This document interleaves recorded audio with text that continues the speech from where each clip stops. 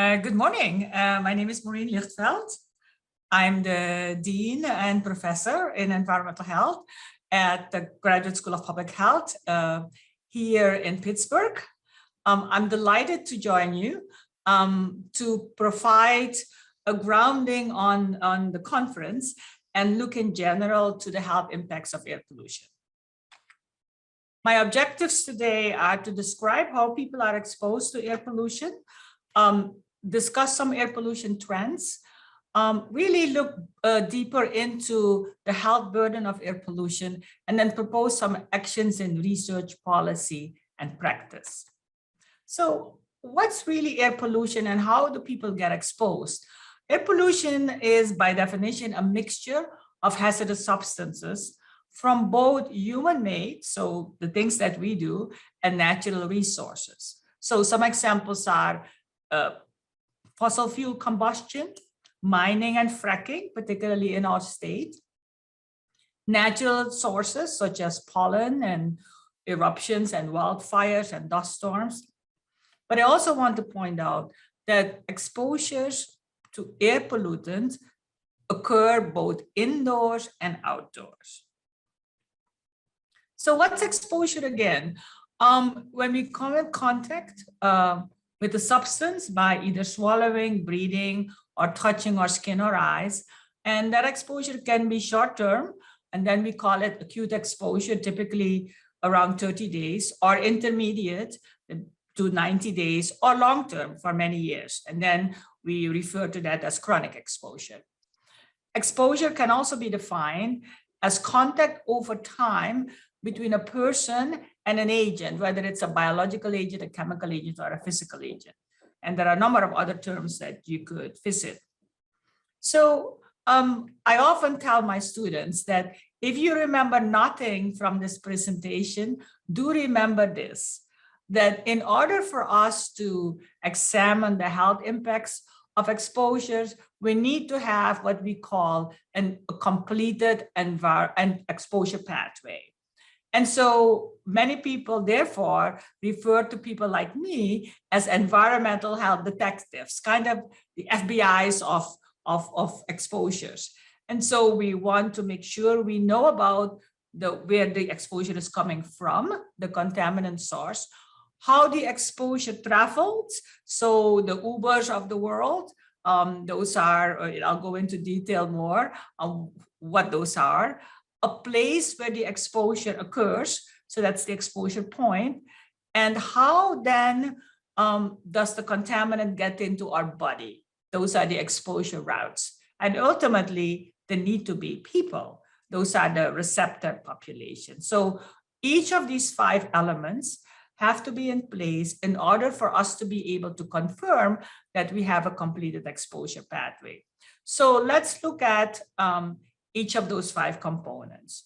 We already mentioned some of the sources, things like for us, fracking or an abandoned factory or landfills. Then the environmental media, those are the Ubers I mentioned. I previously also indicated that air is one of the travel agents, so to speak, and it's both indoor and outdoor.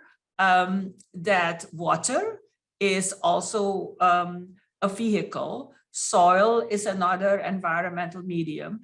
And often biota are forgotten as environmental media. And I want to particularly point out to that little creature to the left, lower left of my screen, because cockroaches are the most fantastic travel agents when it comes to pollen and other allergens.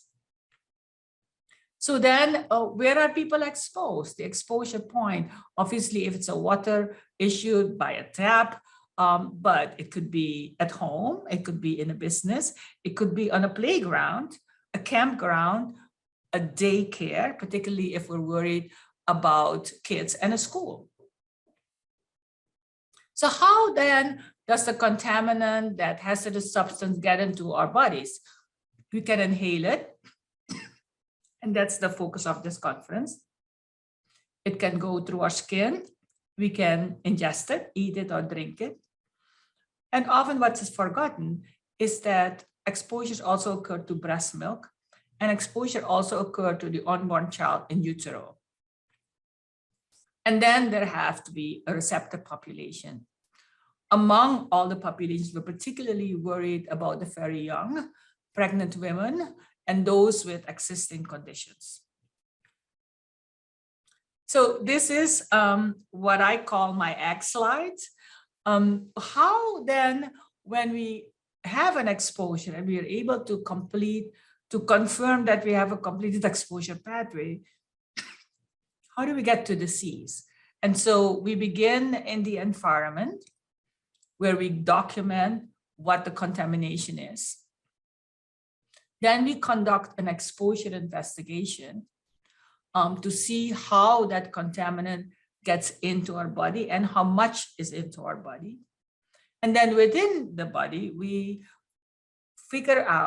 focus on that part, that organ system, whether it's the kidney or the lungs or the heart, that is most vulnerable. And we do that through biomarker evaluations. What we are trying to figure out is then, is there a change because of the attack that that contaminant has on our body, on that specific organ?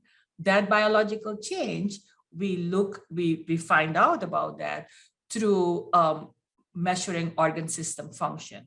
Our body has a tremendous capability of repair, but there are instances where that repair doesn't occur.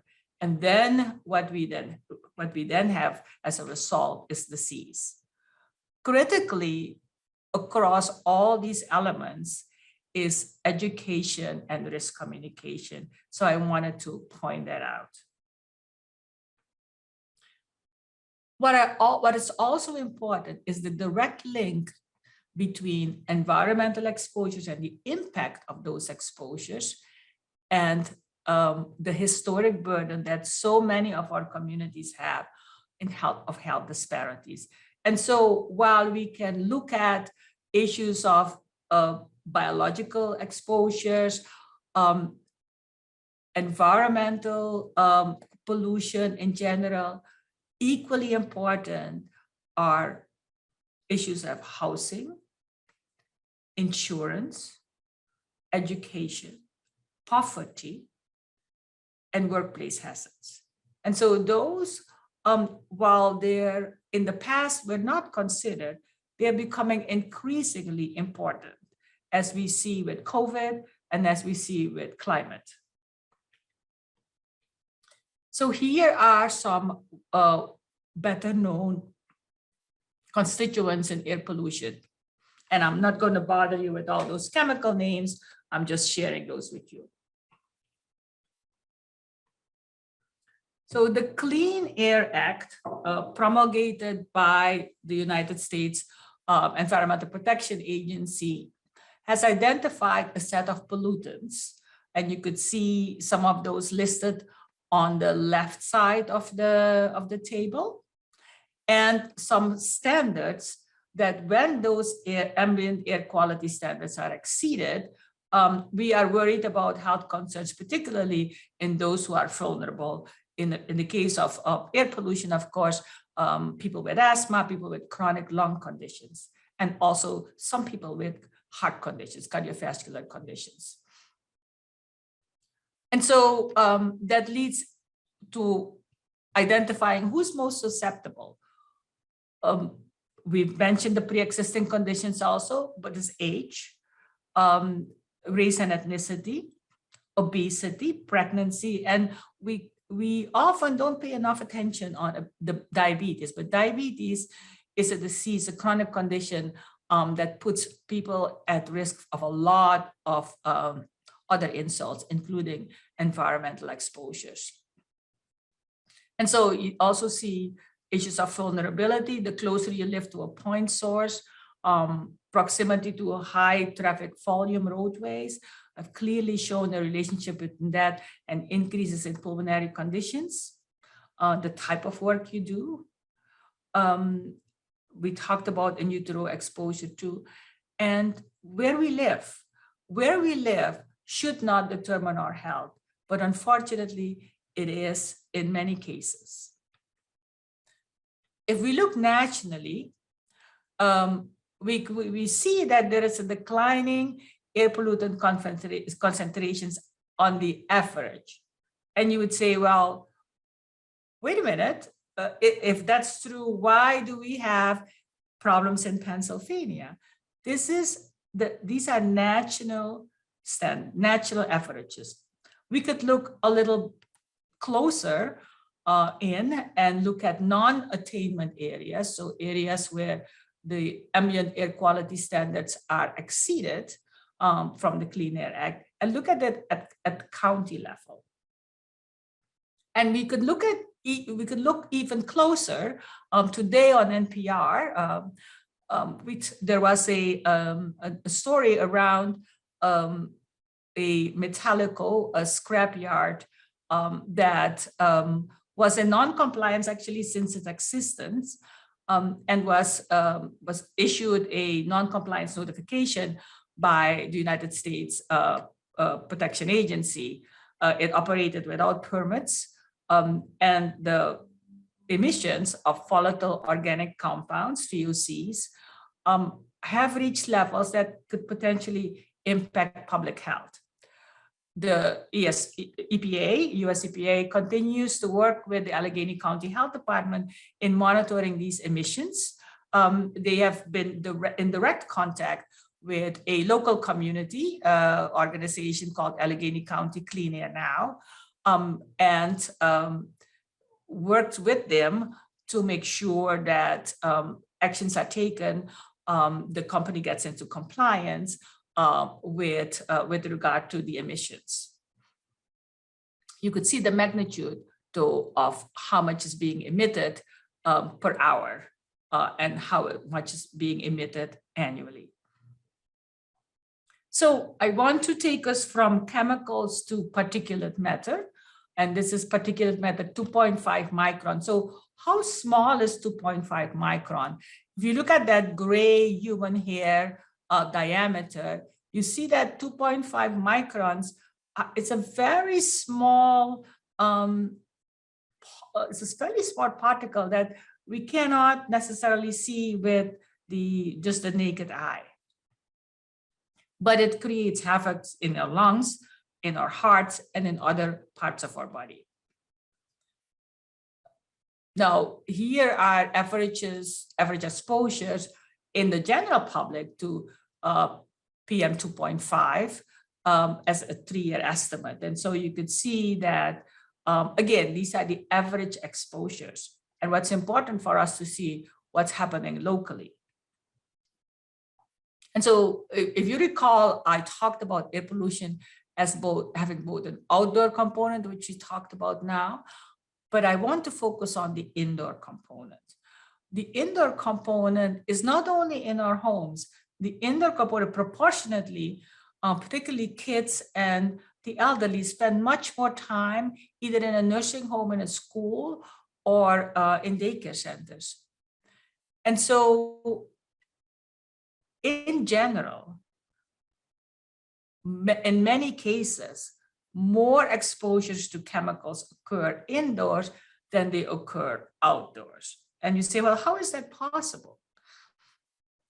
It is because the average person in our country spend 87% of the time indoors, 6% in cars, and 7% outdoors. And so you see why the indoor environment is so critical.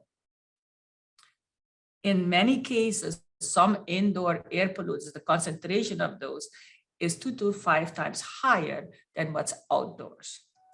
And therefore, people with existing conditions, the young who tend to be more indoors, are very prone to this higher level of exposure.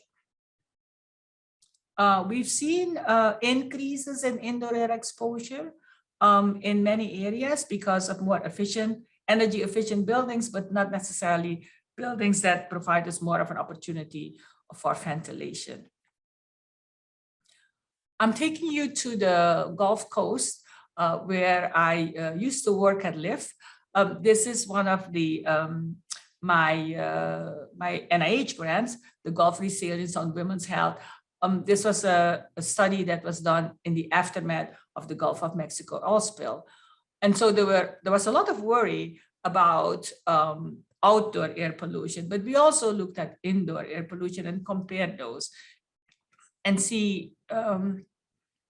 we see that 21% of the homes had higher levels of chloroform than would exceed some of the typical cancer risks that we are looking at.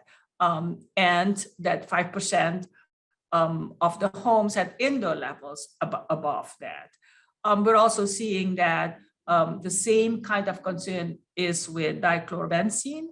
And so if we compare on the left-hand side, the left-hand graph, indoor concentrations of volatile organic compounds versus outdoor, you see that there's a lot more indoor in the homes that we sampled.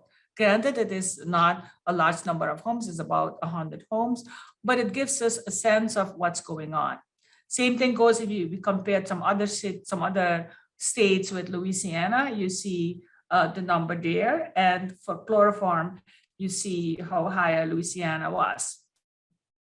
So what turned out that most of the sources, at least in these homes, of indoor air pollution had to do with things that we enjoy, that we put in our homes, toilet bowl cleaners, those fancy candles where we have a very relaxing bath, incense. So all of the Febreze, all of those volatile organics, we actually willfully bring into our homes. And so I'm hoping the audience will not be upset with me to say, well, you can't have romantic baths anymore, just don't use that candle. Some other sources of indoor air pollution, we talked about combustion sources already. Tobacco is a big one, smoking indoors. Of course, smoking, period, is a major health hazard. But cleaning supplies, as I mentioned before, paints, a lot of people just get on spring cleaning and go paint. Paints have a lot of volatile organics as well as some insecticides. Building materials, I could tell you a story about when after Hurricane Katrina, many people whose homes were damaged and with flooding and loaded with mold, they were given trailers, and people were getting headaches from living in the trailers. And I was called and told that, well, maybe it's just people just think about it, it's between their ears. No, those trailers, because they were so new, they were giving off formaldehyde, and that's definitely related to headaches. We also want to make sure that we remember that in addition to those chemical sources, there are also natural sources, including dust mite and pet dander. So some health effects, obviously the lungs, and increasingly people with existing lung diseases, but also, and that's often forgotten, cardiovascular disease, particularly related to exposure to those small particulates, PM2.5. And there is increasing research showing that air pollution is linked to cognitive impairment. For example, we know too that the pandemic and wildfires across the Western US primarily show that wildfire smoke and COVID are not good friends together because they have led to increased deaths. I want to bring up the issue of climate change and how climate indeed impacts exacerbating air pollution. There is more CO2 in the air. The more we have ozone in the air, we increase the opportunity for other impacts that previously have not been thought related to adverse health outcomes, such as infant mortality, low birth rate, asthma we know about, neurodevelopmental disorders, and indeed cancer. And particularly with CO2, we're worried about malnutrition, both food safety and food security, infectious disease. Mental health, I won't, in this session, won't talk a lot about mental health, but there's definitely a relationship between outdoor and indoor air concerns and mental health impacts. And we talked about cognitive impairment just a little bit ago. Heat-related illness, heat is getting increasingly more attention as an area influenced by climate change and where adverse effects are definitely and directly connected to increased temperatures and housing. So how then do we put it all together? We can no longer focus on only the chemical stresses. If you are with me on the left-hand side of the slides, we have to look at not only personal attributes, but particularly how our community looks like. Each of us live in a community. Each of us are connected to the health of that environment. The health of the environment in our community is inextricably linked to our own health.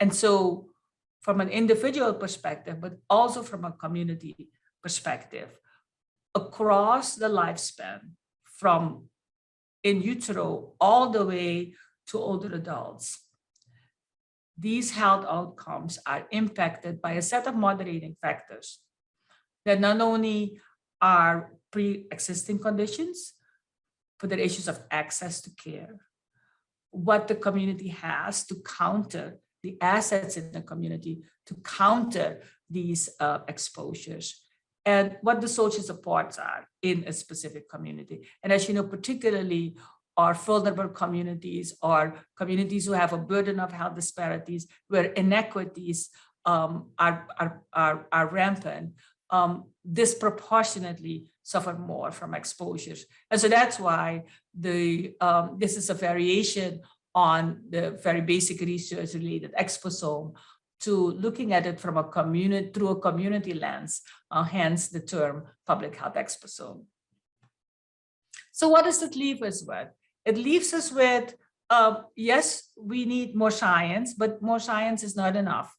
There are specific areas of research that we should consider, such as not doing snapshot studies, but longitudinal environmental epi-studies, so they're called cohort studies, particularly working in communities and with communities on intervention studies, and more attention to climate and the climate and health impact in communities, and how climate exacerbates and exposures to air pollution, and how we can together work on strategies to mitigate that air pollution.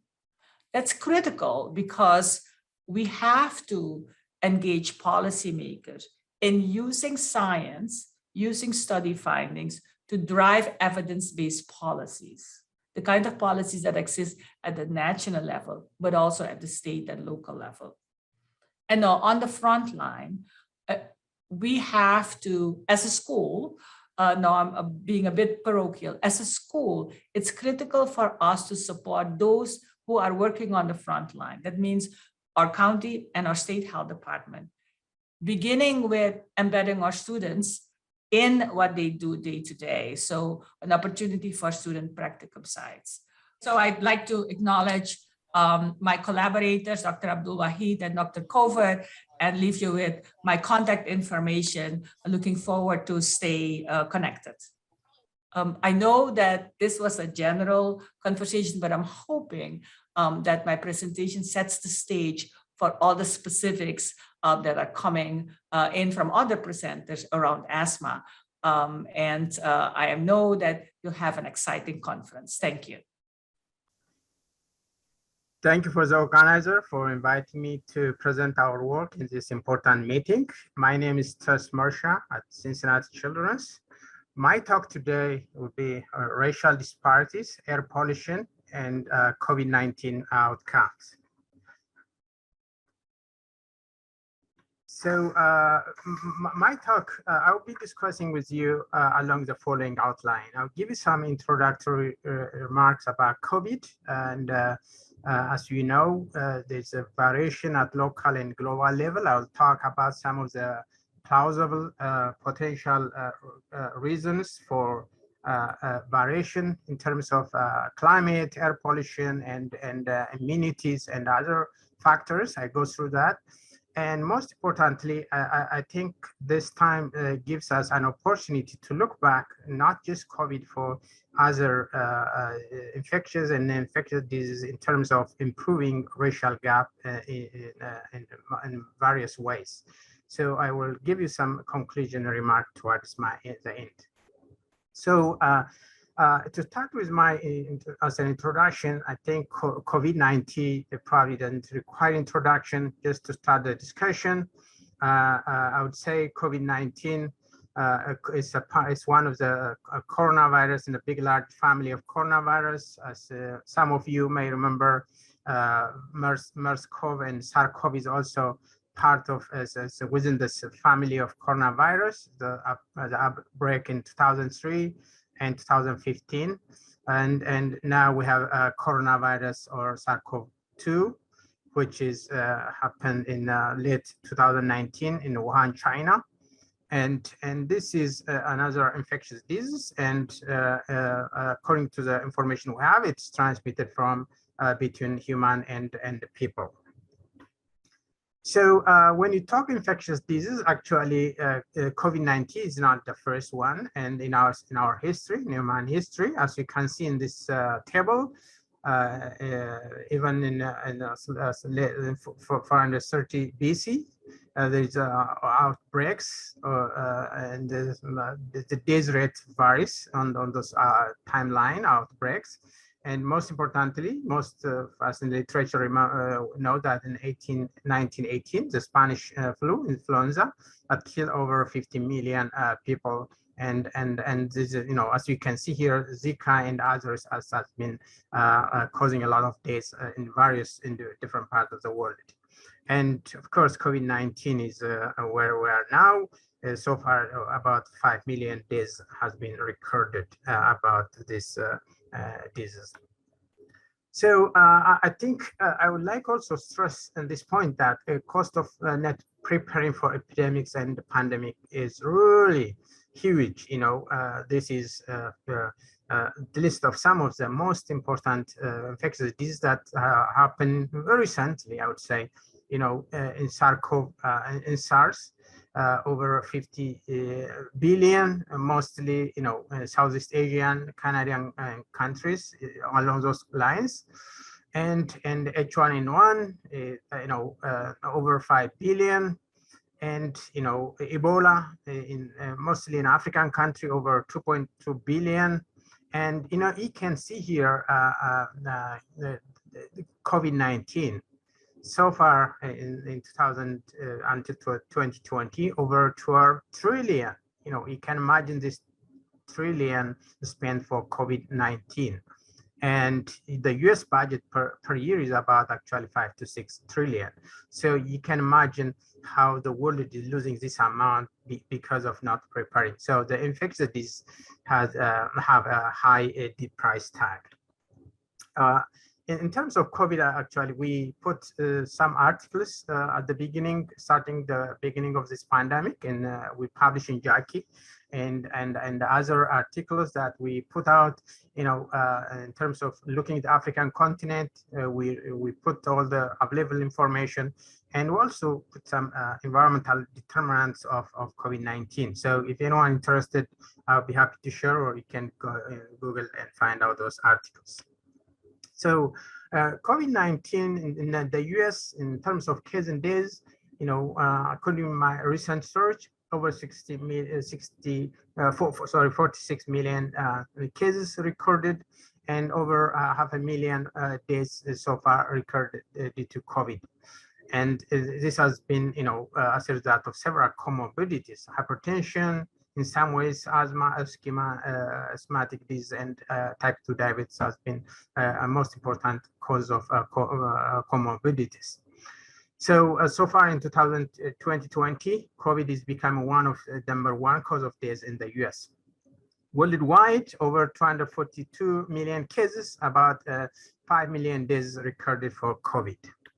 However, I would say that, the figure, the number I showed you, 242 million cases, is not distributed equally around the world. If you look at the number of cases here, African continent, over 1.3 billion people, you see a tiny contribution of this pie, this figure, compared to Asia or European population. So this pandemic is not distributed equally across the globe. I will come up with some of the plausible hypotheses, as I mentioned before.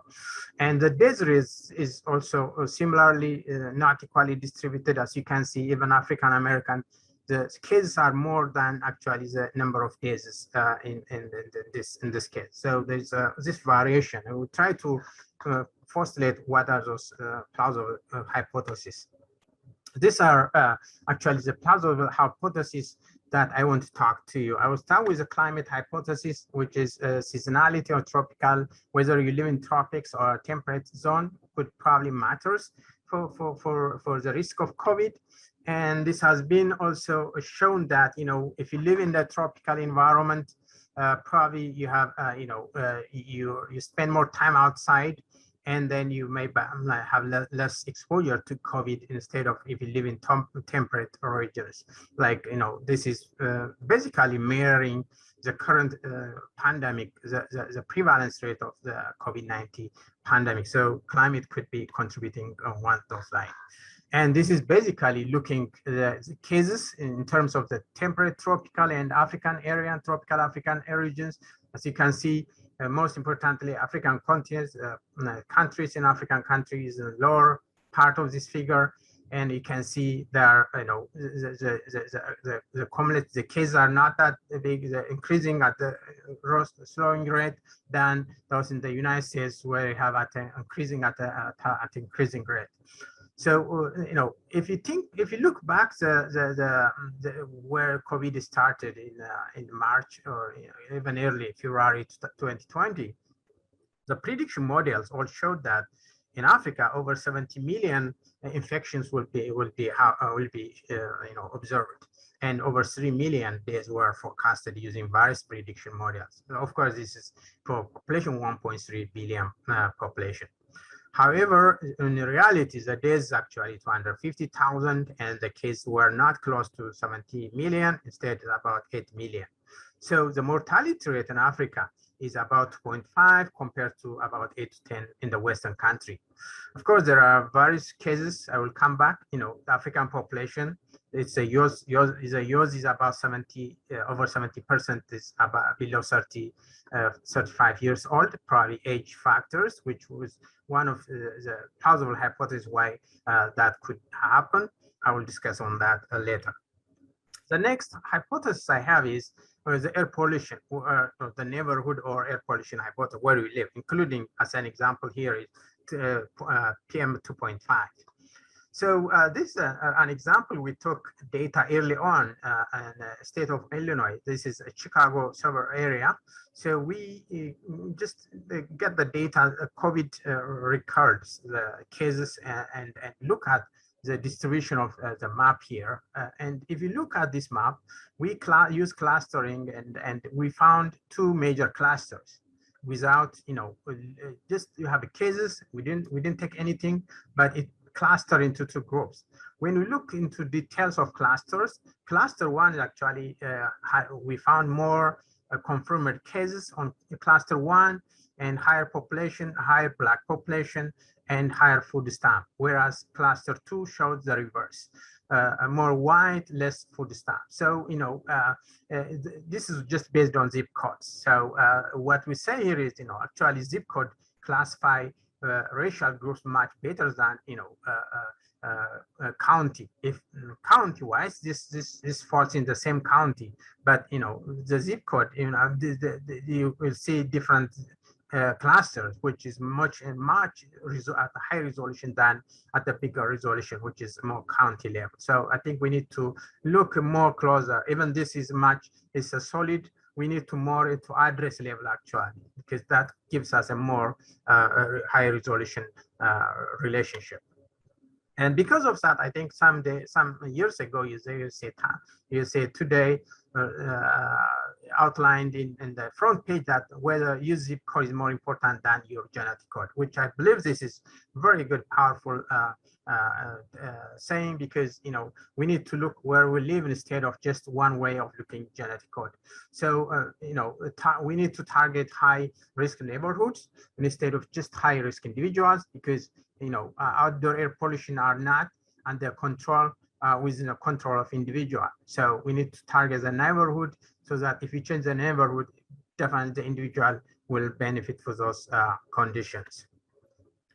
As I mentioned, air pollution is another important factor in these neighborhood factors, which usually called silent killer.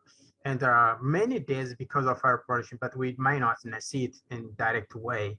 But it affects a number of systems: stroke, heart attack, and heart disease, and the cancers, all are affected by air pollution.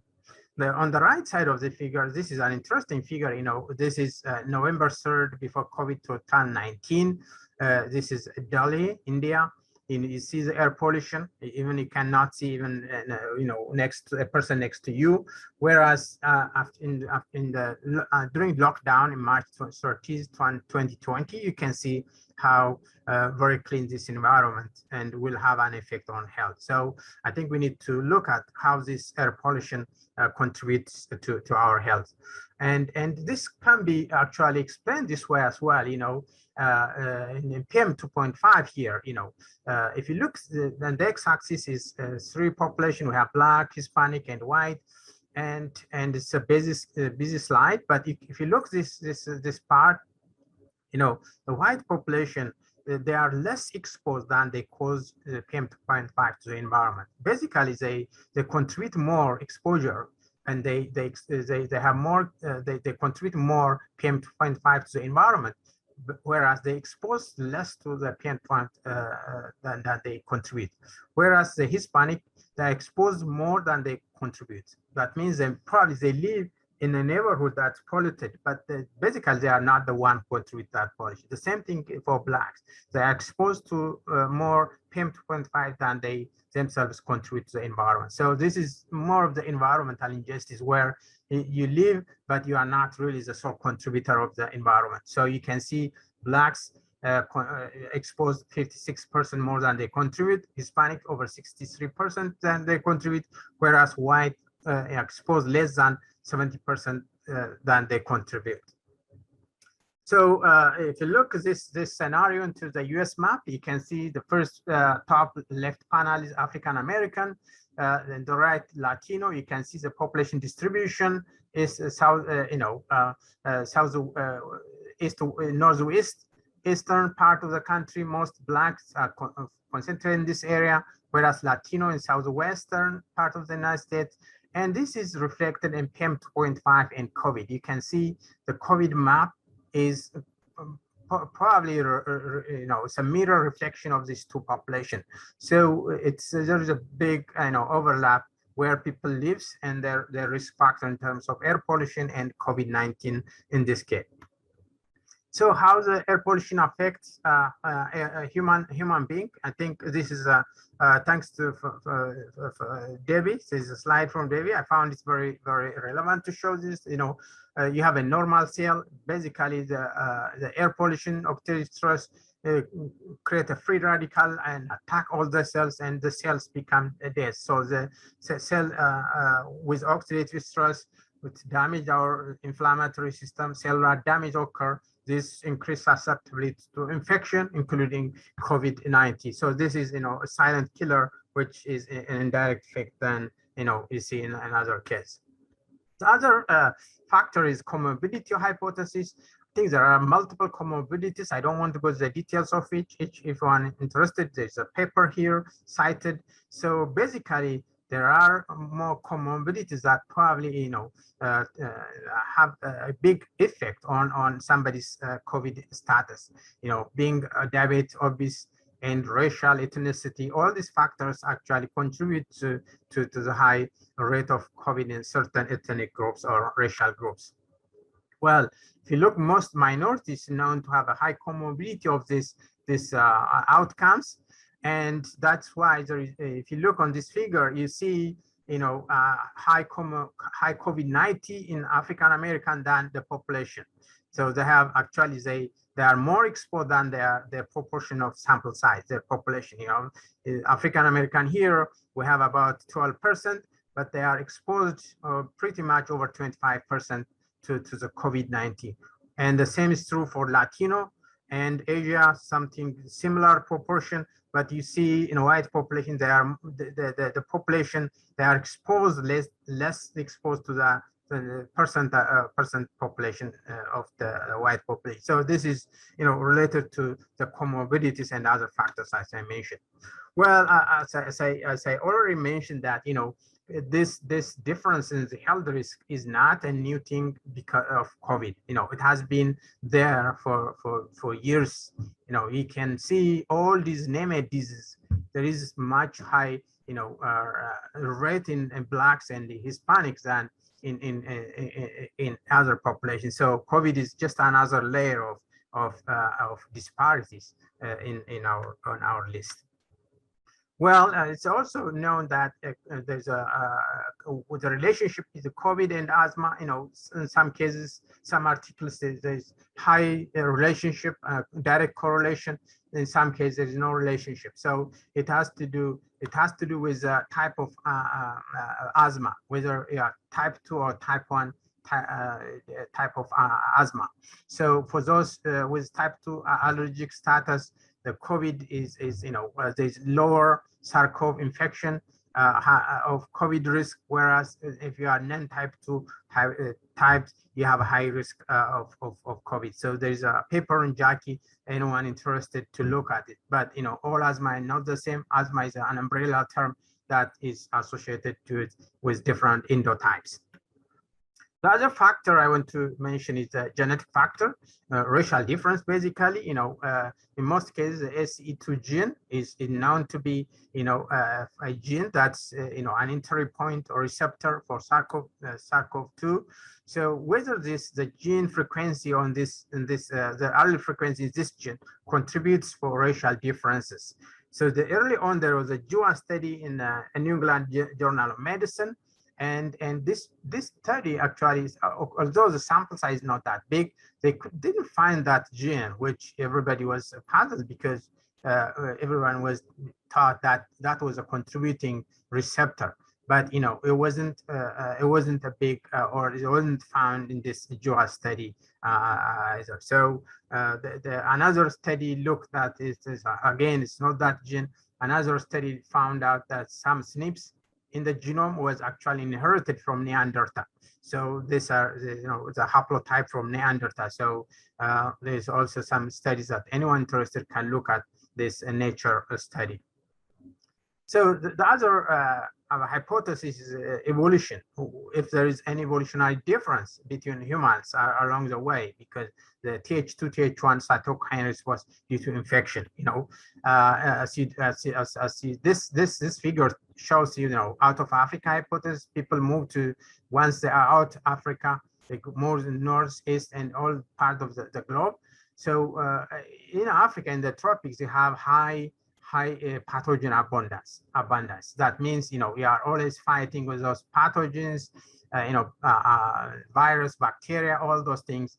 And you have pretty much upregulated immunity and compared to, temperate or other regions. So as a result, being in the temperate, you have low exposure to pathogens and worms, whereas in tropical African country, you have high exposure to worms and pathogens. And when there is something like COVID, you have you have a high reaction because you have you haven't exposed to that kind of situation, and which we call it the creation of cytokine storm. So that upregulation of the immune system creates a cascade of activity. Whereas in Africa, it's because of exposure going on for other many years, for generations, is immoderate immune reaction. So this could contribute to that variation, which is due to the pre-existing immunity in Africa compared to tropical or temperate regions like North America. The other factor is when the trained immunity, whether the BCC, the vaccination you take for malaria, whether that prior immunity or vaccination protect us from getting or severity of the COVID is reduced on that. So this is a vaccination map around the world. You can see high vaccination regions, but it is somehow parallel to the low incidence of or low prevalence of COVID in some cases compared to high less vaccinated area. So this is something we can look visually, but it requires more detailed study whether that's actually the case. So finally, the age hypothesis. I think we already know that children are less affected by COVID, and that is related to the deterioration of immunity in our immune system as we age. As you can see, the higher effect of COVID in this map, as in this figure, over 75% has a skyrocketed death rate than the young children. So this is another age is an important factor, and this is from recent data from American Pediatric Academy of America Pediatric Academy. You can see the adults versus the children. Some high peak in children here, but this could be due to school opening and a lot of exposure going on. But as yesterday, Wednesday, I heard now CDC is approving for children 5 to 11 years old. So this may go down somehow as you move on. So the other factor is, the difference between male and female, and male sex is a risk factor. As you can see in this publication, more effects on male than female across years in various countries, almost universally. So this is another factor. Sex is different is one of the important things to consider in all studies. So finally, I think I will close to, what do you need to close this racial gap or geographic variation? We need to look at from multi-level perspective. The first thing is, there are social and economic health inequality going on, and we need to look individual level, neighborhood level, and national level. As I mentioned, something we cannot control should be controlled at the national level. So there is, race segregation, exposure, and safety and violence. All these factors actually contribute to somehow to stress our behavior, and which eventually contribute to our health, which COVID is one. Well, what are other factors? How do you determine this? I think all the bad things I mentioned on the left side, the socioeconomic access to care, all this discrimination, unemployment, these are big risk factors. How do you reverse this case? Of course, the solution is expanding housing and all this provide food and service, have support education system, and parenting, community service, and safe environment. All these factors could alleviate the racial gap that we see in our society. So in my view, health disparity, what we see right now with the COVID or others, are preventable or at least modifiable. So, so how do you, what are the opportunities to improve racial gap in post-COVID era? I think, as I mentioned, COVID gave us an opportunity to look back our healthcare system, health system. So there are 3 pieces I mentioned. We need to prioritize health system for everyone, foster community resilience, and promote equity. So I call them the 3 P that we need to address or to achieve our this is a goal of increasing health equity in our community. So in terms of COVID, I think the progress made, there are really great success of scientific discoveries. We can see COVID is just in a year, we have vaccination. So, imagine how many days we could have now that if no COVID vaccine within a short time, compared to how long it takes malaria and over years from, for COVID. So this is a success story that scientific discoveries really make big leap in our community. But I think there's a vaccine, but also there is global disparities in vaccine distribution. For example, less than 2% of all COVID vaccine have been administered in Africa, and most Africans actually will not receive COVID until 2023. So you can see most African is a desert, vaccine desert, I would say, than other countries. So I think in some cases we need to think of how we reach out others. And most importantly, I saw that the European travel and tourism sector plan to adopt a COVID-19 passport. So you can imagine those countries, those regions without passport, how they can, have free access to other countries if you implement this passport, COVID-19 passport systems. So finally, I would like to conclude my talk with, COVID-19 racial gap reinforce known health disparities. It's not the first thing, and it not be the last, but it's reinforced actually. It will give us an opportunity. There is high COVID-19 risk within minorities because of where they live and where they work and everything, and the income, housing, and access to healthcare.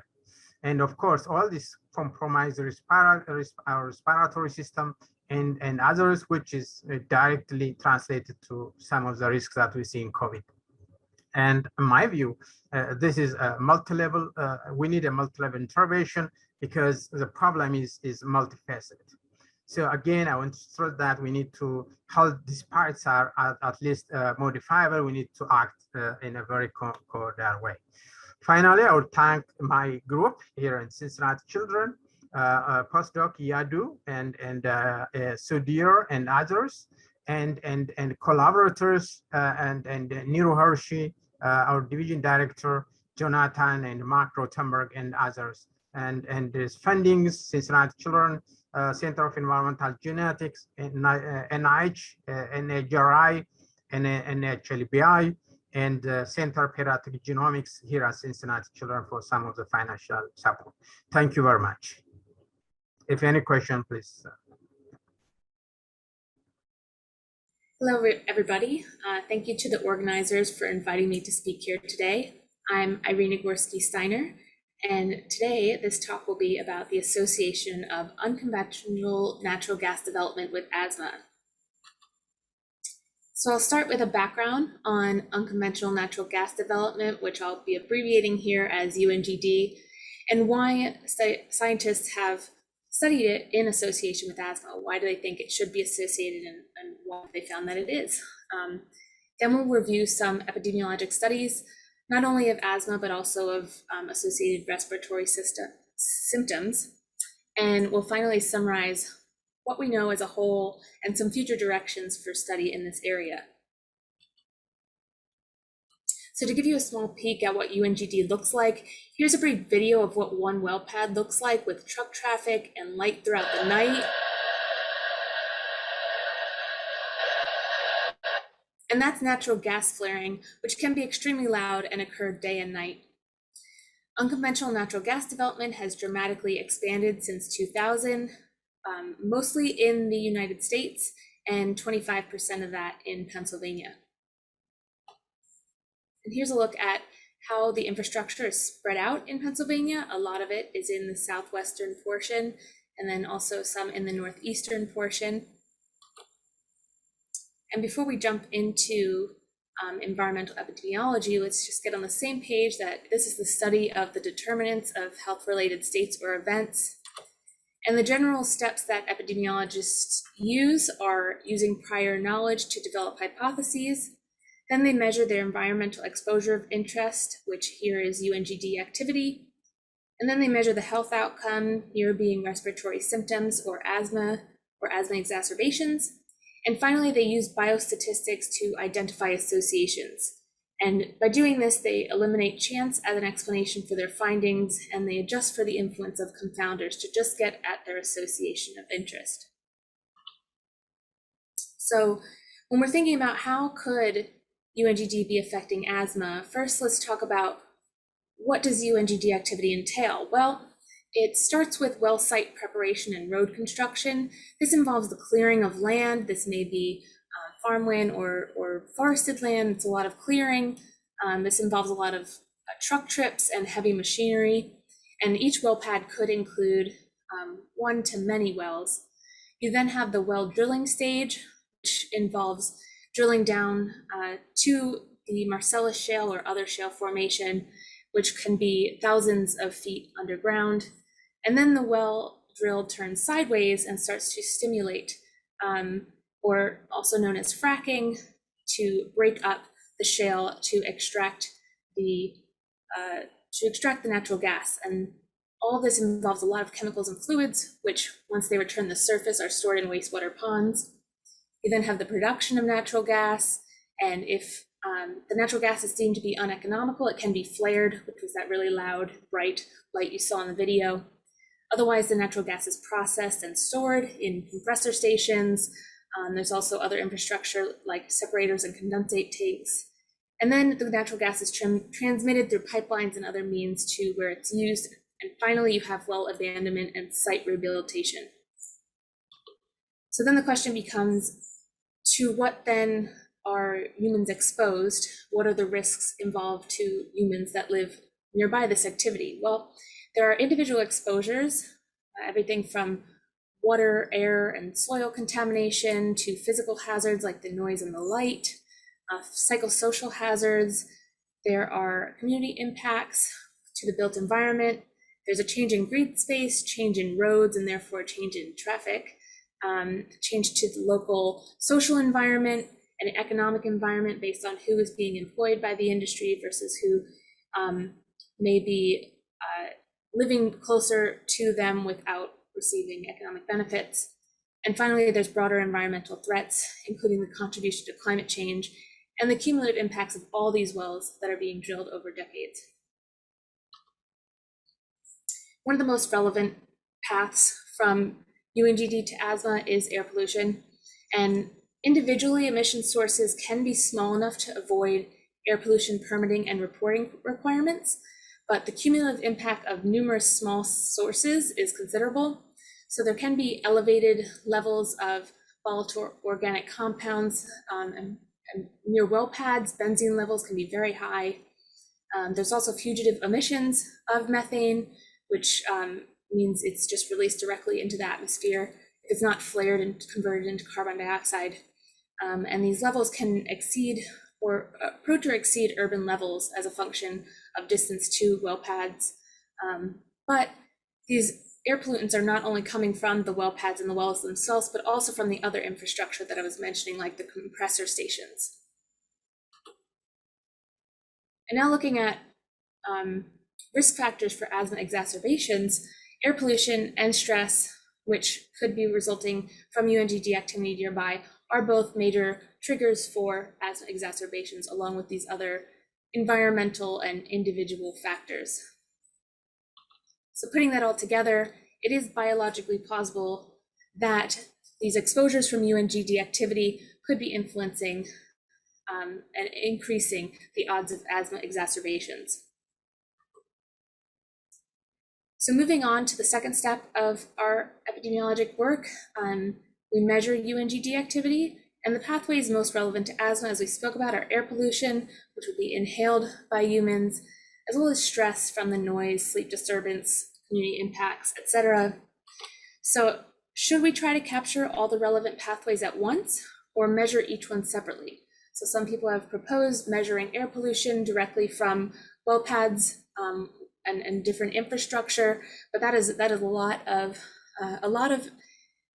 air pollution monitors and a lot of air pollutants to measure. And if we want to measure stress directly, that's a lot of people that we're measuring some sort of biomarker like cortisol in. And since there are so many pathways that are relevant to asthma, most scientists have used a metric to try and combine all the pathways. And some challenges to this are funding, as well as the fact that UNGD activity is past peak. So how can we do this retrospectively to capture that peak in UNGD activity? So as for measuring the health outcome of asthma or asthma exacerbations, we can use governmental databases. This will capture asthma exacerbations at the zip code to county level, because they're trying to remove, they're trying to give anonymity to people who are facing these health issues. There can also be the use of health records or surveys in order to get more individualized data. And then some challenges with this are it is difficult to obtain access to healthcare records because they are so protected by privacy concerns. And there's also a bias towards more severe events being recorded in some of these options for measuring, because you're not going to have somebody who has a small asthma exacerbation showing up at the hospital and therefore being recorded in this. And finally, using biostatistics to identify these associations, we're trying to see if exposure to UNGD activity leads to an increased incidence, risk, or odds of asthma outcomes. So we've already reviewed the stages of UNGD activity and the exposures of interest. Now let's jump into the epidemiologic studies. Here's just some of the studies that have been conducted, not just in the area of asthma like we'll be talking about. A lot of studies have been conducted in the area of pregnancy, birth, and infant outcomes, and found everything from a higher prevalence of low birth weight to higher odds of fetal death. There's also been a few studies now on anxiety and depression, finding higher odds of mild depression symptoms in adults. And finally, what we're interested here today, the respiratory and other symptoms in asthma. So let's jump individually into these studies. The first one was conducted by Rabinowitz et al. In 2015. They surveyed 492 people in Washington County, Pennsylvania. They chose this because this county in particular has a very high density of drilling. And they surveyed them on past year health-related symptoms. They used a generalized linear mixed model adjusting for relevant confounders. And they found that proximity to UNGD wells was associated with a 3.1-fold increased odds of respiratory symptoms. You see the confidence interval there. It was a significant association. The second study was by Tustin et al. 2017. This was out of the lab that I'm a part of now. They used Geisinger electronic health records to select almost 24,000 patients, and they mailed them a 4-page questionnaire asking them about their symptoms. This was not sent out in relation to UNGD. It was sent out before this study was even conceptualized. So people were just reporting on their symptoms that they were experiencing. And then this research team decided to look at them in association with UNGD activity. So they geocoded them and assigned them their amount of activity they were exposed to. And they found that it was significantly associated with increased odds of nasal and sinus symptoms, but only in combination with fatigue or migraine. And here, the final symptom study that I'll be reviewing by Aspergus et al. 2021. This one's now the first one in Oklahoma. The other two have been in Pennsylvania. They use publicly available data for 76 counties in Oklahoma, and therefore it's an ecologic study at the county level. They adjusted for many confounders and used the common correlated effects method and found a 1% increase in the number of fracking wells in a county leads to a 5.9% increase in respiratory diseases. Now we can move specifically into asthma. This one was done by Rasmussen et al. 2016. This one is also out of my lab. And they identified almost 36,000 asthma patients ages 5 to 90 years in the early 2000s. And they assigned UNGD activity to each subject on the day before their asthma exacerbation. So they're looking at how much were they exposed to UNGD activity on day 1, and then is that associated with asthma exacerbation on day 2. And they compared patients with and without exacerbations and adjusted for other variables linked to asthma. They looked at 3 different asthma exacerbation outcomes. They defined a mild asthma exacerbation as a new oral corticosteroid order for asthma, and they identified a lot of these. They defined a moderate asthma exacerbation as an emergency department visit for asthma, and finally severe as a hospitalization for asthma. And the way they measured UNGD activity is one of those metrics which can incorporate the many different pathways. And it not only takes into account the distance from a residence to a well, which is often referred to as proximity, but it also takes into account the depth of a well and the total daily gas volume that's produced in order to get a bigger picture of what's going on near somebody's house. So these metrics that they used with this formula here, they get larger not only if there are wells closer to a residence, but also if there are more wells and or larger wells. And here are their results, looking at different phases of unconventional natural gas development, from the pad phase of developing a well pad, to spudding or drilling, stim, which is the hydraulic fracturing phase, and prod, which is production of gas. And it's also, here they list the different types of asthma exacerbation outcomes. And what they found was that there was a higher odds of all three types of asthma exacerbations. And they found that all the different activity metrics, regardless of the phase, were associated with all three outcomes. They also did 2 sensitivity analyses in this study to check the robustness of their findings. So first, they took the UNGD activity metrics that they had already calculated and looked at it in association with an outcome that they thought would not make any sense to be associated with UNGD activity. They chose diarrheal illness in this case. This is called a negative outcome control analysis. And they found that UNGD was not associated with diarrheal illness. So this supports their finding that it's associated with a biologically plausible outcome and not associated with a not biologically plausible outcome. They also were concerned about spatial confounding. So they looked at the association of county with asthma exacerbations, and they also found this was not associated, which once again strengthens their main finding.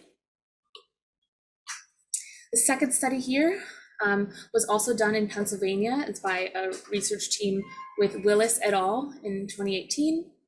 They identified patients aged 2 to 18 years old with hospitalizations by zip code in Marcellus Shale counties of Pennsylvania. They split these up by zip code, quarter, and year, and identified acute asthma exacerbations by their hospital discharge code. And they used a difference in differences analysis adjust for other confounders. They measured UNGD activity in 4 different ways, and they evaluated each of these in association with their outcomes. They looked at a binary contemporaneous variable for newly spudded wells in a county, a binary cumulative variable for ever spudded wells by county, tertiles of cumulative count of wells ever drilled by county, and finally a metric that incorporated air pollutants as reported to an emissions inventory. They looked at this for all different well sites and brought this up to the county level. And their results showed that UNGD is associated with higher odds of pediatric asthma hospitalization. And because they found associations with each of their 4 metrics, they can also conclude that specific air pollutants from drilling emissions may be driving these associations. And they also looked at the association by year, and they found that associations remain for up to 8 years after drilling begins in a community. And here's the third and final study that's been done on UNGD activity and asthma. This one is done in Texas by the same research team that we just saw, Willis et al. And they looked at Texas hospitalizations for pediatric asthma by zip code level and quarter of year. And they calculated the cumulative density of natural gas development sites per square kilometer within a zip code. They stratified these metrics by conventional drilling versus unconventional. So thus far in this talk, I've only spoken about unconventional natural gas development, which entails the horizontal drilling and hydraulic fracturing components, whereas conventional is just vertical drilling and less energy intensive practices to extract natural gas. But here they looked at both. And they also assessed additional drilling specific exposures, including production and gas flaring. And they used logistic regression models to assess their associations by zip code quarter year.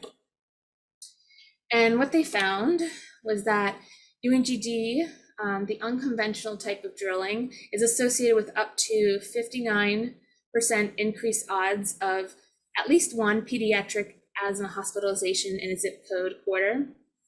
Meanwhile, conventional drilling associated with up to a 23% increased odds of these outcomes. Their association with flaring volumes was inconsistent. You can see it's only significant for the low metric here. And finally, increasing production values were associated with an increased hospitalization rate in an exposure response relationship. So as UNGD activity got higher, or as production volume got higher, there also was higher odds of their outcome. So beyond these epidemiologic studies, there also is the contribution of UNGD to climate change. It is an extraction of fossil fuels, and it's a very energy intensive process. And we know that climate change will also contribute to asthma's burden. So this has not been specifically evaluated for UNGD, but it's also something to note. So reviewing these studies as a whole, some strengths of them include that they found associations that are robust to increasing covariate control. They adjusted for all different things that are associated with asthma and still found that the association with UNGD activity held. They also each did their own sensitivity analyses. And as we spoke about, the associations are biologically plausible. And when they tested associations of UNGD activity with implausible outcomes, they found no association, which is a strength here. There's also a large sample size in many studies. And there's now a growing number of studies showing associations from different regions of the US. We had Pennsylvania, Oklahoma, and Texas covered just in these studies. And there are emerging studies of related outcomes in Colorado. They used different designs, and there were different groups of investigators all coming to very similar conclusions. Some challenges of these studies are that these results provide little guidance about what regulations might reduce risk. We don't know if any improvements that have been made for safety in the past few years have led to a decreased burden. We also cannot identify mechanisms. We don't know if these associations are due to air pollution or stress or a combination because of the way that UNGD activity was measured. And finally, ongoing threats to science are also a challenge for ongoing scientific efforts in this area. So some future directions for scientists interested in further evaluating this association are to conduct studies in additional shale basins. Like I said, Pennsylvania was well covered here, but there's only one study each in Oklahoma and Texas, and there's a lot of additional hydraulic fracturing and unconventional natural gas development going on in the US, where other studies can be conducted to make sure that these findings are generalizable across different geographic areas and therefore different industry practices. Studies can also be designed to evaluate how regulations might minimize the impact of UNGD on public health and specifically asthma. And finally, studies can evaluate potential pathways. So looking at if it's air pollution or stress that's driving it. They can do this by improving the exposure metrics with environmental measurements and biomarkers. As we spoke about earlier, this is difficult to do since we're past peak with UNGD. Doesn't make sense to do this all now. Can we get biomarkers at the right time to capture the relevant exposure to UNGD in relation to a health outcome? We kind of have to know where activity is going to be going on and collect before and after. So it gets really challenging, but this could be a future pathway if a lot of funding were available and somebody were interested in doing this.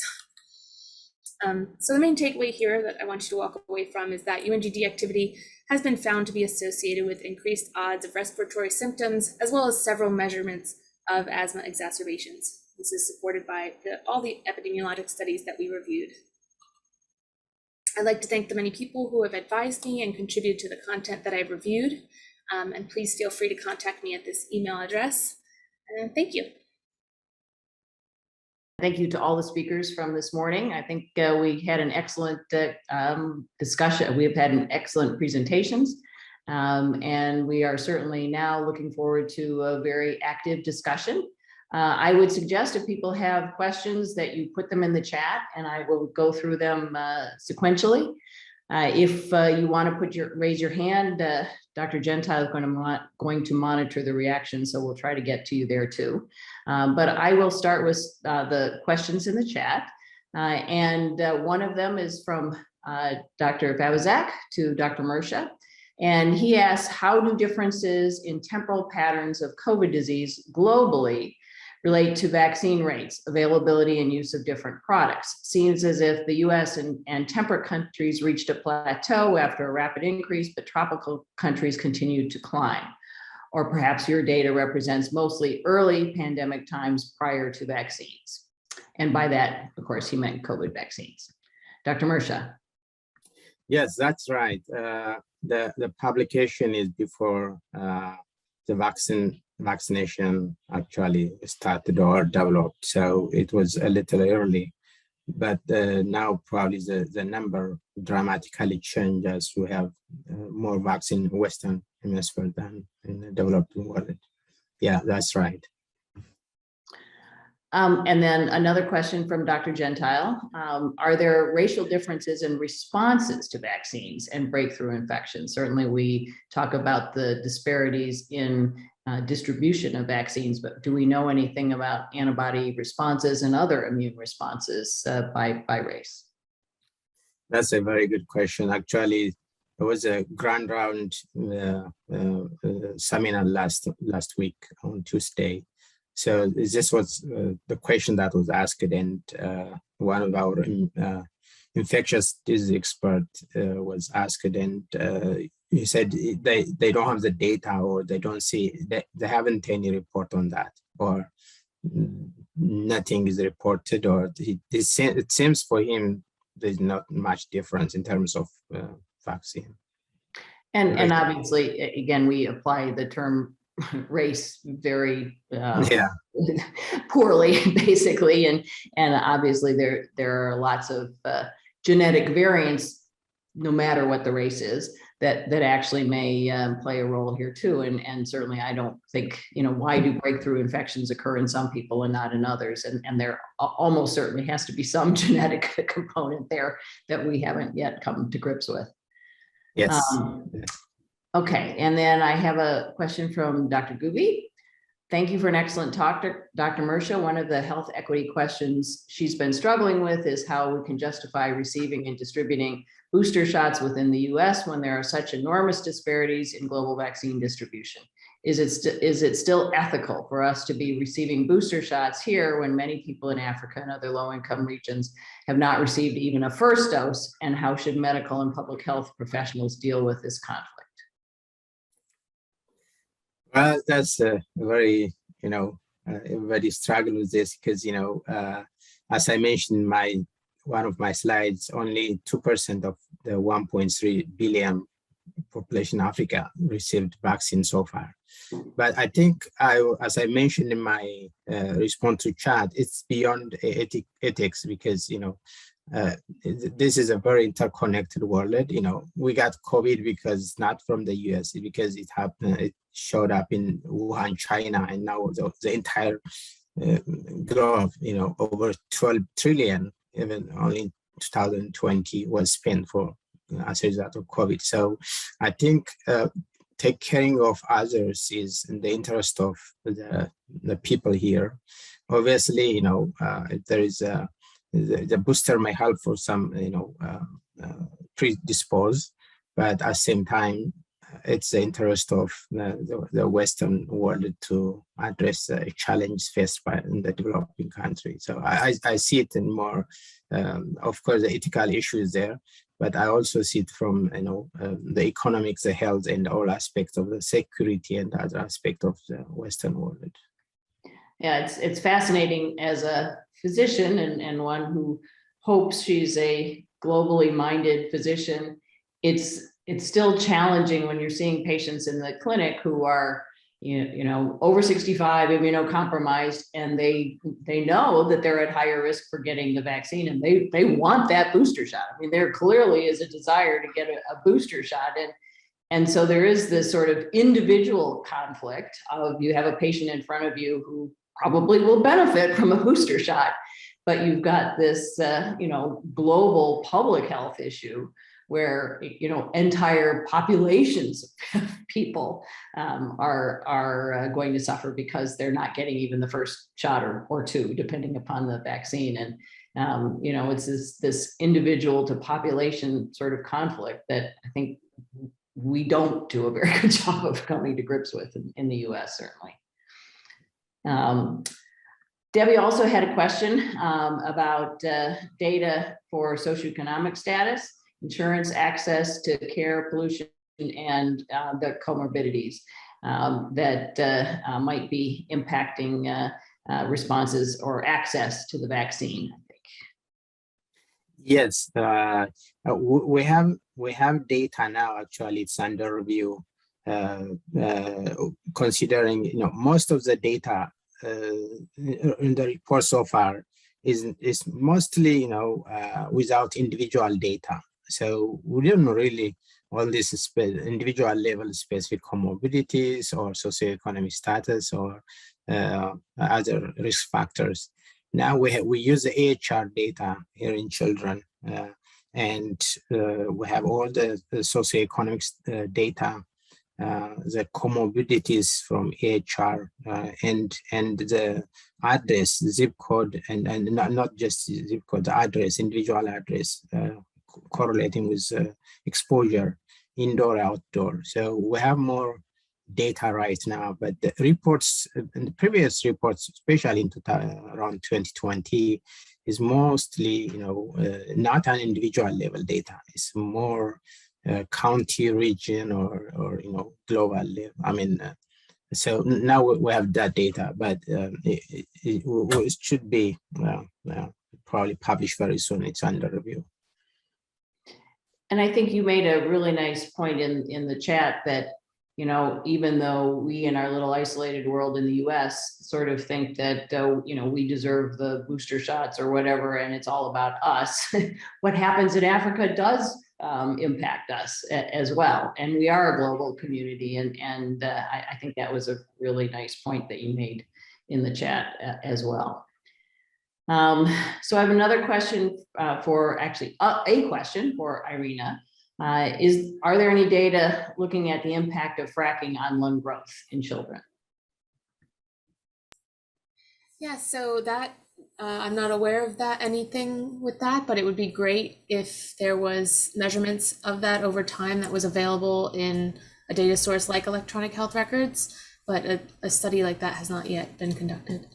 Okay. And I actually have a question for you too, Irina.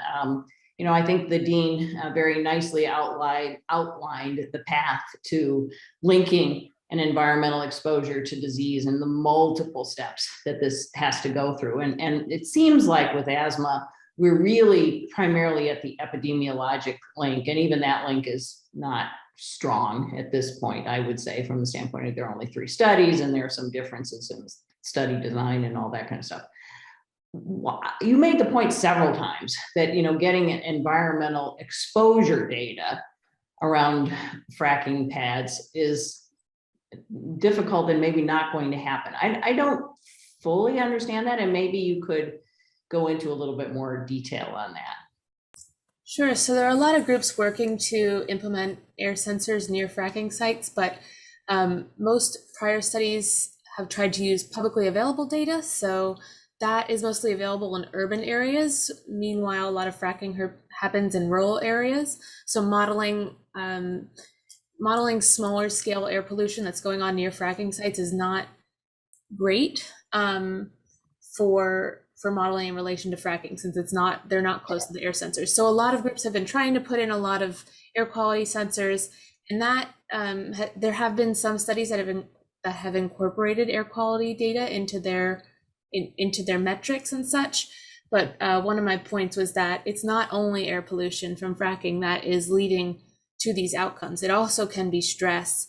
And so if you're trying to evaluate the association between a complex environmental exposure, such as unconventional natural gas development, it's important to incorporate all the pathways. So the pathway that was shown in that first presentation, there are several that are going on at the same time, several different exposures coming from UNGD to the outcome.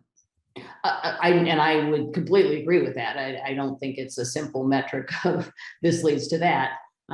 But you still have to get reliable data then on all of those. And I think to get the impact of the air quality on it, you need good air quality measurements.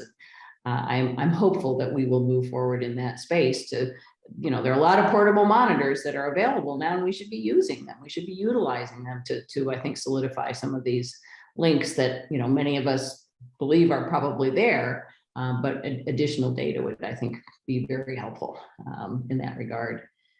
I have a question also for Tess on you made the comments about tropical countries and tropical countries not having as high a burden of disease. At least I think that was kind of your point. What about Brazil? I mean, Brazil seemed to have a huge impact of COVID, lots of deaths, et cetera. And I guess I would consider Brazil to be a tropical country. Are there differences by tropical regions, or is it, maybe reporting is better in Brazil? And I'd just like your opinions on that. Yeah, I think that was the comment we got from the reviewer when we sent that paper. The African, we put a map showing most tropical countries, but Brazil a little southern, but it falls in that range. So we also notice, the majorities and minorities, a lot of minorities. I mean, people of African descent probably is most exposed there.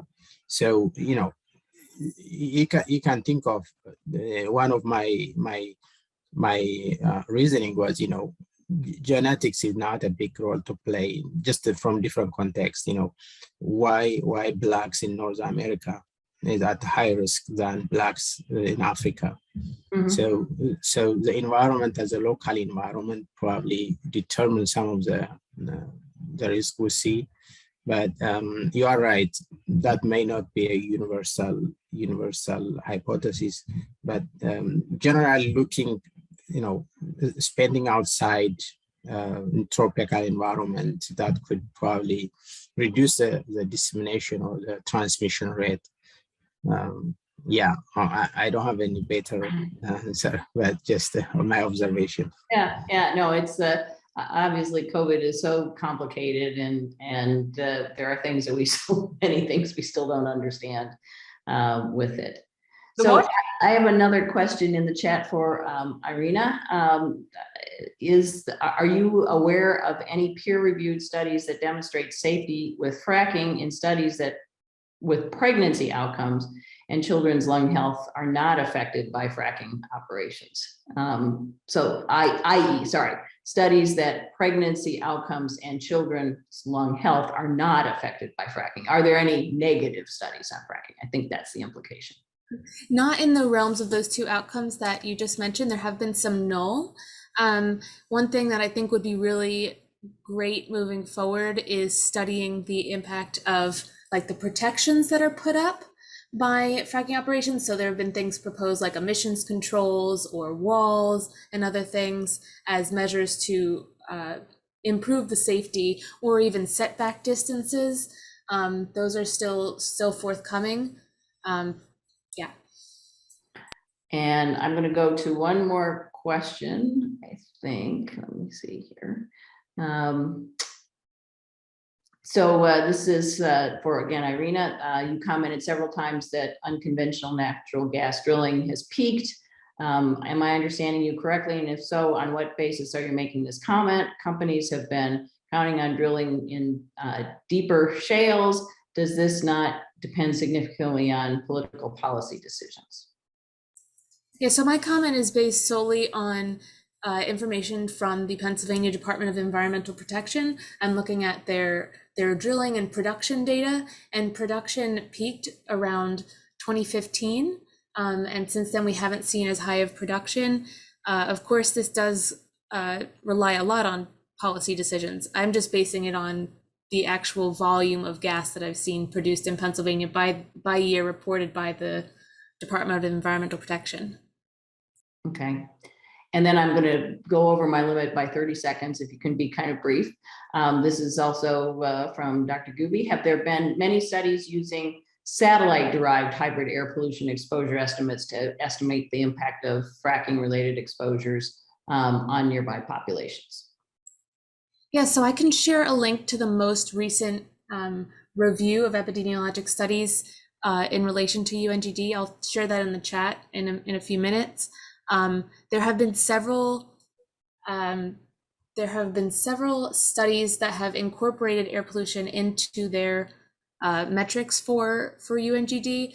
They have been mostly in the area of pregnancy and birth outcomes, as that is the most, that's where the research has been most productive.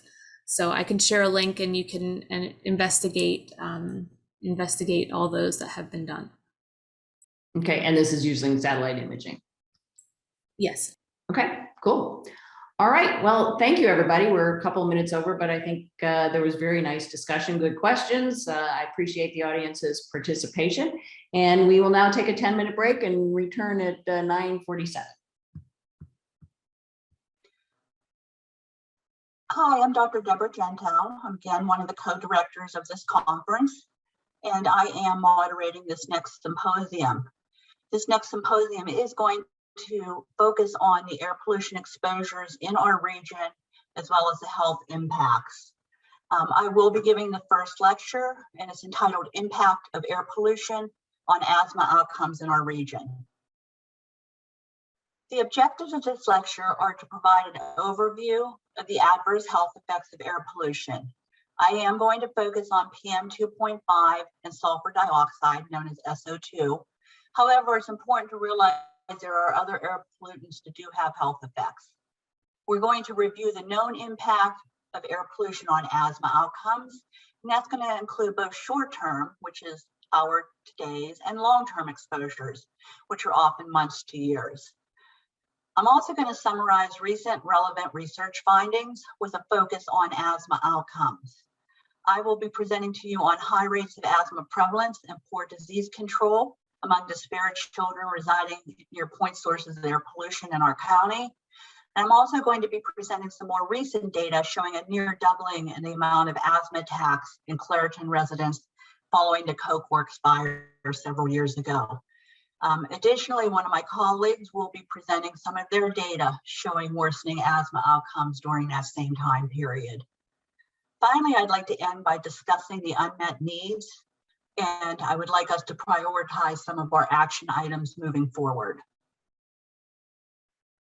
This slide is extremely relevant.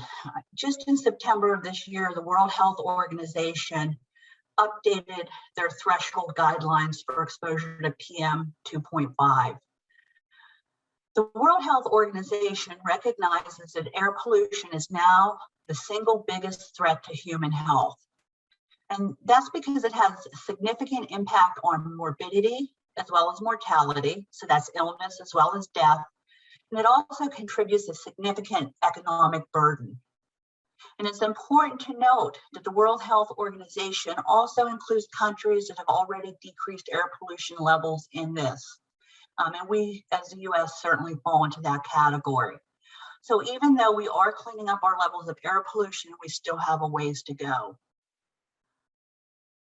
The World Health Organization has reiterated there are no safe levels of air pollution, and they've actually decreased both their PM 2.5 thresholds as well as their NO2 threshold.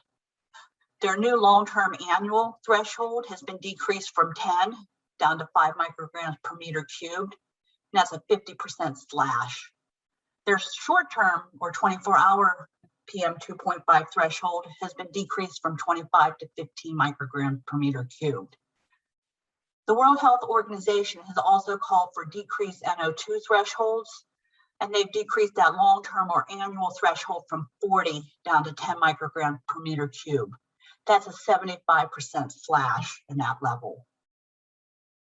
I just want to give a little bit of history about the evolution of air pollution control in the US. The Clean Air Act was adopted in 1970 and basically is comprehensive federal law that regulates air emissions from both stationary and mobile sources. It authorizes the Environmental Protection Agency, or EPA, to establish national ambient air quality standards. And the purpose of these standards is to both protect public health as well as welfare, and to also regulate emissions of hazardous air pollutions. There are 6 criteria pollutants, and they're all listed on the right-hand side of this slide. Again, I'm going to focus on particulate matter, PM 2.5 today, as well as sulfur dioxide, SO2. And it's not to say that the others aren't important. These are just what I'm focusing on today. The others include nitric oxide, NO2 levels, ozone, known as NO3, carbon monoxide, CO, and lead, abbreviated PB. Most of what I'm going to discuss comes from reference material from the US EPA, and it includes an update from 2020, as well as an updated scientific assessment from 2019, as well as 2017. I want to just define the causality of adverse health effects. The EPA has a very strict definition on how they define causal health effects. A pollutant is considered causal if it results in negative health effects at relevant exposures based on studies encompassing multiple lines of evidence. And these type of studies include animal studies, test tube culture studies, human challenge studies, and epidemiologic studies. Causal is the highest level of causality that can be assigned by the EPA.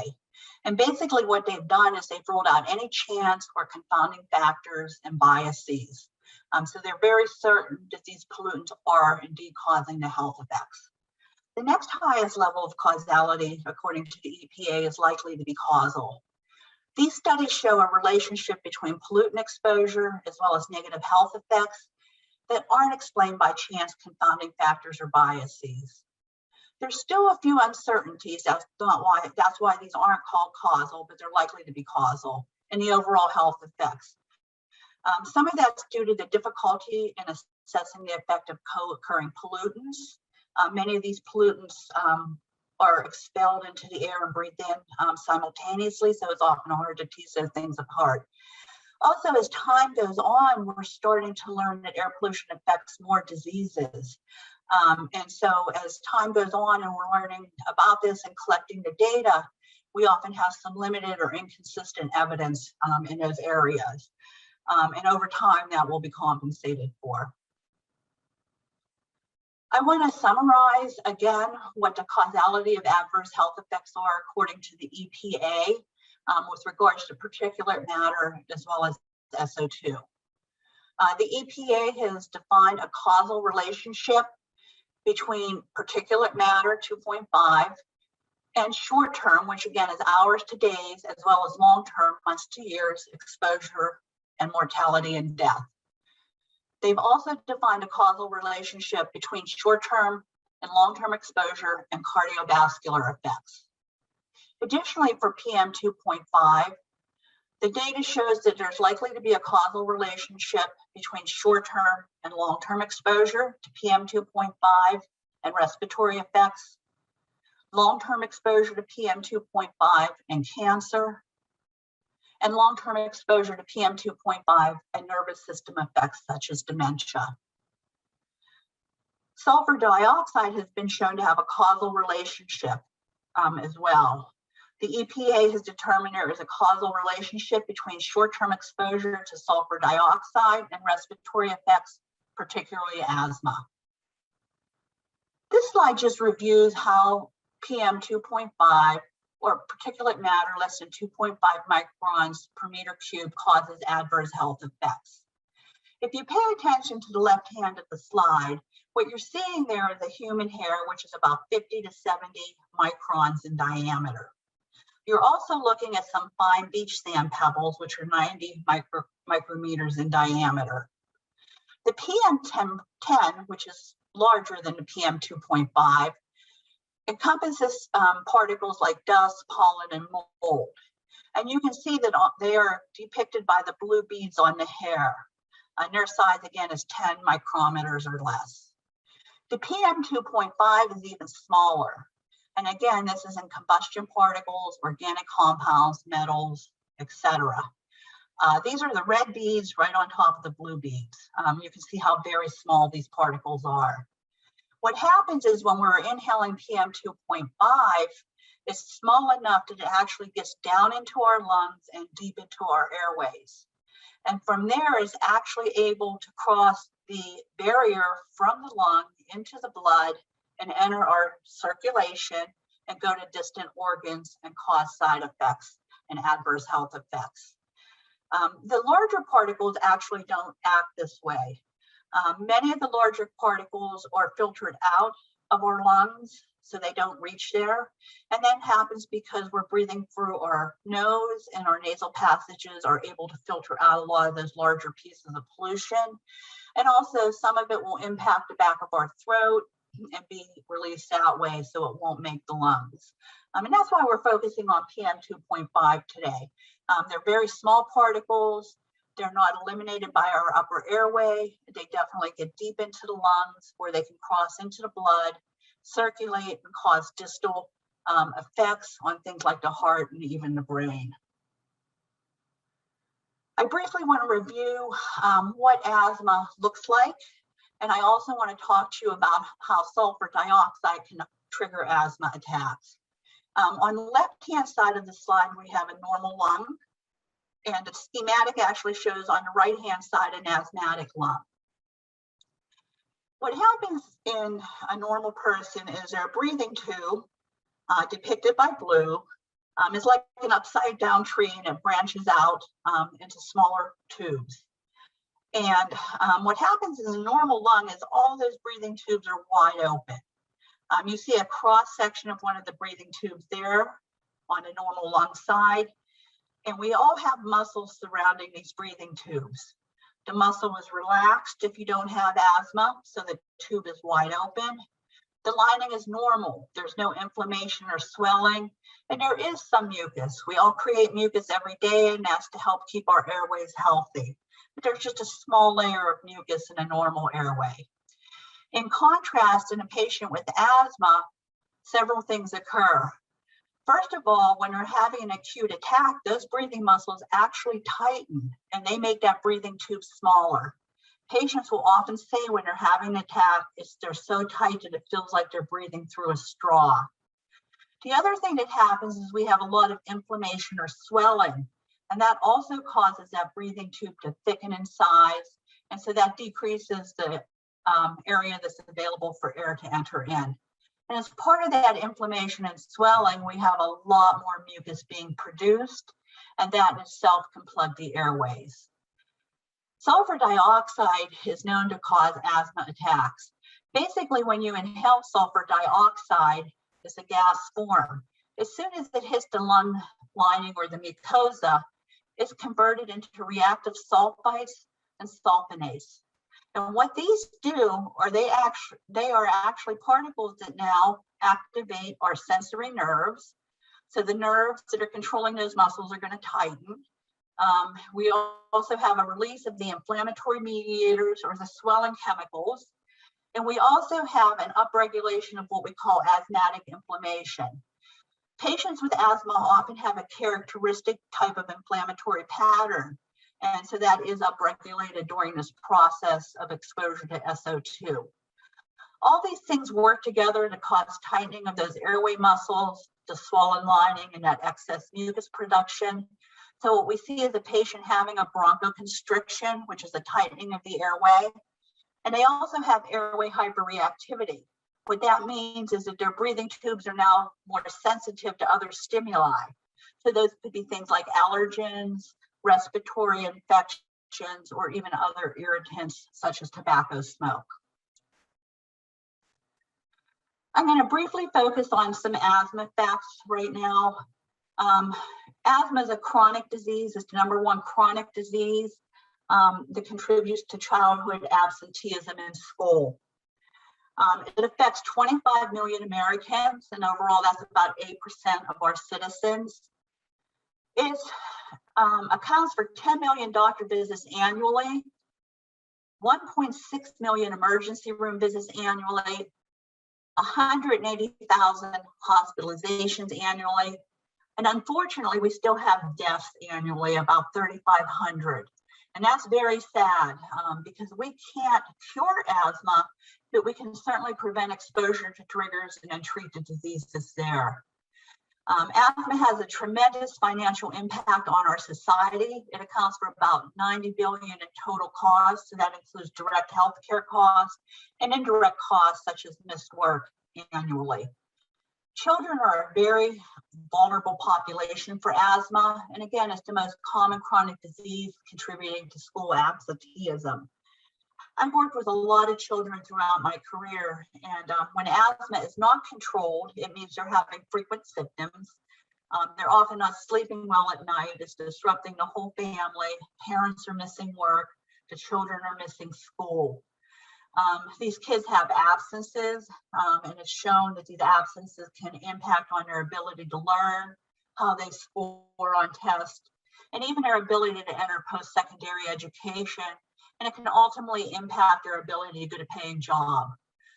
A lot of these children also aren't active physically. As an asthma physician, my job is to control a patient's asthma so that they can run and play and do whatever they want. A lot of times these children have uncontrolled disease and they aren't able to participate in sports. And so they're sitting on the sidelines and not active physically. This can lead them to long-term problems such as obesity, cardiovascular disease, and even diabetes. And also because these kids are missing school and they're having these physical limitations, some of them are embarrassed by their disease. They want to hide their asthma. They don't want their friends to know they have a problem. It impacts their ability to socialize. So it has a tremendous impact on their life and well-being. I want to talk a bit about asthma being a disease of disparities. Many chronic diseases have disparities with them. Asthma is not an exception. We find that African Americans are 5 times more likely to visit emergency departments for asthma attacks. And unfortunately, African Americans are 3 times more likely to die of asthma attacks. I want to take a few minutes to tell you that asthma is a multifactorial disease. I'm going to spend a lot of my time talking about air pollution effects on asthma, and I don't want anyone to walk away with the misperception that air pollution is the only cause of asthma. We know that there are genetic factors to predispose us to having asthma. It's not as clear-cut as a disease like sickle cell or cystic fibrosis, where there's one gene controlling it. We think there's a variety of genes to contribute. And for that reason, it does tend to run in families. We also know a variety of environmental exposures are involved in the development of asthma, as well as in triggering asthma attacks. These include allergens, things like dust mite, pet exposure, pollen exposure, mold exposure. We certainly know tobacco smoke exposure is involved in the development of asthma. And we know that respiratory infections are certainly involved in the development and triggering of attacks. And again, I'm going to focus today on outdoor air pollution. There's emerging evidence that nutrition and obesity also play a role. Many people may not realize it, but being obese is actually a very inflammatory or inflamed state. Fat tissue isn't just inactive. It's not just sitting there. It's actually making a lot of chemicals in our body that increase our likelihood of having inflammation or swelling. So there is a link between obesity and asthma. And certainly over the last several decades, there's been a lot of work done looking at the impact of psychological stress on asthma outcomes, particularly in mom. In disparate communities. These parents are often under a lot of stress, working several jobs. They're worried about violence in their neighborhood. They're dealing with a sick child, and that can feed back and cause worsening disease as well. We also know that for pediatrics, the timing of exposures are very relevant. We know that during the prenatal period, during the first several months of a baby's life, the immune system is developing, and it is supposed to normally develop away from having allergies and asthma. But if there are certain exposures such as allergens and infections and tobacco smoke and even pollution, we see that that shift is not occurring, and the immune system is swaying more toward the development of allergy and asthma. And there's a lot of interactions between these factors. I alluded to some of them above. There are many studies that have shown that there are synergistic actions between allergens and tobacco smoke, allergens and pollution, infection. All of these factors can interact to cause asthma. Briefly, I want to go back to the EPA Integrated Science Assessment for particulate matter from 2019, as well as for sulfur oxides in 2017. The EPA clearly defines what the impact of outdoor air pollution is on asthma. They have shown that short-term PM 2.5 decreases lung function, that's how well you can breathe.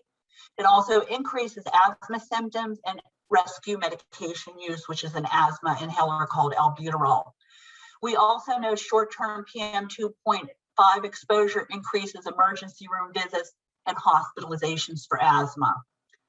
Long-term PM 2.5 exposure, again, that's months to years, also has significant effects in asthma. We know that it decreases lung function. And unfortunately, in children, it can actually decrease their lung growth. So they may never achieve their total lung growth if they're exposed to air pollution while their lungs are growing. And that has a significant impact on disease in later life. It also increases the risk of developing asthma. Short-term SO2 exposure also has a variety of impacts on asthma. It also decreases lung function.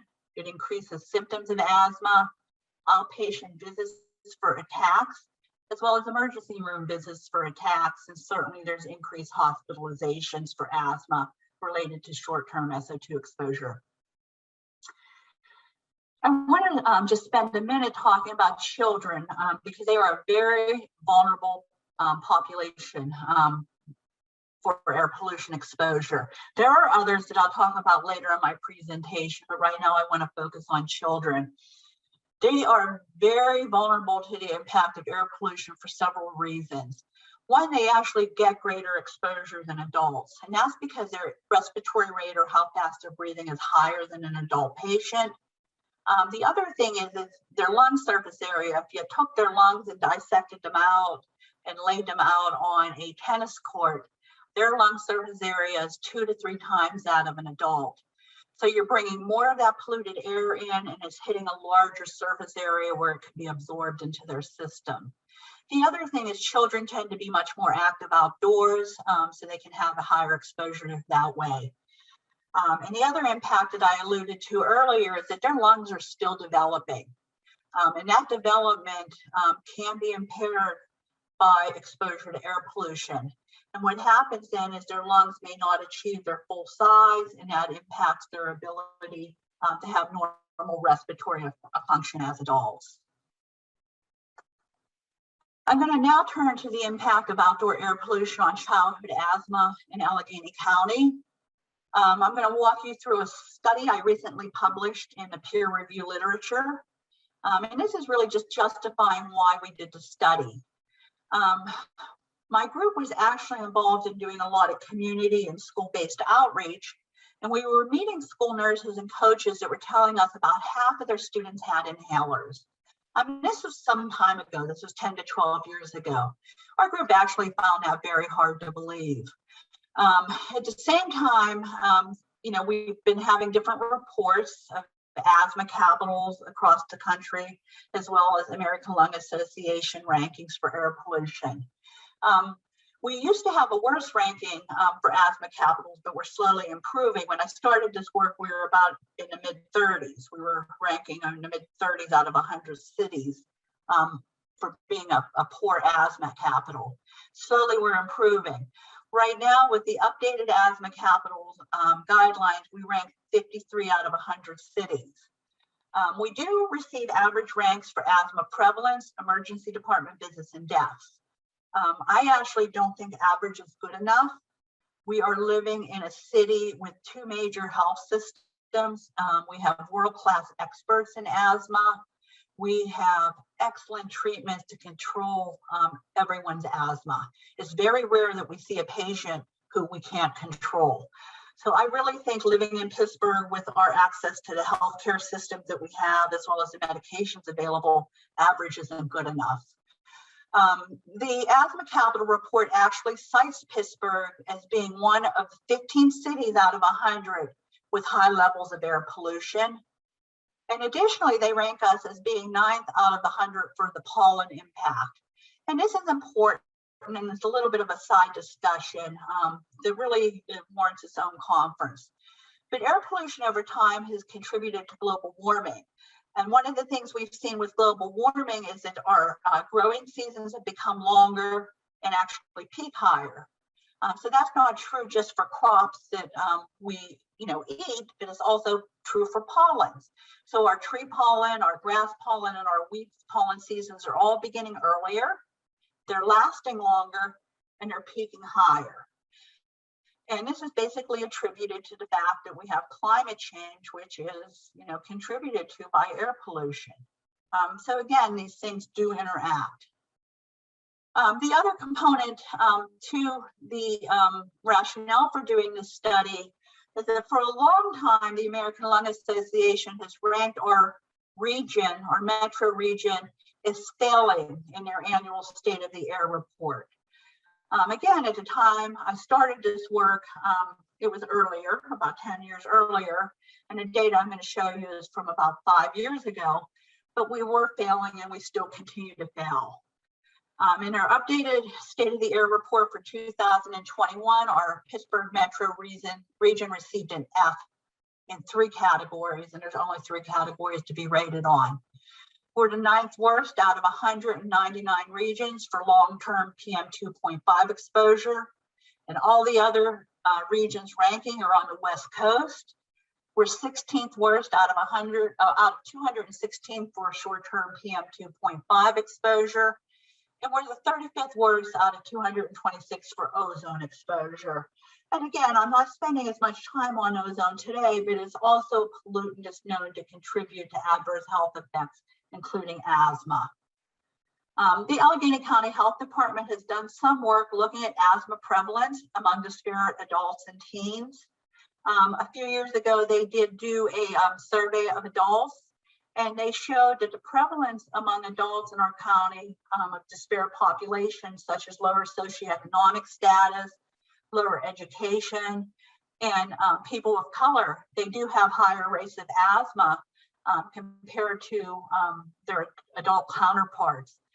They're actually reporting asthma prevalence in the upper teen to the low mid-20s for these different groups. And again, these include people of color, lower education, as well as lower socioeconomic status. That report did not look at any children, and it also didn't look at any of the triggers for disease. They, in collaboration with a group at Children's Hospital Pittsburgh, did do a teen survey within the Pittsburgh public school systems, and they did report very high rates of asthma disparities as well. They showed that there were high rates of asthma, again, in the lower 20 percentile for African American teens in our region. And that's important because we know from my earlier slide that only 8% of people are expected to have asthma. So the Allegheny County Health Department has some data on asthma prevalence in adults as well as teens, and is showing high rates of disparity, where the prevalence of asthma is 2 to 3 times higher than across the country and even across the county when you're looking at these disparate populations. Some of the shortcomings were that they didn't examine the asthma prevalence in the younger children. They also didn't look at disease control. As I said earlier, we have medications and environmental controls that we can teach patients so that we can prevent them from having asthma attacks. We can't cure their disease, but we can prevent problems. And they also didn't look at any specific environmental triggers, including air pollution. So that's really the background of why I did this study. What we did was we enrolled about 1,200 school children residing near point sources of outdoor air pollution in Allegheny County. The school districts participating included Clairton, Woodland Hills, Northgate, North Allegheny, and the Gateway School District in Monroeville. And they correspond to the following point sources of air pollution in our county: the U.S. Steel Clairton Coke Works facility, the U.S. Steel Edgar Thompson Works in Braddock. At the time of the study, the DTE Energy Shenango Coke Works was operating, and it did close after the study was completed. Also, the NRG Cheswick Generating Station north of the city was operational at the time of the study, and they recently closed. And then finally, the children in Monroeville were located near the Monroeville PA Turnpike Junction, which causes a lot of traffic pollution exposure. This slide is just summarizing the demographics of those 1,200 children. We focused on elementary children. Their mean age was 8.5 plus or minus 1.9 years. 51% were female. 52% were African American, and that's reflecting the higher rate of minorities in the areas near these point sources of pollution. And 61% were on public health insurance, and that's what we used as a surrogate for socioeconomic status. And again, that's higher because of the disparity of these patients or children living near these sources of pollution. 34% of these children are exposed to secondhand smoke. That's still a very high rate. Overall, across the country, we think 20% are exposed. This rate really hasn't budged in our region since I started doing this work over 20 years ago. One of my earlier studies was looking at the impact of tobacco smoke exposure on immune responses in children with asthma. And at that time, I found about a third of the kids were exposed to secondhand smoke. And unfortunately, in this current study, it's the same. We did a little bit better than expected for obesity. In general, we think about a third of the children in the country are obese right now. We found that only 17% were obese in our study. We also teamed up with Dr. Albert Presto's group over at the over at the Atmospheric Lab at Carnegie Mellon University. And we used his land use regression model to measure these children's annual air pollution exposure. And basically this will give us a measurement of what the pollution exposure is down to the patient's street address.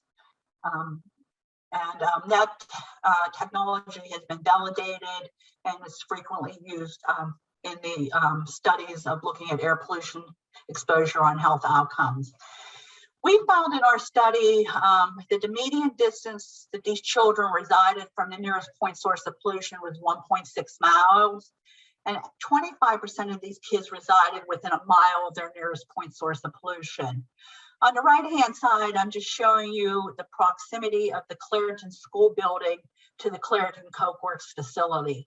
That school itself is only 0.6 linear miles from that facility.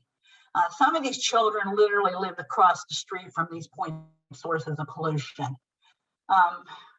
We looked at the number of children who had high levels of pollution exposure, again, using that land use regression model in collaboration with Dr. Presto's lab.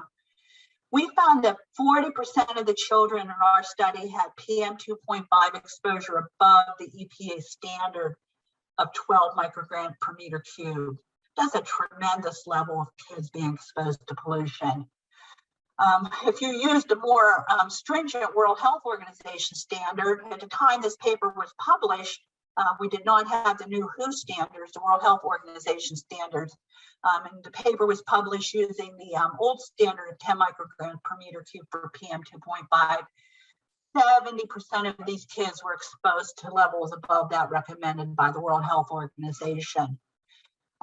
Because the World Health Organization has decreased their standard for PM 2.5 down to 5 micrograms per meter, I did ask the statistician to go back and take a look at the data we had collected. And the children who enrolled this study, again, 1,200 of these children living near point sources of pollution, every single one of them was exposed to PM 2.5 annual exposure above the new World Health Organization standard of 5 micrograms per meter cubed. The lowest level exposure among the children in that study was 9.78. So it was very close to what the prior standard had been, and certainly no one achieved that level. So that's very alarming, the high rates of pollution exposure in these kids. We looked at the overall asthma prevalence in this cohort of children, and we used a very validated and accepted survey for this, and it's used across a variety of research programs in the US. 22.5% of the children enrolled in the study had a physician diagnosed of asthma. And that again is alarming. That's 2 to 3 times the state and national prevalence of 8 to 10%. It's very consistent with what the Allegheny County Health Department reported for adults and teens who have disparities as far as their overall asthma rates are. But if you look at our whole county as a whole, the overall asthma prevalence is only 8%. So this is very striking, and is telling us that there are pockets of disease in these neighborhoods. And again, these are disparate neighborhoods located next to point sources of pollution. We saw our highest rates of asthma in African Americans, 26.8%. We also saw it in older children, 10 to 12 years of age. And it makes sense. A lot of times physicians are reluctant to give an asthma diagnosis to younger children, so we do tend to see that. The rate for children on public health insurance was very high. It was 26%. About 28% of the kids with asthma did have secondhand tobacco smoke exposure, and 24% of them had annual PM 2.5 exposure above the 10 microgram per meter cubed threshold, which was the World Health threshold at the time the study was conducted and published. Interestingly, our study showed no association with obesity, and that has been reported in some past studies that there is interaction between obesity and asthma, but we did not see it in this cohort. We're actually able to go ahead and analyze the data. We know that asthma occurs more frequently in boys versus girls. We know that it occurs more frequently in African Americans versus non-minorities. And we know it occurs more frequently in patients of lower socioeconomic status. So what we're able to do is actually a statistical model where we can account for those known demographic factors that contribute to asthma outcomes, and really try to tease out what the environmental factors are contributing. We basically found that air pollution was increasing the odds of asthma diagnosis in this study. The children had a 1.6 times increase of odds of asthma if they were exposed to PM 2.5 levels greater than 10 micrograms per meter cubed. None of the other environmental factors were really panning out here. Again, obesity and tobacco smoke exposure. We can also look at interactions. Remember, I told you earlier, air pollution can interact with other things. Exposure to nitric oxide did not in itself increase the rate of asthma in our study, or the odds of asthma. But when you broke it down as an interaction in obese children, it did. The children who had the highest exposure, the highest quartile, or the top 25th exposure to nitric oxide, actually had a 2.5 times increase in asthma odds if they were obese. And we saw the same thing with sulfur. Dr. Presta's system doesn't measure sulfur dioxide, it actually measures sulfur. So what we found was an 1.8 times increase in the children, again, in that highest 25% exposure to sulfur, if they were also on public health insurance, which again is a marker for lower socioeconomic status. Surprisingly, tobacco smoke didn't pan out after we adjusted for the fact that more children with asthma are male.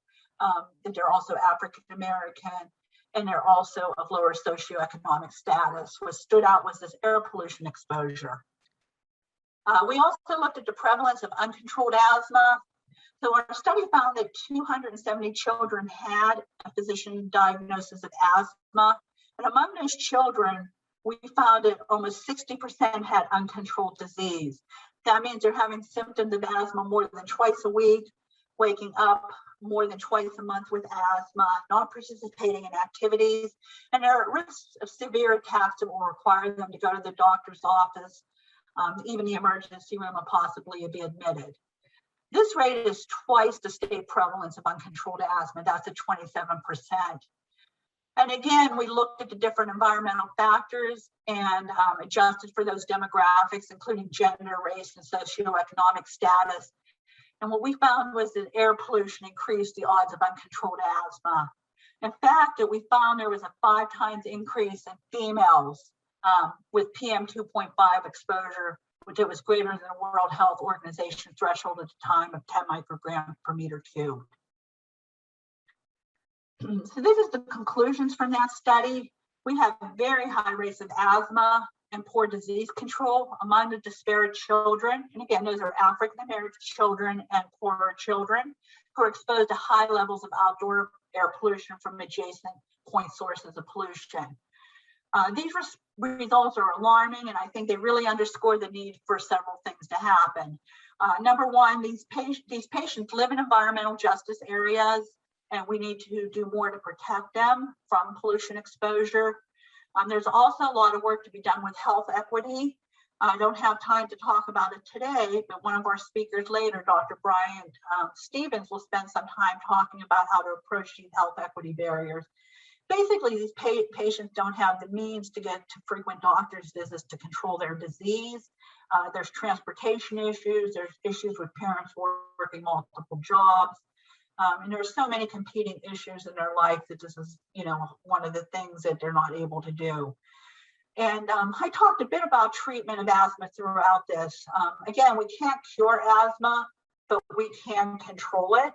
And the way we control it is by reducing exposure to known triggers, including air pollution. And we also control it with medications. Medications really come later down the line once you've been exposed and have the disease and are having exacerbations. And it can be a lifelong treatment. The other thing to keep in mind with medications is that there are some side effects associated with them.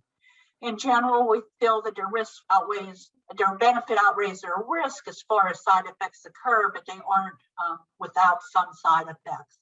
So really what we need to do is to focus on primary prevention of asthma.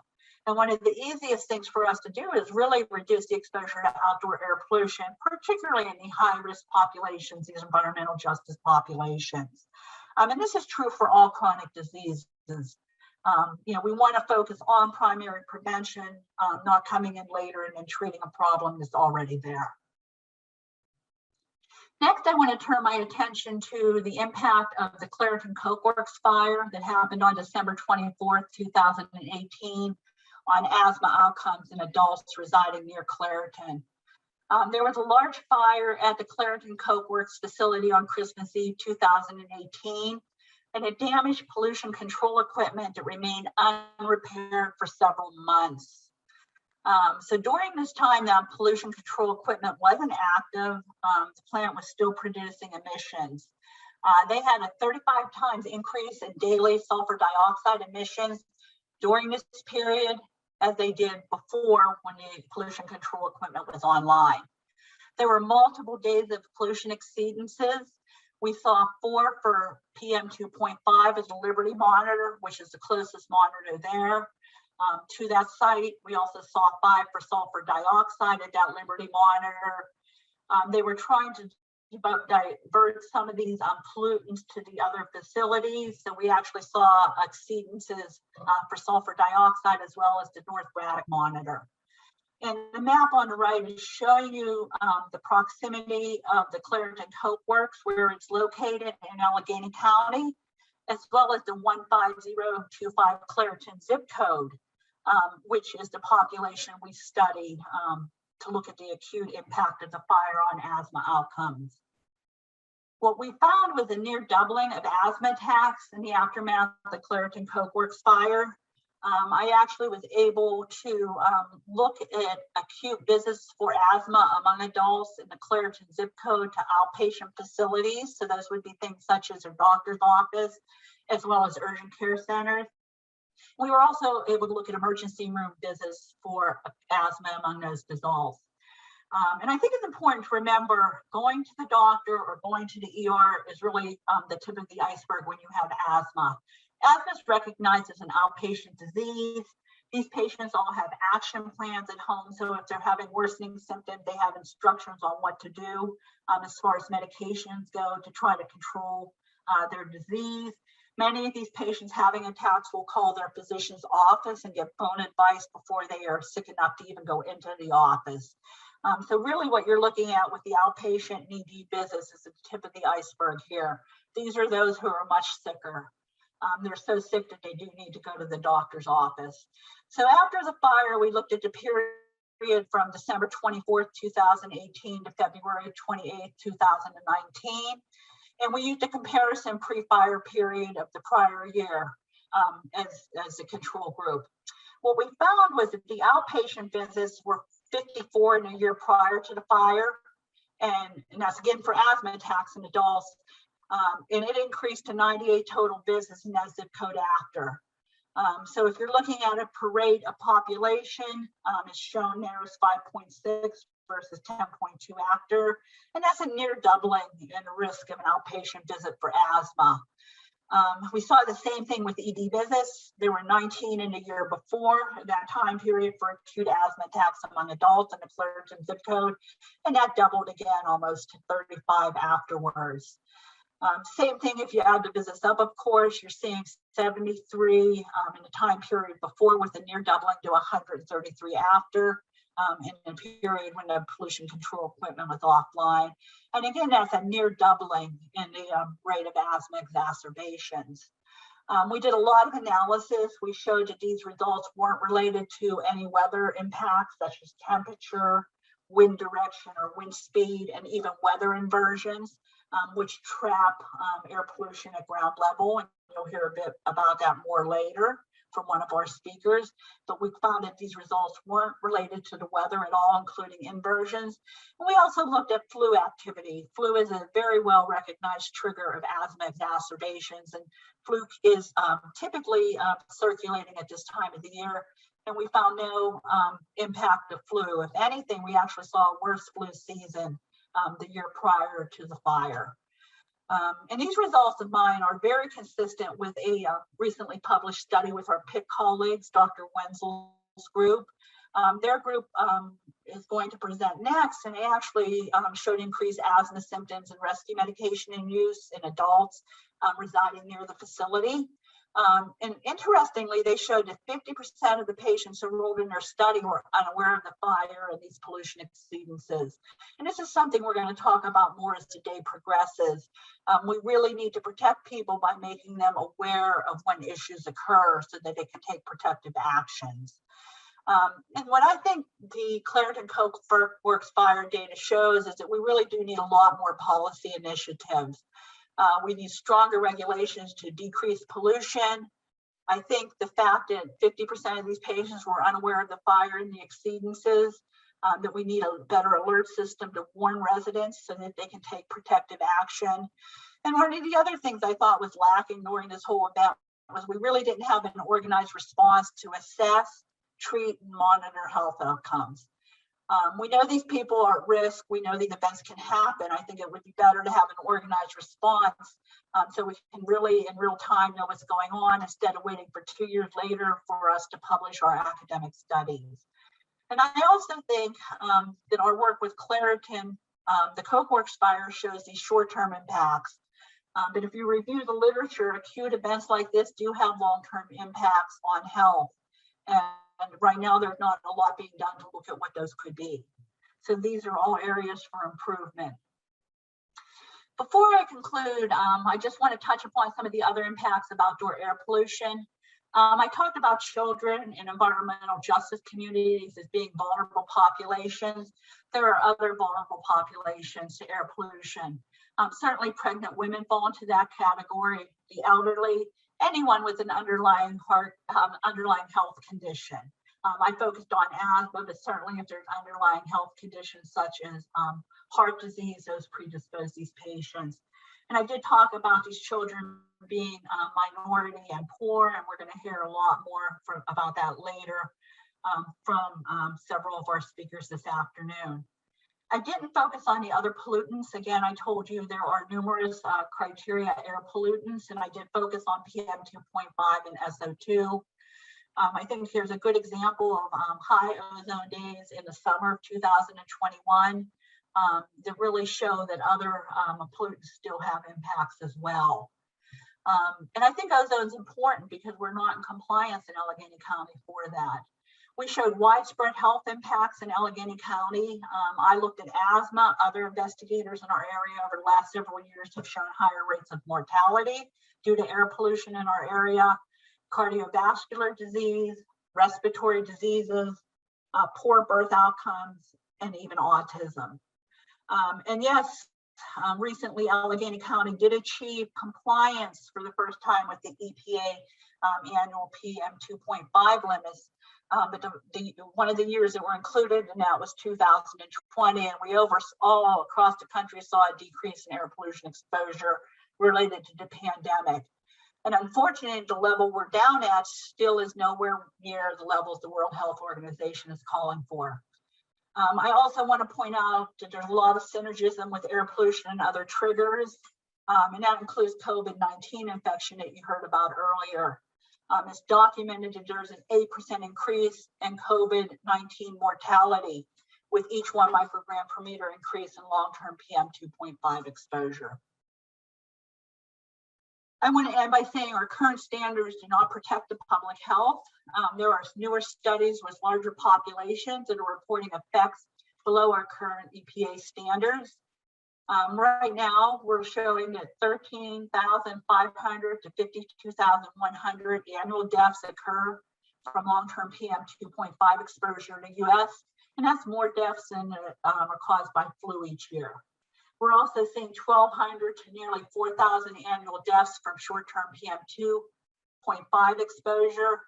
And I want to remind you that the World Health Organization tells us there's no evidence that any threshold of exposure to air pollution is protective of public health. Just like tobacco smoke, smoking 1 cigarette can harm your health. Any level of pollution exposure can harm your health. There are recommendations. There was a panel of PM2.5. There was a panel of experts that were working with the EPA to review these newer studies with these larger populations. And they did have recommendations at the time to decrease long-term pollution as well as short-term pollution. That panel was disbanded and they became independent, and they did publish their findings and their recommendation in the New England Journal of Medicine in 2020. They basically recommended to decrease long-term PM2.5 standard decrease from 12 down to 8 to 10 micrograms per meter annually. And they also recommended a decrease in the short-term PM2.5 exposure from 35 down to 25 to 30 micrograms per meter cubed over 24 hours. The prior national administration rejected these recommendations and they weren't enacted. The current administration is re-examining them, and there is an expectation that these levels will decrease in the next several years.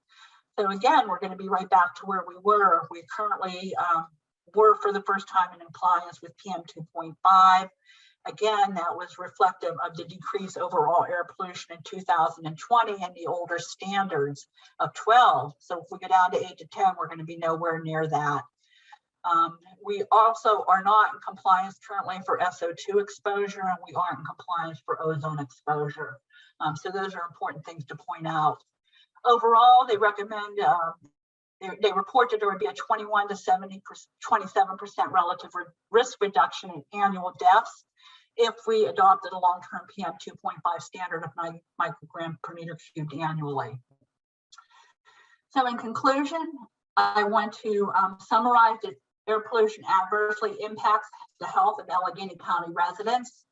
The current PM2.5 standards are inadequate to protect public health. and they are expected to be revised in the near future. We have a variety of action items that we do need to implement. We really need to continue to push regulations to decrease air pollution. We really need to work on an alert system to warn these vulnerable residents. We need media alerts for those who don't have internet or smartphones. We need to give them specific advice. What are the strategies to protect your health during these events? And as one of our community representatives pointed out last week to me, we also, in these communities, these houses are older. The outdoor air pollution gets indoors. We really need some air-proof community shelters for these residents to go to during these times. Again, the real issue though is to regulate so we're not having these problems and exposures in the first place. I also think we need an organized response to these events so we can be right on site as they occur, assessing, treating, and monitoring these health outcomes. And we need a health registry established. We know these people are at risk because of their environmental exposure and their proximity to these point sources. And we really need to follow them over time to understand what these short-term impacts are as well as the long-term impacts.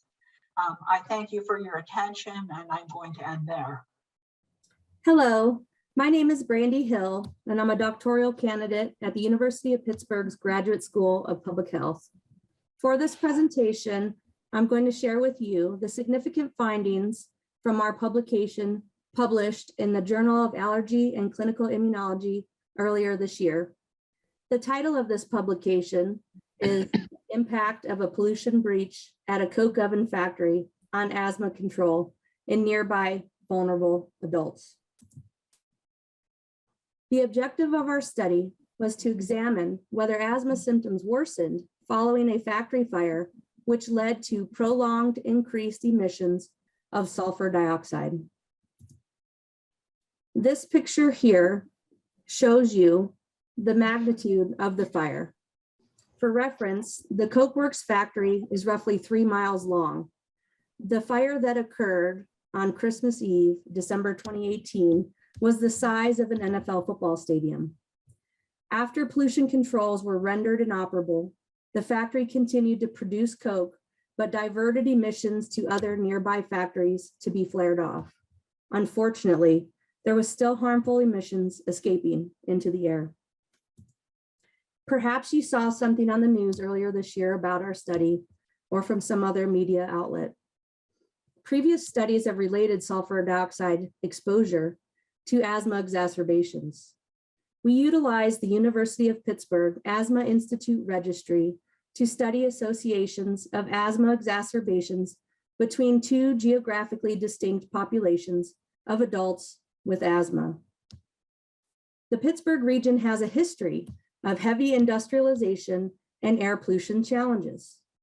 The steel industry relies on the production of coke, a high carbon concentrated fuel generated from heating coal used in blast furnaces to produce steel from iron ore. The Pennsylvania steel industry created many economic opportunities for the state, its workers, and their families. Despite the economic gains, over time, the industry has impacted public health.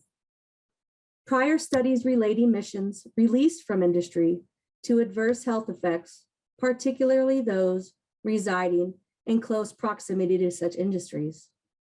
Sulfur dioxide is a byproduct of coking. The Clarendon Works fire damaged pollution control equipment that regulates these sulfur dioxide emissions. Here in this figure, you can see a map of Allegheny County. This circle buffer represents a 10-mile radius surrounding the Clarendon Coke Works fire here in the middle.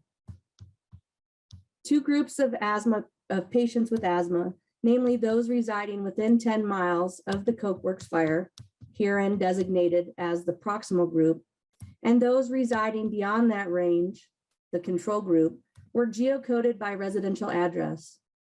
Concentrations of ambient air sulfur dioxide were generated using EPA grade local air monitoring data.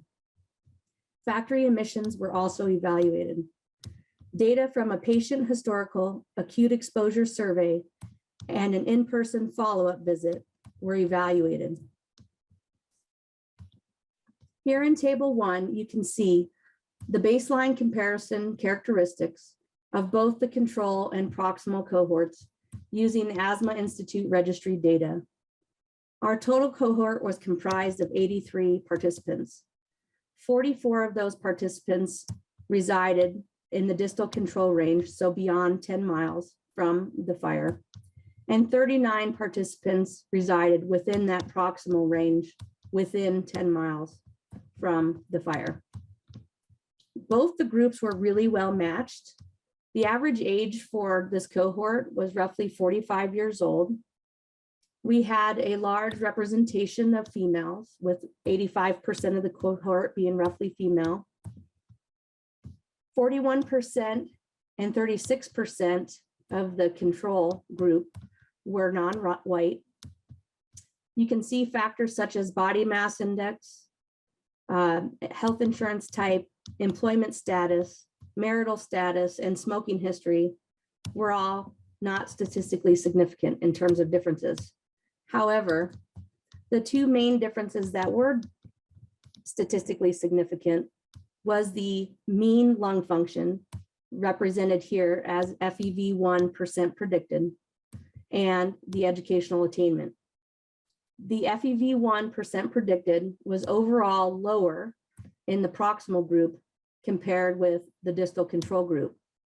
In terms of educational attainment, this was a really well-educated cohort, with 74% and 90% in the distal control group having some college or were college graduates. This consort diagram here outlines our methodology for selecting patients for this cohort study. Here we started with the asthma registry patients that lived or had a residential address within 10 miles of the Coke Works fire. We excluded participants if they were less than 18 years old, if they had outdated contact information, if we contacted them and they did not respond, or if we contacted them and they did not respond for follow-up.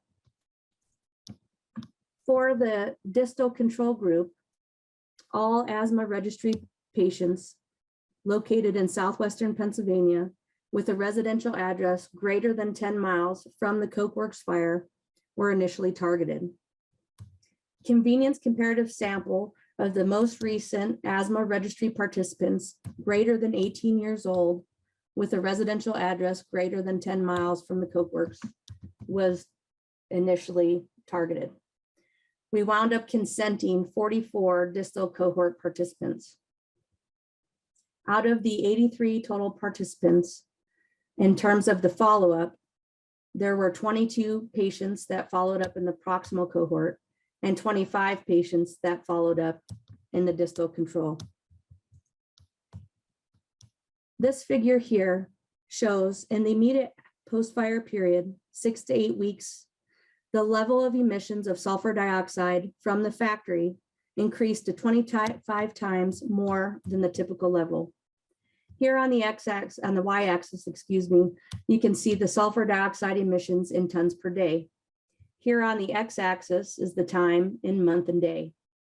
Each point represents a single day of Coke Works factory emissions. The larger black dot here indicates the date on which the pollution control equipment was damaged and rendered inoperable.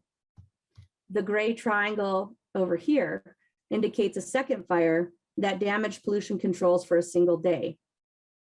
These horizontal arrow bars down here represent our initial study period, which began on February 1st, and then our follow-up study period, which was at the end of a several month period of which factory emissions remained fairly stable. Figure 3A and B is showing you the two proximal regulatory air monitors located within 10 miles of the Coke Works fire and the one distal control monitor beyond that 10-mile range, as well as the relative location. So you can see here, monitor 1 was roughly 2 miles from the Coke Works, monitor 2 roughly 8 miles, and then a control monitor was 17 miles away. Data from 2018 and 2017 from these monitors were included here for reference.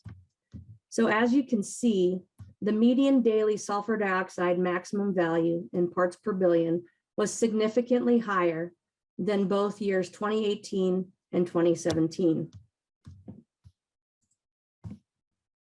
Figure 4 here is a graph depicting the difference by percentage of respondents. Recall there's 83 participants who answered yes between the control and proximal groups. The risk ratio was calculated for each of these in the proximal versus distal groups. Survey questions are listed below this graph and correspond to the number along the y-axis. So if you notice here on the right, you can see the risk ratios, and then of course the confidence intervals with them. So just to step through some of these questions. So the proximal respondents or the proximal cohort represent the black bar and the control represent the gray bar. These asterisks here indicate those responses or those questions, excuse me, that were statistically significant.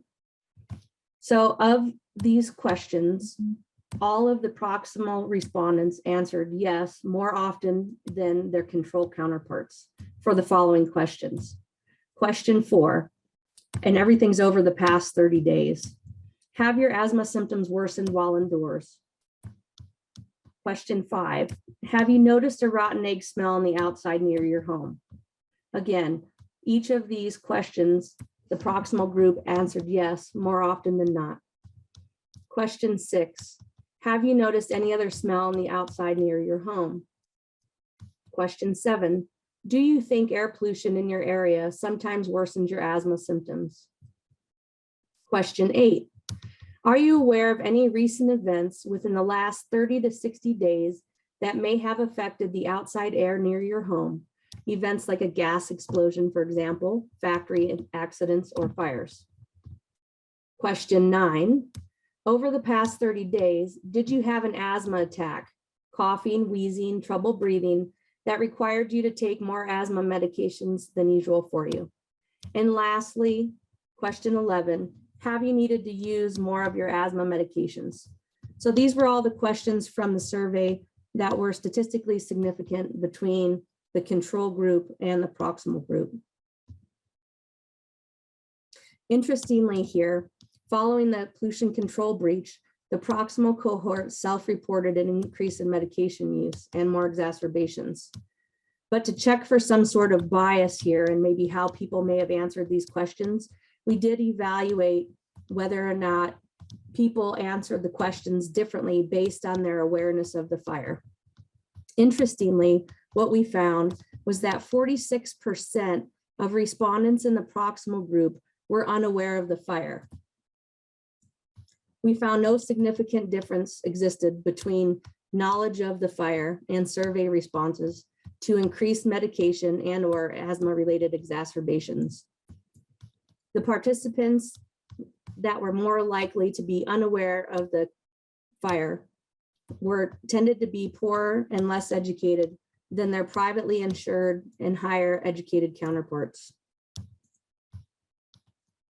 Here in this last figure, you can see this was the questions again. However, this was for the group that actually came into the Asthma Institute as opposed to just doing a phone survey. So the number is much smaller here. We can see up here at the top, we have the number of respondents on the y-axis. So this was the proximal group. And down here on the bottom, same thing, number of respondents, there was 25 in the control group. Again, those same questions were evaluated. Let's look up top here first. So the gray bar represents the post-fire responses, and the lighter bar, which is a little hard to see here, represents that initial survey response. So those questions that were statistically significant here were question 6 and question 9. Question 6 asked about, do you smell smells near your home? And question 9 was, did you have more asthma attacks that required more medication than what you typically use? So you can see here that once air pollution stabilized, so the air quality, the local air quality was better, the number of respondents answering yes decreased. Down here in the control group, we see that the only significant difference in responses from the initial survey versus the follow-up survey was, do you feel that asthma or air pollution sometimes worsens your asthma? So in conclusion, our study determined that real-world exposures to a marked increase in ambient levels of sulfur dioxide from a pollution control breach was in fact associated with worsened asthma control in patients proximal to that event. The loss of acute asthma effects improved when the ambient air quality was again within EPA limits. Some of our data also suggests that chronic long-term exposure may negatively influence lung function. However, we need future studies to determine that relationship. Lastly, clinical implications of our study confirm an association between adverse asthma outcomes and acute increases in ambient sulfur dioxide levels. Clinicians should be aware for the potential for environmental pollutants such as sulfur dioxide to influence asthma control. So thank you for listening to this presentation. And I'd like to thank the Allegheny County Health Department for their collaboration, as well as the Center for Atmospheric Particle Studies at Carnegie Mellon University, the Center for Healthy Environments and Communities, excuse me, and the University of Pittsburgh Graduate School of Public Health, and of course, the University of Pittsburgh Asthma Institute. Thank you. My name is Randy Sargent, and I'm grateful to be here today and to be able to present the work of a group of my colleagues at Carnegie Mellon's CREATE Lab in partnership with numerous community organizations and residents, as well as many of the people presenting today. Carnegie Mellon's CREATE Lab is a community-focused technology empowerment and partnership organization. Our lab includes a diversity of skills, including technology development, research, education, and communications, among others. What everyone at CREATE has in common is a philosophy of building relationships and partnerships with organizations and residents beyond the confines of our school's campus, and to serve those we work with to the best of our ability. In the context of air quality, we try to publicly document pollution that damages all our health. We try to do right by residents who come to us with concerns about exposure to some of the large industrial emitters, and who often tell us they don't believe they're being well heard by the industrial point source emitters or by the regulators who are tasked with ensuring industry's compliance with the Clean Air Act, as well as our Commonwealth's Constitution-given rights to clean air and pure water for the benefit of all people. We collaborate on ways residents can combine voices to better document air pollution and to speak with amplified voices, as with Small Pittsburgh reporting application. We work together on ways to better monitor and understand pollution, adding to and visualizing large networks of air monitors set up by government agencies, universities, and residents alike. We work together to directly monitor some of our largest pollution sources through 24/7, very high resolution time-lapse cameras, documenting fugitive emissions, which are otherwise typically unmeasured. And some of our newest work combines monitoring with very detailed weather models to better understand who's exposed hour to hour and day to day from our large industrial sources. While our pollution sources can hope each day that by putting pollution into the atmosphere, that the atmosphere will carry this pollution away from humans. But we see very graphically in what I'm going to show you that Pittsburgh's weather and terrain make atmospheric transport often quite unfavorable, and instead concentrating pollution in heavily populated areas. Relying on favorable atmospheric transport is a very poor plan for protecting us from pollution. I want to take a moment to look back in time 5 years to Shenango Coke Works shutdown, because effectively an experiment performed on a large population And the health improvements are striking enough that they bear repeating. With apologies to those of you who already know the stats, let me recap. Thanks, Dr. Gentile, for letting me borrow your slides. Dr. Gentile studied asthma in school children well before Shenango's shutdown was announced and continued her studies after Shenango's shutdown.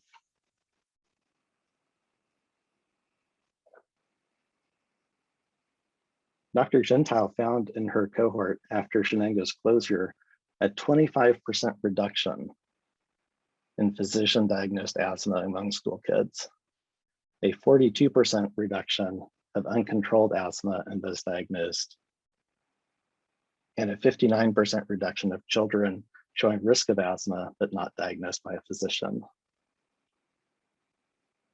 Emergency department admissions showed a similar pattern after Shenango shut down.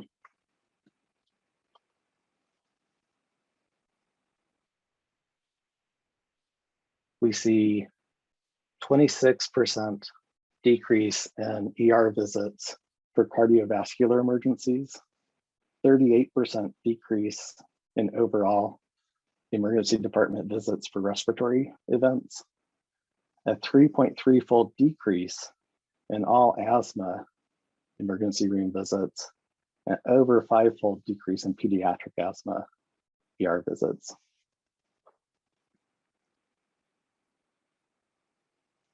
When you look at these health effects, it's important to keep in mind that Shenango Coke Works produced only about 10% as much Coke as Clairton Coke Works does today. Clairton is much larger and produces much more pollution according to the measures we see. Why are Coke ovens so bad? Regrettably, you can think of a Coke oven working somewhat like a nebulizer for coal volatiles. If you wanted to extract the worst 25% of the coal and make it inhalable, it would be hard to find a much better way. Coke ovens pull this from the coal by heating coal to around 1900 degrees Fahrenheit and boiling all the volatiles out in gaseous form. That's the primary job of the Coke oven. What's left after the 25% is boiled off is called Coke, and it's used in iron and steel making, although there are newer processes that don't require Coke. But what happens to the worst 25% of coal? All the volatiles, which the ovens boil off into gas form. It's a massive volume when you think about the barges and trains full of coal going to Clairton. It's as if every fourth rail car or every fourth barge is vaporized. Shenango tried and Clairton tries to capture as much of these gaseous volatiles as it can, but unfortunately, through a number of pathways, the ovens emit much of the saturated and superheated gas into the atmosphere where it rapidly cools. Some of the metals and heavier molecules with higher boiling points, including things like polyaromatic hydrocarbons or PAHs, condense into a fine, tarry, inhalable aerosol. The smaller molecules with lower boiling points pulled from the coal stay in gaseous form. And these include naphthalene, which is the smallest PAH, benzene, toluene, xylenes, cyanide compounds, sulfur compounds, phenol, etc. These all hit the lungs with a double whammy of coal volatiles in both gas and aerosol form. Here are what some of these emissions look like, courtesy of cameras that we set up in partnership with residents who live close to Shenango, who formed a group called Allegheny County Clean Air Now, or ACAN. What you're seeing in these emissions are a combination of the visible part of the coke oven volatiles that have indeed condensed into aerosol or particulates, together with, in some cases, coal dust and coke dust.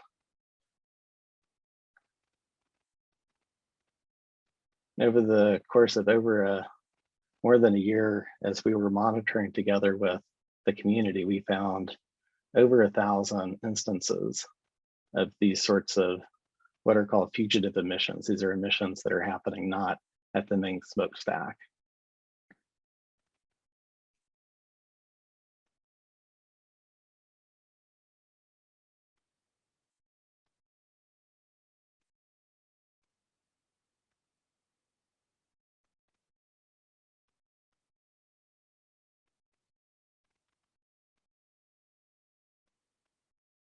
It's important to keep in mind that what you're seeing here are only the particulate or the aerosol fraction of the emissions. The things that stay in gas form are not visible to our eyes, so they don't show up in these cameras either. But a small fraction of the gaseous volatiles are monitored. Just a few of the substances out of the many in the air. Here are a couple examples. So benzene is monitored. It's one of the things that Shenango and other coke ovens emit. And you can see the differences between 2014 and 2015 before shutdown, 2016 when the shutdown happened early in the year, and 2017 after shutdown, the first full year of non-operation. And you can see 96% reduction in benzene from operation to non-operation.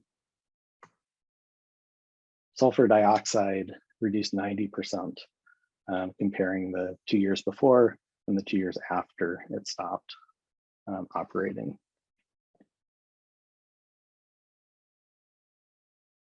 I want to switch gears now and bring us back to the present and talk about some of our current and future efforts. Many of you already know about the Smell Pittsburgh mobile app, but if you don't use it on a regular basis, I want to call your attention to a couple of things you can do with it.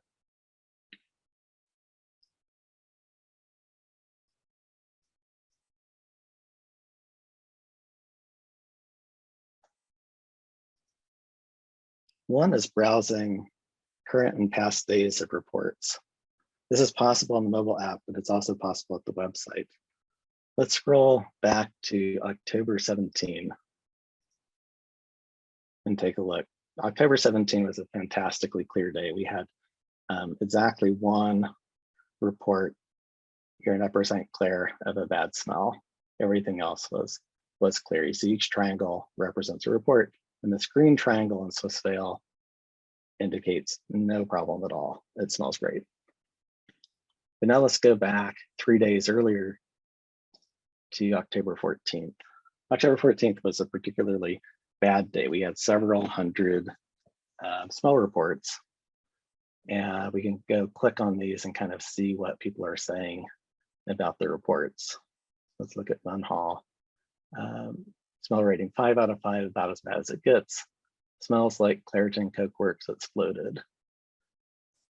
Let's go up to O'Hara Township, quite a distance here. About as bad as it gets. Smells like rotten eggs. And you see just a number of reports. And if we could click around, we can sometimes see, here's one that has symptoms. For example, throat is burning. Everyone in the household is coughing. Eyes are irritated and teary.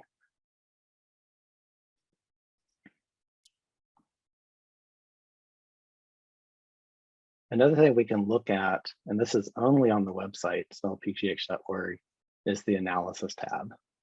The analysis tab shows us a number of things that we found looking at the data. So I'm going to scroll down. So if I scroll down to this table here in the middle, you can see that since 2017, we've been getting more and more reports every year. This past year, 2020, we got about 19,000 smell reports, and you can see the distribution of what those reports look like. Let's scroll down all the way to figure 8.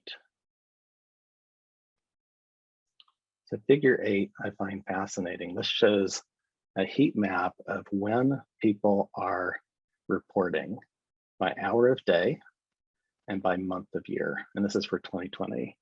And what we're seeing is that a lot of those reports happen in the early morning. So they happen at a time when an inversion has probably collected a fair bit of pollution and people are being exposed to it, it's possible that those inversions were collecting stuff and concentrating it as early as 3 or 4 or 5 a.m. But people aren't necessarily awake then, so they may not be reporting. And you can also see that this tends to happen more in the months where inversions are common.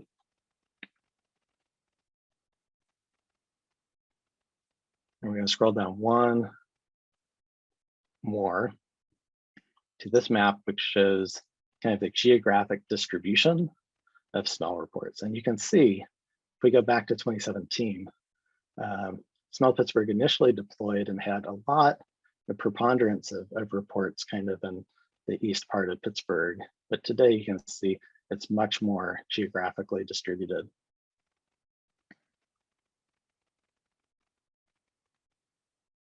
Finally, I want to mention the Smell Pittsburgh mobile app supports notifications to inform a user when our region's AQI changes, as well as letting a user know there are neighborhoods where users are currently reporting bad smells. Smell Pittsburgh also sends notifications of forecasted smell events, and we're working to expand on this with more information. I'll tell you more about it in just a bit here.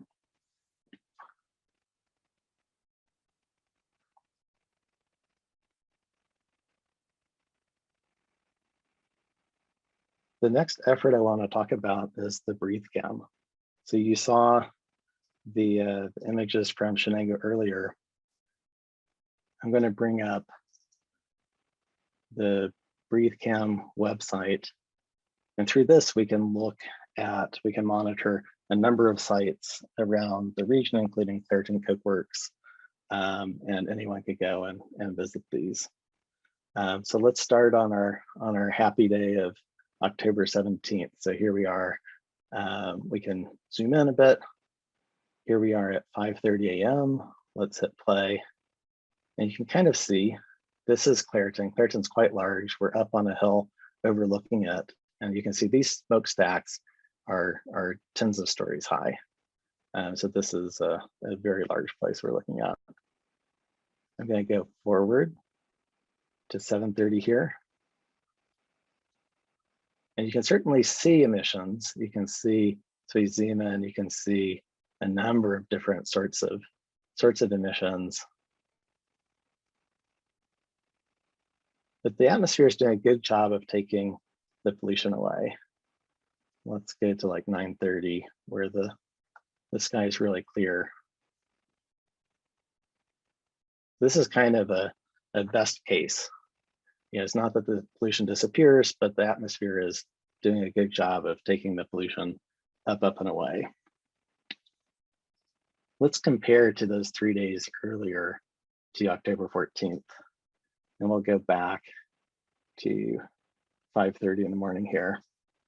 So we see very different between October 14th and October 17th. If I hit play here at 5:30 in the morning, you'll see it's quite foggy, smoggy.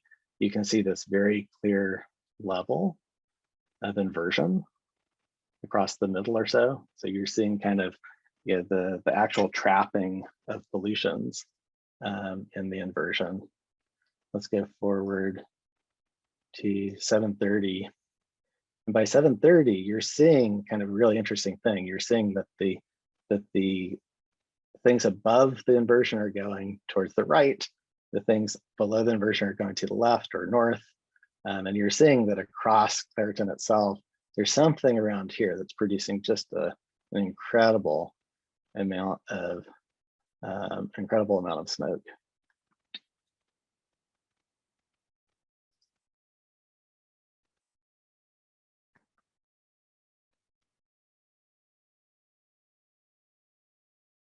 Some of our next steps on BreatheCam, we're working on automatic detection of these visible emissions, as well as a newer generation of cameras that we hope will be able to zoom farther with higher frame rates and higher contrast.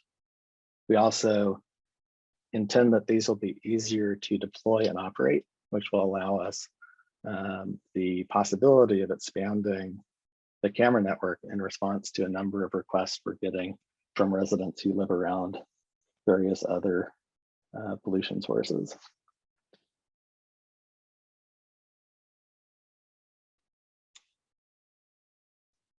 Now I want to show one of our newest projects. This is the Plume Pittsburgh project.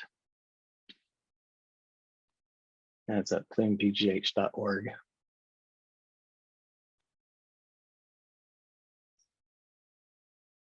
I'm going to pause the animation. So this is the October 17th day that we've looked at in both Small Pittsburgh and in the Breathe Cam. And what you see here as we let the animation go forward, I guess it's going to go a little while. And you see 3 a.m., 4 a.m., 5 a.m. We'll stop at like 7 a.m. here. And what you're seeing is each of 4 of our largest emitters. So we see like in purple here, this is Clairton going north to Urban Works, Edgar Thompson Steelworks, and then Cheswick Generating Station up at the farthest north here in orange. And what you're seeing is that the wind is pulling things quite quickly towards the east, and then starting around 9 a.m., 10 a.m., it becomes much sparser. So not only are the winds pulling fast, but the inversion, there's no inversion at all. So the pollution is going to high altitudes. Now, by the time we get to evening, it gets a little more concentrated. Now we're repeating again. So you can kind of see again, starting at midnight that day, and then like mid-morning, it really starts to become, lose the concentration here. And let's compare to October 14th. So here again, we're starting from midnight. I'm going to pause it around 7 here. Here we see a very different thing. The concentrations are much higher. The direction is different, but we're seeing a very typical weather pattern for Pittsburgh, where there's an inversion. It's preventing the pollution that the factories are making, like it's just collecting around people. And then the winds are quite slow, and it's they will go different on different days, but right now we're hitting some of the largest population areas. And you'll see overlaid on the plume as it's going here. I paused again at a little after 7. You'll see all of the small reports on it, and you can kind of see that these small reports are all in line with both Clairton and purple, and also Irvin and yellow. Here, let's hit play a little bit more and kind of let this play out. Once again, kind of later in the day, you see much lower concentrations as the inversion lifted. And then as we get to the evening, it starts getting higher concentration again. And we've leaped back again to midnight. We're just going to watch the whole thing again. One of the ways we're looking to extend, and anyone can come and look at the website, it's plumepgh.org, and you can go explore yesterday, you can explore previous days. You can go back up to about 2 years right now. We have history.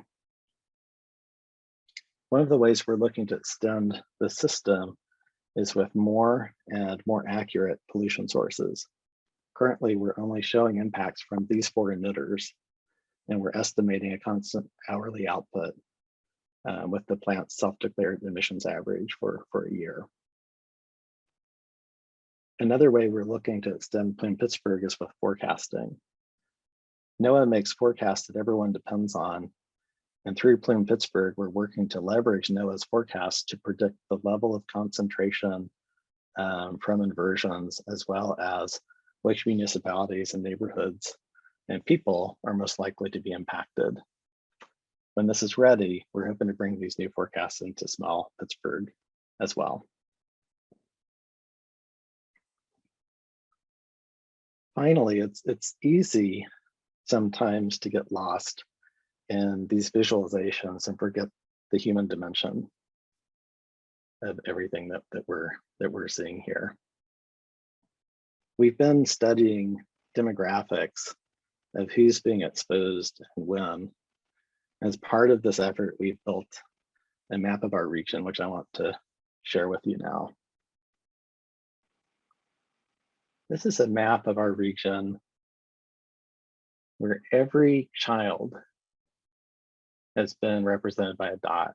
So if we zoom in, for example, in Pittsburgh, we see a dot per child where kids live.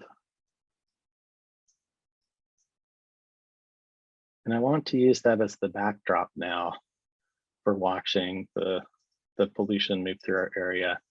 And I'm using children in particular because we know from Dr. Gentile's work, as well as the results from the health department, that pediatric asthma is one of the things that improved the most on Shenango's closure.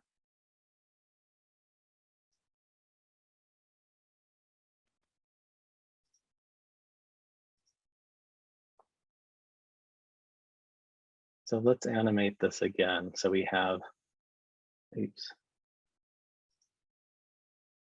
I'm going to here, we'll have to edit this out too.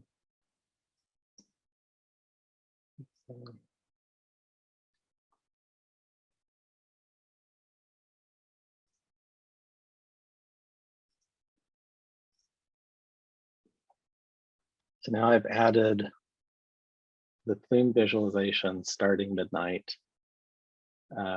from October 14th. And I'm going to play this through.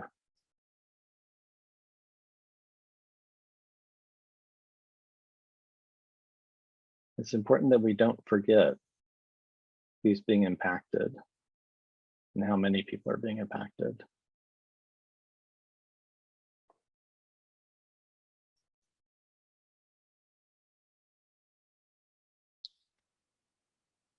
And with that sobering thought, I'd like to close my talk.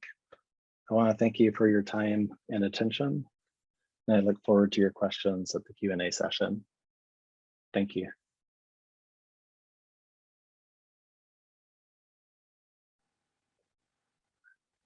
Hello, everyone. I'm John Graham. I'm a senior scientist with the Clean Air Task Force, and I'm happy to have the opportunity to talk today about trends in the air quality here in Pittsburgh at the Regional Asthma Summit. So I'm going to start out looking at the last 20 years because I think that's a really telling picture, and then we'll focus on more recent 10-year period. The data that I've displayed here represent 20 years worth of information from monitors collecting air quality data in Allegheny County. And it uses EPA's Air Quality Index, or AQI, a categorization for severity of air pollution. And that is set up for each pollutant that we look at, things like sulfur dioxide, ozone, fine particles, nitrogen dioxide. And the level of the standard becomes the delineation of orange, red, and purple groupings, which are at the bottom, the unhealthy levels of air pollution. And then levels that are just below the standard are yellow or moderate air pollution, and levels that are less harmful for exposures are in the green category. Those are the lowest air pollution levels. And for every day, EPA takes all the data that gets recorded in the county and determines the maximum air quality index value based on whatever pollutants are measured for that day. And this is the display of all those days over 20 years. And what I think you'll see is most striking is in those first block of few years, first 4 or 5 years of this century, there are very few green days. And it's really dominated by days where the air quality is moderate at best and unhealthy, in fact, 3 months at a time out of a year for these first several years in this chart. If we contrast that to the most recent 5-year period, looking at 2016 to 2020, you'll see that there's almost no of these red, orange, and purple days. Those are the days over the standard. There's only 3 weeks of time a year instead of 3 months of time. And also we have a much larger number of those green days. The one thing to keep in mind when using the air quality index is that it's based on the levels of the air quality standards. And those standards are moving targets as we learn more information, as we become more familiar with the harm that is caused by being exposed to levels of pollution. We're learning that lower and lower levels of pollution are harmful to the health of people. And so those standards are in flux and will likely decrease. So although it looks like a great picture, and we've absolutely improved by a large margin over the last 20 years, that doesn't mean that we have achieved really where we want to be if we want to fully protect the health of folks in Allegheny County. So there's a lot of data that's embedded within that, and the summary really is very broad, and I think is just a nice way to show how much things have improved. This table is looking at the last 10 years of that data set from the previous slide, and I've broken things out by the location where measurements happen, and that's listed on the left-hand column, Avalon through South Fayette, and then across the top, the rows, that row defines the pollutants that are being measured at these sites.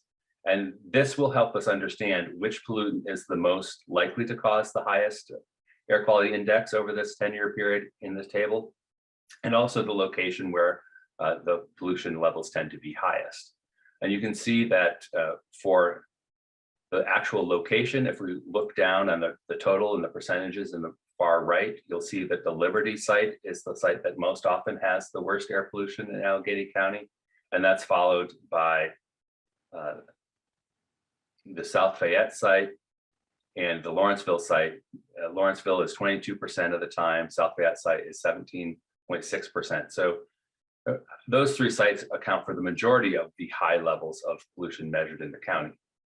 But that doesn't mean that it doesn't happen at other sites. It's just less frequent. Harrison, for example, also has a lot of ozone exceedances.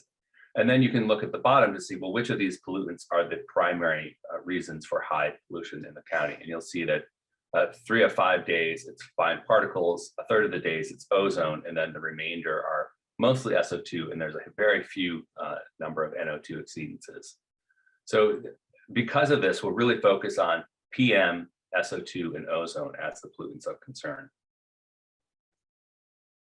The next 3 slides will look at trends in the actual measurements that have been recorded in the county. And it'll focus on not necessarily every monitor, but many of the monitors to give you a sense of what the range of the pollution is from year to year and how that has changed over time. So the next 3 slides are SO2, ozone, and PM 2.5, the 3 primary pollutants that we're concerned with in Allegheny County. And in addition to the measurements on here and the trends in the measurements, we see that the air quality standards are listed both for the US and for Canada.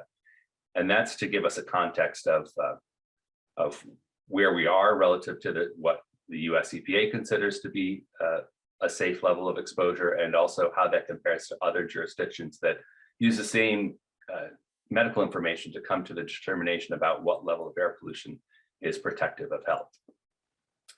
And you'll see in this chart that the Liberty site is far and away the worst site. And there are 2 other sites, Lawrenceville, which is downtown, and South Fayette, which is in the western part of the county.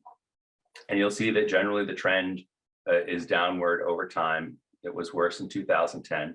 Back in 2010, when EPA set this standard, there were 37 locations that measured pollution that was above the standard. Right now, there are only 13 remaining above the standard, and Allegheny County is one of those locations. The big thing that jumps out here to me is that in 2020, we had a really big drop in SO2 maximum concentration, the 99th percentile. And that is likely due to effects of the pandemic and changes in demand and changes in behavior, both with industry and with people. And then finally, you see that the standard, this black line, is 75, and this is a 3-year average that we're trying to meet. In 2019, Canada came out with their standard that was somewhat below the US standard at 68, and that's going to go down to 65 in 2025. So you can see that the standard that Canada chose is a little more protective than what the US has. Ozone is a very important pollutant. Here we're looking at 3 sites in the county. Again, we've got the Lawrenceville and the South Fayette site. And then traditionally the worst site is Harrison, which is a little bit downwind of downtown. And you can see again that we have the standards. We've got the US standard, Canadian standard, and in this case, the World Health Organization standard. And back in 2006, the US set their standard at 75 parts per billion, fourth highest max. And then in 2015, that got revised to 70, and that's the current standard. The same time that US was setting their standard at 70, Canada decided to set their standard at 63. They had it in 2020 moving to 62, and then in 2025, the Canadian standard will fall to 60. The World Health Organization standard is 51. So you can see that the US standard is not as protective of health as these other jurisdictions are. And back in the beginning part of this decade, the region was out of attainment with the standard. By the time this period, when 2015 rolled around and the area was deemed to be just meeting the standard because the level of the 3-year average in Allegheny County was just at 70, which exactly meets the standard. But then you'll see in the following 2016, 17, 18 years, this 3-year period for South Fayette actually had the region out of attainment for the standard for that 3-year period. And now with 2019 and 20, it's back in. And it's interesting for folks who, contrary to the SO2, where we saw that large dip in 2020, for ozone, we actually saw a small increase. And that's likely due to the really complicated ozone chemistry, where if you reduce some of the nitrogen oxides levels, it can actually lead to increases in ozone because of the chemistry between NO2 and ozone. And then the final set of series of PM data is the PM 2.5 measurements in Allegheny County. And again, I found this. There are actually many more sites that measure PM in Allegheny County, and I focused on 3. The South Fayette site, which tends to be on the lower end. We've got the Lawrenceville site, which is in the middle, and then the Liberty site, which is traditionally the worst PM monitor in the region. And you can see, again, the standards where EPA had a standard of 15 at the beginning of the decade. They revised that in 2012 to 12. And then you can see that World Health Organization had their annual standard set at 10. That's all the way back in 2005. They came to that decision. Canada decided that in 2015 that 10 was the right level for Canada. And they also set a standard to move to 8.8 in 2019. So you can see that these standards are quite a bit lower than the US standard. And then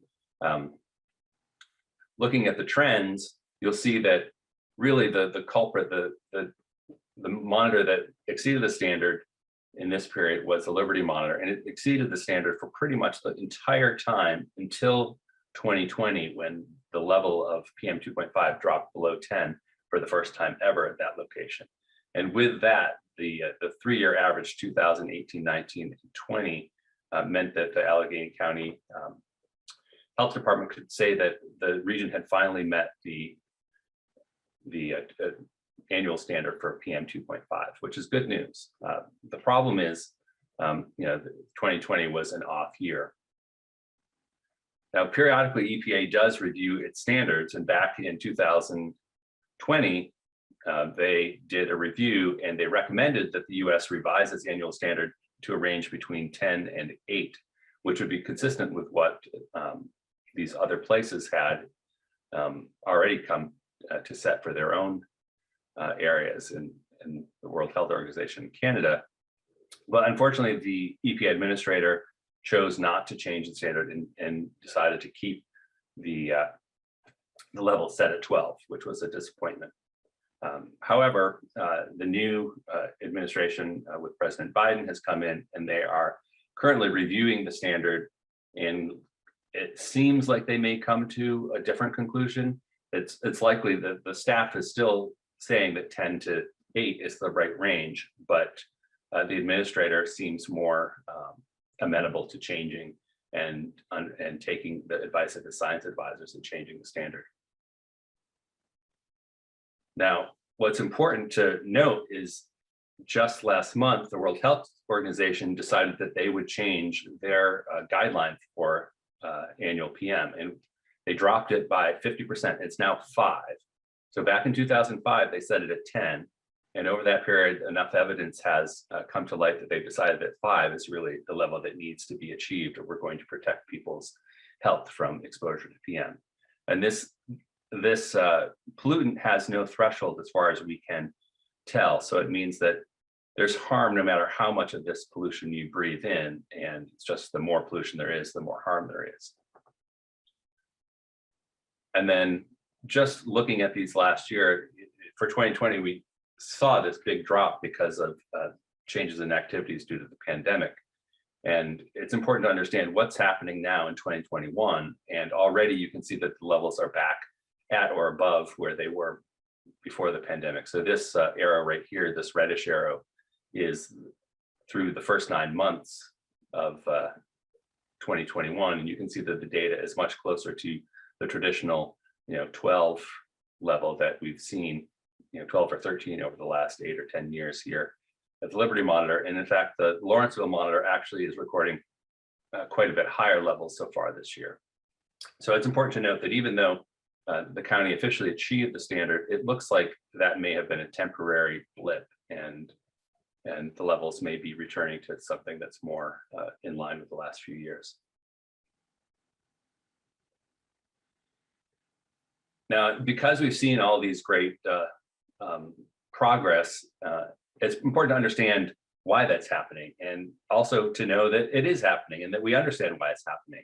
And I think that SO2 is one of the big victory stories that EPA can tout when they go into public and say that our regulations are not for naught. They actually are effective, and they help do what they're designed to do, which is reduce air pollution.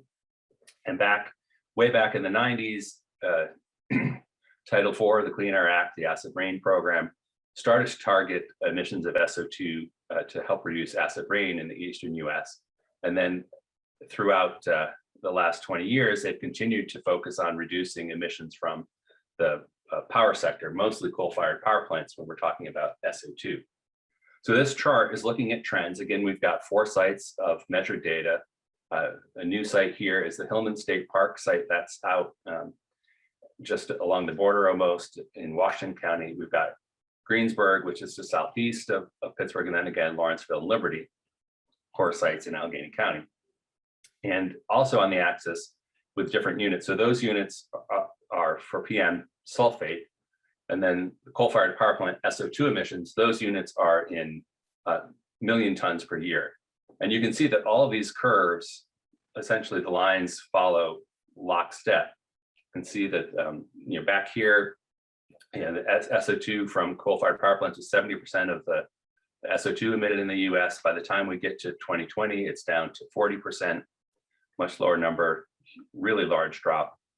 You can see here that these 3 sites, Hillman, Greensburg, and Lawrenceville, they track, right on top of each other, which means that the sulfate pollution, for the most part, is a regional pollutant. This part of the fine particles is regional. And so you can see that they respond very, very similarly in time to the changes in the emissions that are causing the fine particle levels. Liberty, however, is a little bit different. You can see that these big trends are pretty similar at the Liberty site, and that's going to be driven by this big reduction in SO2 emissions from the power sector. But there's always this delta, there's always this additional mass of sulfate at the Liberty site. And it's roughly 1 microgram every year higher at Liberty than it is at the other sites in the region. And you can see back here, when we're looking at the early part of the decade of 2011, we're talking about a microgram out of 4 micrograms. So the local contribution for this part of the particles is only 25%. But when we get to the most recent year, to 2020 or 2019, we still have that delta of about 1 microgram, but now the total is out of 2. So we went from local contribution being 1/4. Now, in the most recent year, it's about half of the sulfate. So it just helps you understand that air pollution is both a regional pollutant and it's a local pollutant. And depending on where the sources are and how big they are, you may or may not see really obvious evidence of contributions from local air pollution sources. Now, this is another set of data from the PM network that's been collected over the last decade. And I thought it would be useful to understand more broadly from Allegheny County as we go further out to look to see what the changes are across Western Pennsylvania and into Ohio and West Virginia, right across the border, because these are the sites that, you know, the air generally flows from west to east. And so the air pollution that is over here makes its way to Pittsburgh. And then once it gets to Pittsburgh, there are sources within Pittsburgh that add to that. And so we can see here that there's a collection of sources along the ring here that are all generally upwind at some point of Pittsburgh. And here we can see that the change, this is a delta, this is a difference between the measurements 10 years ago and the most recent 3 years. And you can see the change was a little over 4, 4.1, 4.3, 4.5, 4.4. all a little bit over 4. You can see down here to the south in West Virginia, this is also 4.1. And then when you get into the Allegheny County sites, you have the South Fayette site here, which is 3.6, it's less. You have the downtown site, the Lawrenceville site, 3.1. You've got a site in the Mon Valley, the Braddock site, that's only 3. And then you've got the Liberty site that declined by 3.9. So, and then further south, you have this site, Charleroi in Westmoreland County, and that site also decreased by 4.7. So what we're seeing here is, although this whole region saw big decreases in PM 2.5, the majority of this decrease is due to that sulfur dioxide emission reduction that happened throughout the eastern US and the coal-fired power sector. And that's accounted for most of this PM decline. But for some reason, the total mass did not decline as much in Allegheny County.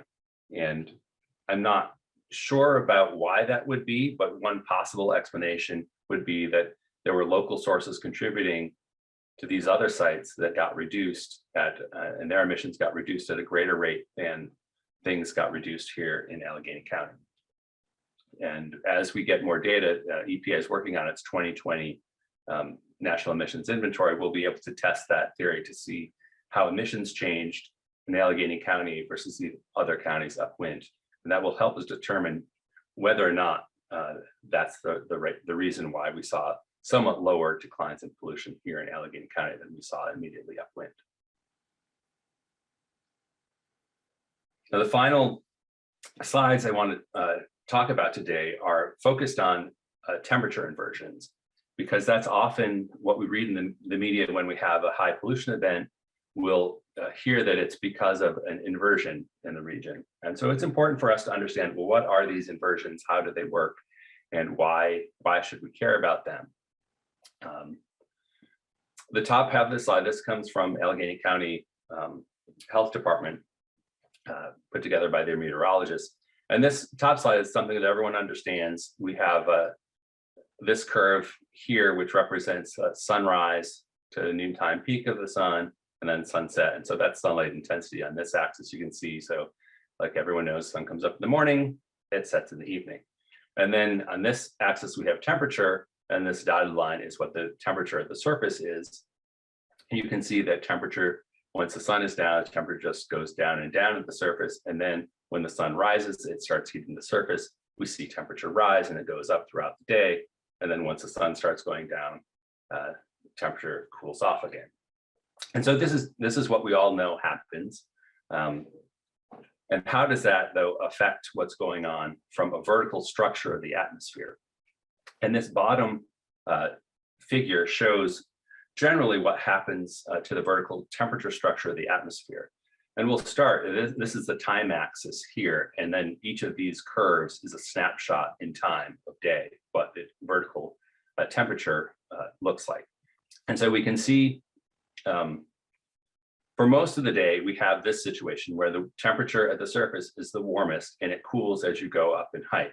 And so that means that warm air here at the surface is able to rise and the cold air aloft is able to fall, and you get a pretty well mixed atmosphere here for most of the day. And that means that any emissions that happen at the surface will go up and they get mixed, and you generally have cleaner air that's further off the surface and that mixes down. And so you have an atmosphere where everything is sort of smeared together, and that's just how it works in general.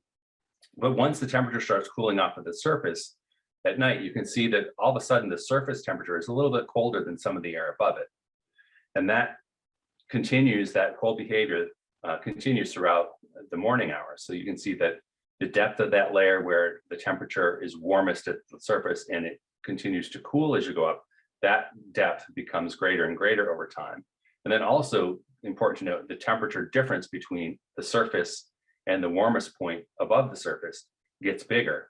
So by the time you get to sunrise, you have the situation where you have a lot of a fair depth of the atmosphere where the temperature is colder at the surface than it is higher above. And so that inhibits the mixing. It means that the surface air is so heavy and cold, it doesn't rise. And so anything that gets emitted during this period overnight can be trapped at the surface. It has nowhere to go. It doesn't have the energy to move up, and there's no colder air above that's coming down. It's called the inversion height is right here. Then you can see when the sun comes up, that starts to change. You get the surface temperature warming, and eventually the surface temperature warms enough that you get the situation where there's enough energy at the surface that it will cause this well-mixed atmosphere to happen again. So why is that important? It's important to know that there's nothing that we can do to change these temperature inversions. Generally, they're going to happen. And the important thing is what's happening for the emissions at the surface. Those emissions are being modified by the structure of the atmosphere and the movement of air in the atmosphere.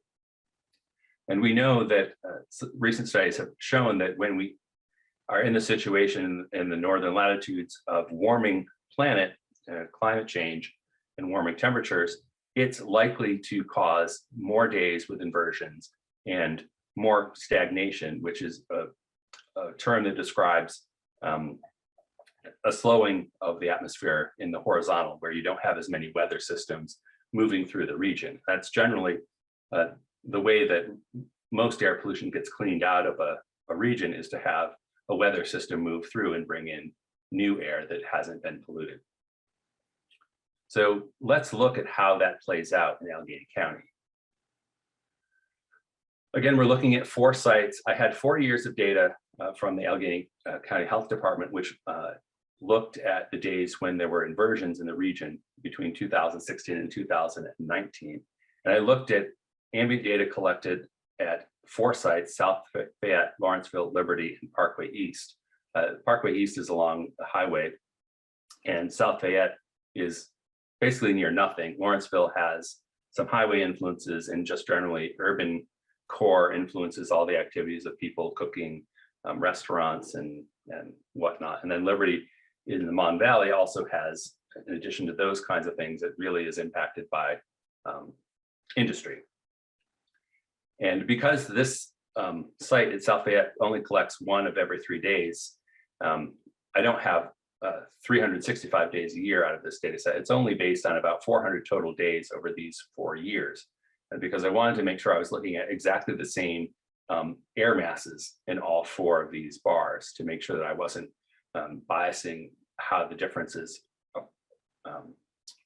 in the bars are influenced by specific days. And so in the green, these are days when there was no inversion, and it represents 200 days out of this 4-year period. And what you may be able to see is that there is a difference in these locations, that the South Fayette and Lawrenceville site are a little bit under 8, the Liberty and Parkway East site are a little bit over 8, but the gradient between these sites is fairly small. When we don't have an inversion, there's not a huge influence of local sources, because generally in the urban area, there are sources everywhere, even though in some places, if you're right next to the highway or you have a big industry nearby, you'll have somewhat higher levels. That story changes, though, if we consider what happens when you add in inversion days. And so the green are those non-inversion days. Another 200 days are in these other categories: days when there are weak inversions and days when there are strong inversions. And the weak and strong just refers to the temperature gradient, the difference between the surface temperature and the temperature aloft in the atmosphere that suppresses the vertical motion. And you can see that it makes a huge difference where you are when you have an inversion.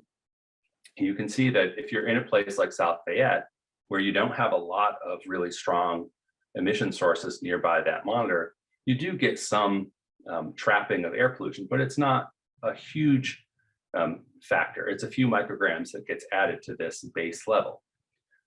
And then when you get to a place like Lawrenceville and Parkway East, you can see that it's a little bit bigger of a contribution. It's about 50% or 60% additional mass being measured on these days when we have inversions. And when you look at the Liberty site, this is a factor of 2. So you double the amount of pollution on average. You can imagine if we were to look at specific days, this might be even greater than this. But it really shows that when you have strong sources near your monitor on an inversion day, you're going to have a really high concentration of pollution. And so the solution here, since we can't really address inversions themselves, means we really have to address the emissions that are happening on those inversion days. The other thing to note is that it does depend on when the inversion or when the sources operate. So as you remember here, the inversion, it sets up late at night and it goes on through maybe 8 or 9 in the morning, sometimes 10, but you have about half the day where the pollution is allowed to accumulate in the surface layer. And so if you have a source like Parkway East, which is mostly driven by highway traffic, you know that that's really starting at 5 a.m. So you're only getting 4 or 5 hours of emissions to be trapped. In an area like the Mon Valley, where you have factories that may be operating 24/7, here you've got the full amount of time of the inversion for these emissions happening at the surface to accumulate. And final thing to note, that these are non-directional measurements. So it's, if we were to actually look at days, if we were to discriminate based on where the wind was coming from, you would see definitely differences in how high this inversion bar goes up, because if you have wind blowing directly from a source, a very slow wind going from the source to the receptor or the measurement site, that's when you would see these levels spike. And we know if you look at the hourly values, for example, from this Liberty site, they can easily go into the close to 100 micrograms on the worst hours. And then finally, this is a 24-hour average. So you can imagine that if we're that when you average some of these 6 or 8 or 10 hours of inversion numbers over the course of 24 hours, it does tend to make the daily average somewhat lower than what the peak values are on an hourly basis. And so that's everything I had to say today. I just wanted to laud, pat ourselves on the back a little bit for making a lot of progress over the last 20 years. And for starting to meet the standards, but remind folks that the standards themselves are not fully health protective. They are, they still allow some meaningful exposures, which especially for those who might already have a compromised lungs, or they may be the elderly or the young, the folks who are susceptible to air pollution effects. These standards don't necessarily protect them as well as they should. And in light of that, the government is continually reviewing information, and it does adjust the standards, and generally over time it has been reducing the level of the standards, but it still means that we have some room to grow, some emissions that still need to be reduced if we're going to really properly protect everyone's health from air pollution exposure. Thank you.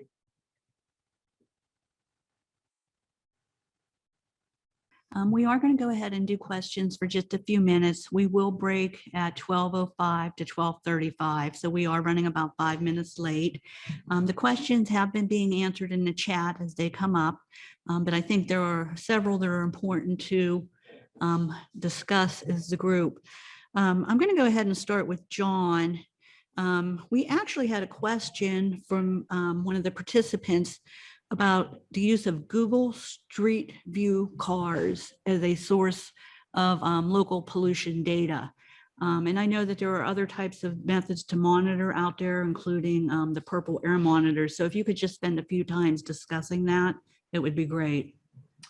Sure. One of the drawbacks, as the questioner noted, for these fixed monitors, that they really They don't represent the air pollution for tens of miles away. They're really representative of just the immediate area surrounding the monitors. And so the advantage of a Google car or other mobile monitoring is that you can basically go anywhere to take these measurements. I think the biggest drawback is that they're really just spot measurements. You can't, because the Google car is driving around, if you do it enough, then you can get a general sense of what the spatial distributions of the pollution are, and it really can help you identify areas where you might be missing really high levels of pollution. So they're great for that.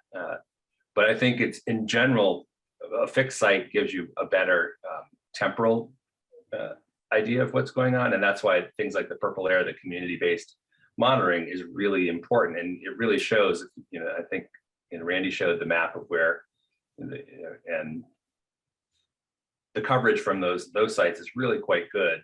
And even though the actual accuracy of the numbers is not as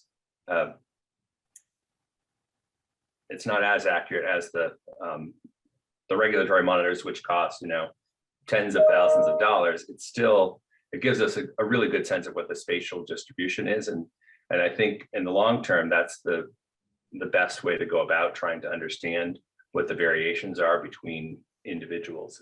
It's much more likely to give us a better idea of that spatial variation. John, I have a question. There's a lot of literature now looking at satellite reporting of pollution levels. Can you comment on that and what the resolution of that would be? Yeah, I mean, the satellite, I'm not as familiar with satellite. Because satellite is looking through a column of air, it's not directly really measuring at the surface. It's an integrated measurement. And so they tie those values to things that are being measured at the surface. And we're getting, as the satellite technology improves, the resolution improves. Most of the stuff that is being used right now for epidemiological studies is about a 1 kilometer resolution they're able to fill in. So that's a lot better resolution than what we have right now with our monitors, which may be tens of miles apart.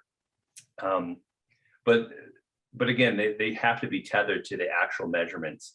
And I know that one of the latest things is to looking at methane, and they're able to really dial down and to get specific source signatures. And that could be really helpful in the future when we have these events where we don't have a direct measurement, but the satellite can see, it looks at flares and fires and things like that. So it's an improving technology, it's emerging. But because it's a column measurement, not really a true surface measurement, hey, here I am. It can be, it adds to what we know, but it's still, I think, not quite as useful as the actual surface measurements that we get. Yeah, thanks a lot. Randy, if you're there, we did have one question from Dr. Fabaziak, and he was asking about your plume model. If you're actually measuring those concentrations of pollutant at the source or if they're being modeled. So if you could discuss that, that would be great. And the other thing is that if it's not being done, is there plans to do that in the future, try to correlate it in real time with the emissions? Yeah, so indeed, right now what we're showing in Plume Pittsburgh is the effect of the weather model of inversions of the wind and concentrating pollution. And what we're using as the emission of a given facility is, unfortunately, it's their self-reported emission averaged over a year. So we know that that's not correct. We know that there are days that are worse and days that are better. We're not able to model that yet. That's something we'd very much like to do. Yeah, thanks. Randy, I had another question. We have a lot of clinical researchers on this symposium today, and I know you in the CREATE lab have been working very hard on compiling all the pollution data from the different sites that are monitoring it so that we can actually start to collaborate and work together. So if you could just talk a little bit about that project. Sure. So we run a service called the Environmental Sensor Data Repository called ESTER. And there's a public front end to kind of see the data. Like if you want to upload to it, we can work with you on how to get the right APIs and right permissions to send your monitor data to it.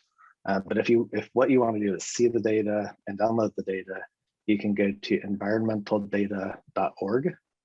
And I would be happy, Anna, who I think has also replied in the chat, either one of us would be very happy to spend an hour with you and kind of take you on a tour and kind of not only orient you to what the site does, because you can kind of visualize, you can kind of see where the peaks are at any given time, but you can also do things like download into a giant CSV file, complete with lats and longs and kind of everything, if you decide, but we can kind of also orient you some on, it's a complexity of different monitor networks in Pittsburgh.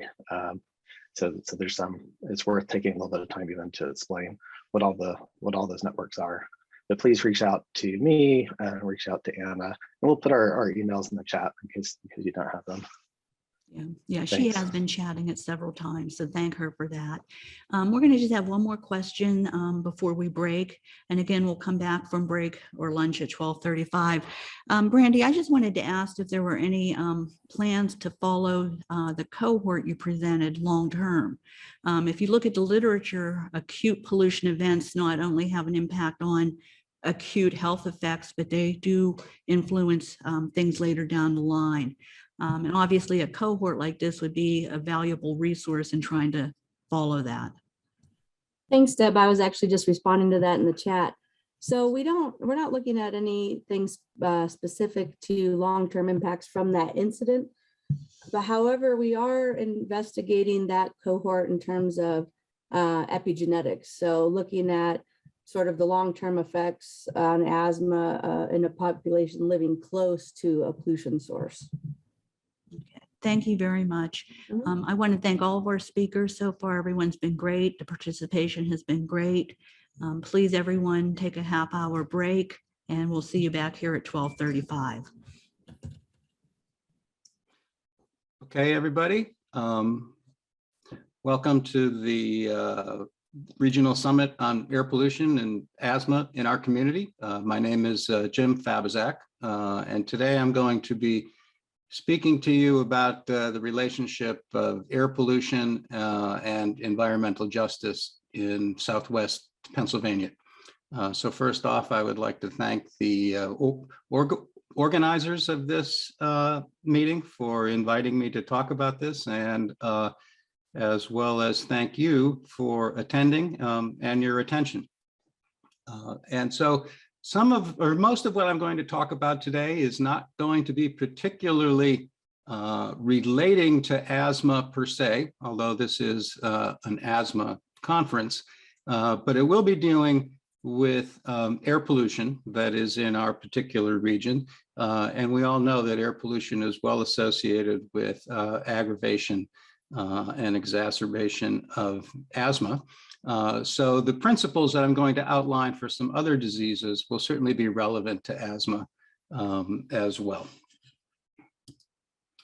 And so just to point out, as most of you probably are aware, air pollution has been an environmental concern in Pittsburgh for quite some time, largely because of the heyday of the steel industry, heavy industrialization that goes back to the 40s. You can see that picture on the left, which shows downtown Pittsburgh in the morning. Looks like the clock says it's about 8:40 in the morning, but the cars have their headlights on, and you can see the sort of vast amount of pollution that is accumulating there in the downtown area.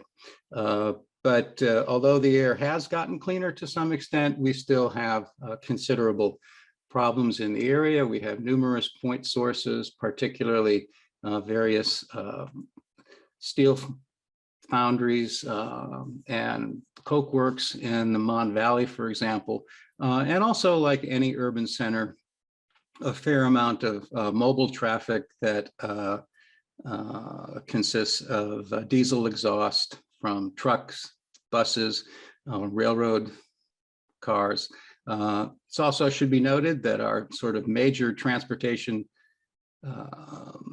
hubs run along the river and in river valleys, and therefore under certain meteorological conditions, those pollutants can accumulate in high concentration as well.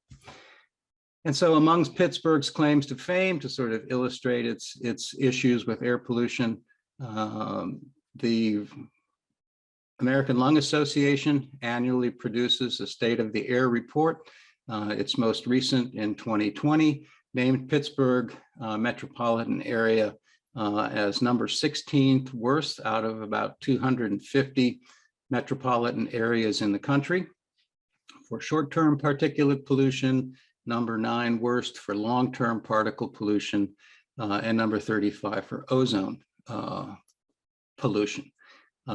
Those little figures off to the right show that under very recent times, 2 dates where this data could be found on airnow.gov. For example, here in March, the Liberty Clareton area was actually had the worst air quality recorded in the country on that particular day. And this in April shows the poor air quality as shown by the red zone in sort of southern Allegheny County and some other counties there within the area. In 2006, the Asthma and Allergy Foundation voted Pittsburgh number 16 as the most challenging cities to live with asthma. This overall number has improved by the ranking in 2018, but still ranks number 14 for the prevalence and severity of air pollution in the area. We also know that the Pittsburgh region in general, Southwest Pennsylvania, have higher rates of a variety of diseases, cardiovascular disease, respiratory disease, and cancer as compared to national averages. And this may or may not have something to do with the amount of air pollution that's present as well. And so one of the main questions is, does air pollution equal adverse health effects? And the data is undeniably yes. So we know that air pollution is associated with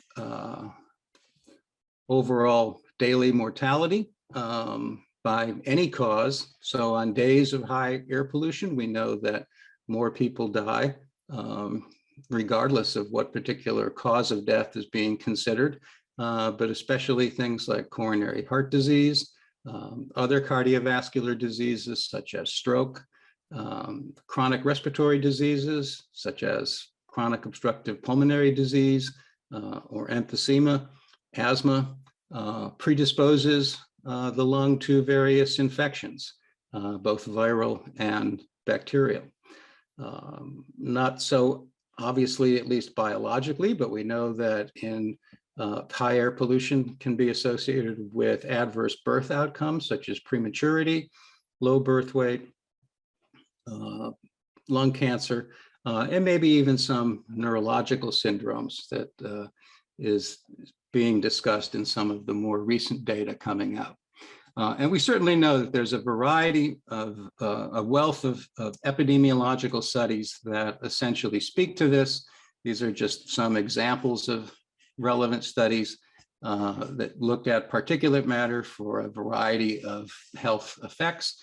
And so one of the things that will become important is, as we get into this particular talk, the way that we've been able to leverage what the results of these studies are to develop a risk-based model to emphasize or to estimate disease.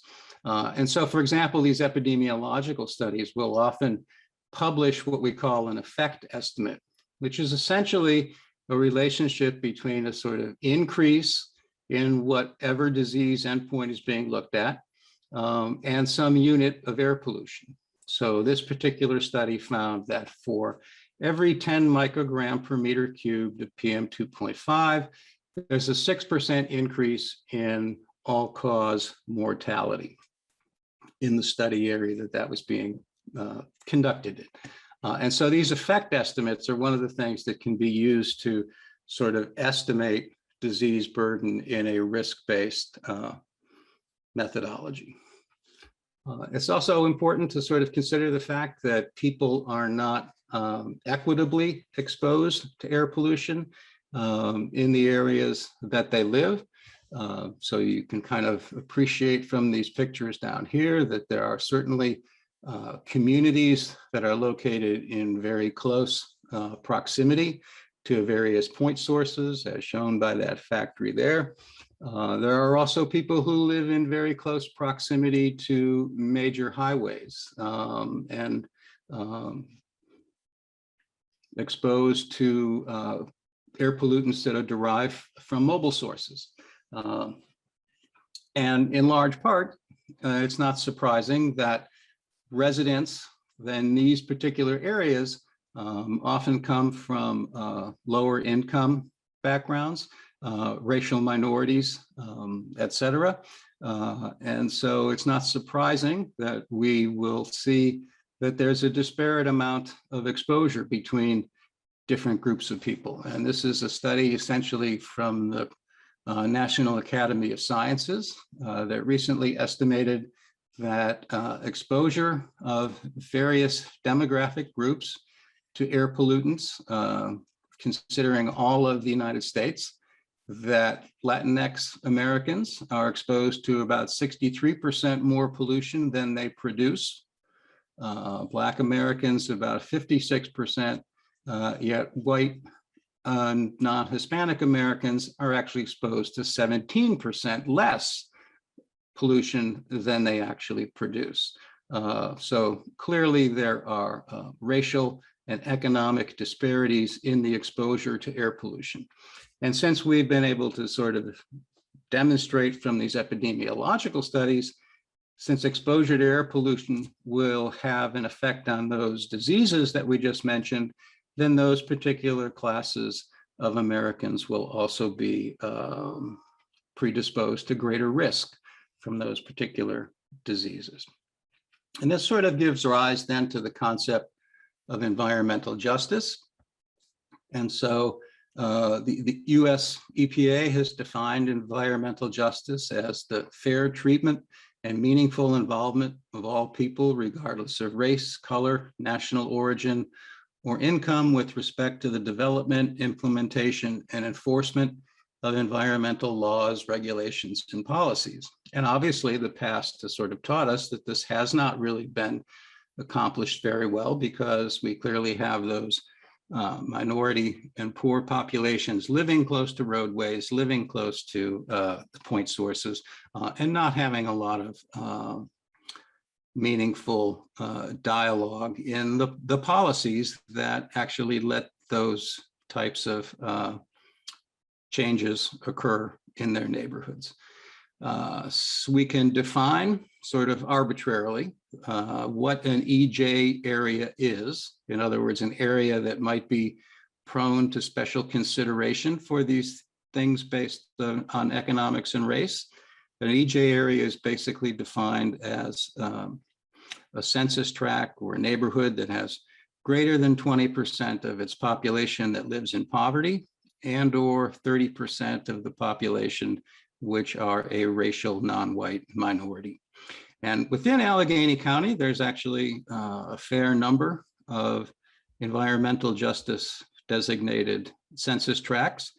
So out of a little over 400 census tracts in Allegheny County, about a quarter of those, 25%, would be designated as environmental justice tracts. And as shown on this map, the colored tracts essentially represent those EJ areas. Red is if they are defined by race alone, orange if they are defined by poverty and race, and yellow if they are defined by poverty alone. So one of the sort of questions I'd like you to sort of think about as we begin this, and if I were talking to you in person, I would probably ask for some answers from the audience, but since I'm not, I would sort of pose the question to you, at least to sort of think about, is how many people do you think die prematurely as the result of air pollution in Allegheny County. And it's interesting when I ask this particular question to some of the students in the courses that I teach, I get answers that range from in the double digits to in the thousands. So I think that you can appreciate that that's not necessarily an easy question to answer. I think we can all agree that it's an important question to try to answer. And I'm going to attempt to do that in some of the work that I'm going to show you coming. And just to make it a little bit easier, not to consider all of those diseases that we talked about early on, but at least one of those to sort of show a proof of principle and the fact that we can even do this type of exercise. So we will just simply talk about one disease in particular, and that's coronary heart disease. In other words, dying or being hospitalized from a common heart attack, myocardial infarction. And just to give you some sort of background data for that, approximately 1.2 million people live in Allegheny County. And in the county, about 188 per 100,000 people die of coronary heart disease each year. In total, that's about 2,295 heart attacks per year. Now, bear in mind that those represent heart attacks by all causes. So if you were out shoveling snow and that was the sort of stimulus that led to your heart attack, and any of the other causes. But we really don't know in what percentage of those that have heart attacks have a heart attack that day because of air pollution. And that's what we're going to try to estimate here. So one would sort of normally do one of those types of epidemiological studies that I talked about that had been done in the past. They're sort of the gold standard. So we could measure air pollution throughout Allegheny County, count the number of people that have heart attacks over a long period of time, and we might be able to come up with some estimation. But there's some disadvantages to that. So as I kind of already alluded to, these types of studies usually require a very long time and or a very large population to see an effect. So you could take a very common disease like coronary heart disease, of which perhaps only a small portion of those are necessarily the result of exposure to air pollution. In order to see that small signal amongst that larger noise of non-air pollution induced heart attacks takes a lot of people and a lot of statistical power, for example. It also requires that you have sufficient access to individualized patient health records over the duration of the study, knowing where those people live, especially if we are going to sort of pay attention to whether or not these patients, these cases come from environmental justice areas or non-environmental justice areas.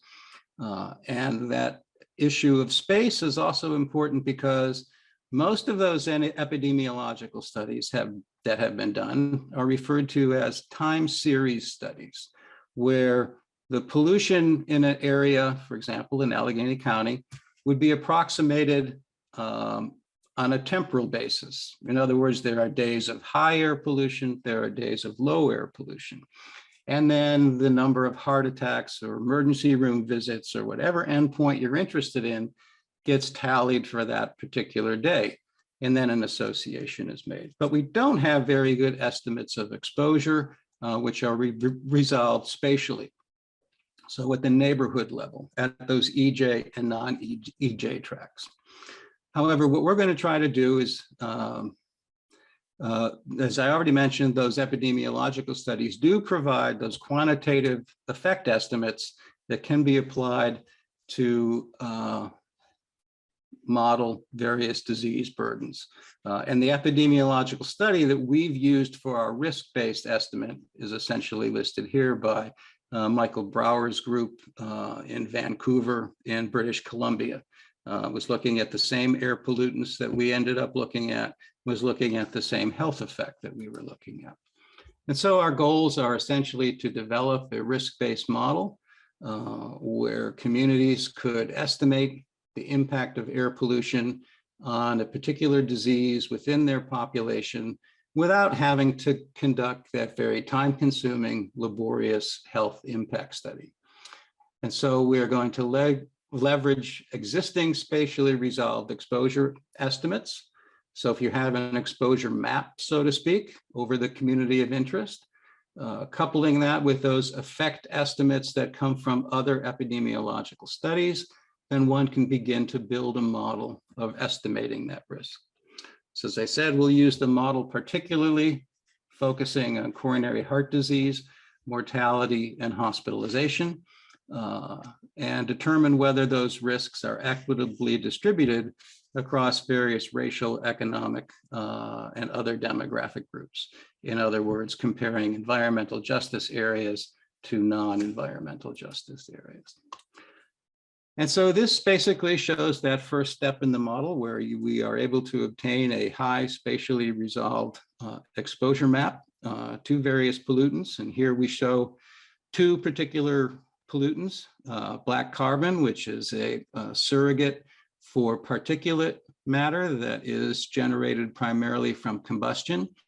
So this comes from both stationary point sources as well as mobile sources. And nitrogen dioxide, which is a gaseous air pollutant primarily derived from traffic related pollution. And so we've obtained these maps in collaboration with our colleagues at CMU. Albert Presto, for example, has developed these land use regression maps, highly spatially resolved. So there's actually an exposure value for every 50 by 50 meter square within Allegheny County for each of these particular pollutants. White means high pollution, black means low. And we are able to then take these estimates and essentially develop an exposure metric for every census tract that is in Allegheny County. And so this basically shows a sort of a heat map that looks at those census tracts that are in the lowest quartile of exposure. So the dark green represent the 25% of the census tracts that have the lowest air pollution. The red shows the 25% of those census tracts that have the highest pollution for each of these two respective pollutants, and intermediate with the light green and the orange for the second quartile and the third quartile of exposure. And so we're beginning to look at what the distribution of environmental justice census tracts are within the range of black carbon and NO2 exposure in Allegheny County. So we have essentially ranked all 400 of the census tracts that are in Allegheny County from low to high in terms of their black carbon exposure metric and their nitrogen dioxide exposure metric. And then in red, we have indicated where each of those, whether or not it's a census tract is characterized as an environmental justice tract. So anytime you see a red bar, that tract meets the criteria for an environmental justice tract, and a black bar does not. And you can visually see that they are likely skewed to the right. The areas of higher exposure seem to have a greater number of environmental justice tracts represented in them. But we're actually able to quantify that from the point of view of essentially taking these 400 census tracts and again, developing quartiles of exposure. So you can go 0 to 100 is the first quartile, 100 to 200 the second, all the way up to the fourth quartile. And then ask the question, what's the relative incidence of an EJ tract to occur in either of the sort of second, third, or fourth quartile relative to the incidence of EJ tracks in the lowest quartile. And so we can routinely arbitrarily set the value in the quartile as 1. The ratio of the EJ tracks here is going to be equal to the number 1. But we can see that as we progressively go up, there are increased EJ tracks represented in the quartiles of exposure, a fairly good dose response, so to speak. But basically at the highest quartile of exposure for black carbon, there are 4 times as many EJ tracks as there are in the lowest quartile. And it's even more dramatic for NO2, where there is almost 20-fold more EJ tracks represented in the highest quartile of exposure compared to the lowest. And this is a sort of complicated slide, but I won't spend too much time on it, but it's essentially how we developed that risk-based model. We essentially have sort of here all of the census tracts from Allegheny County.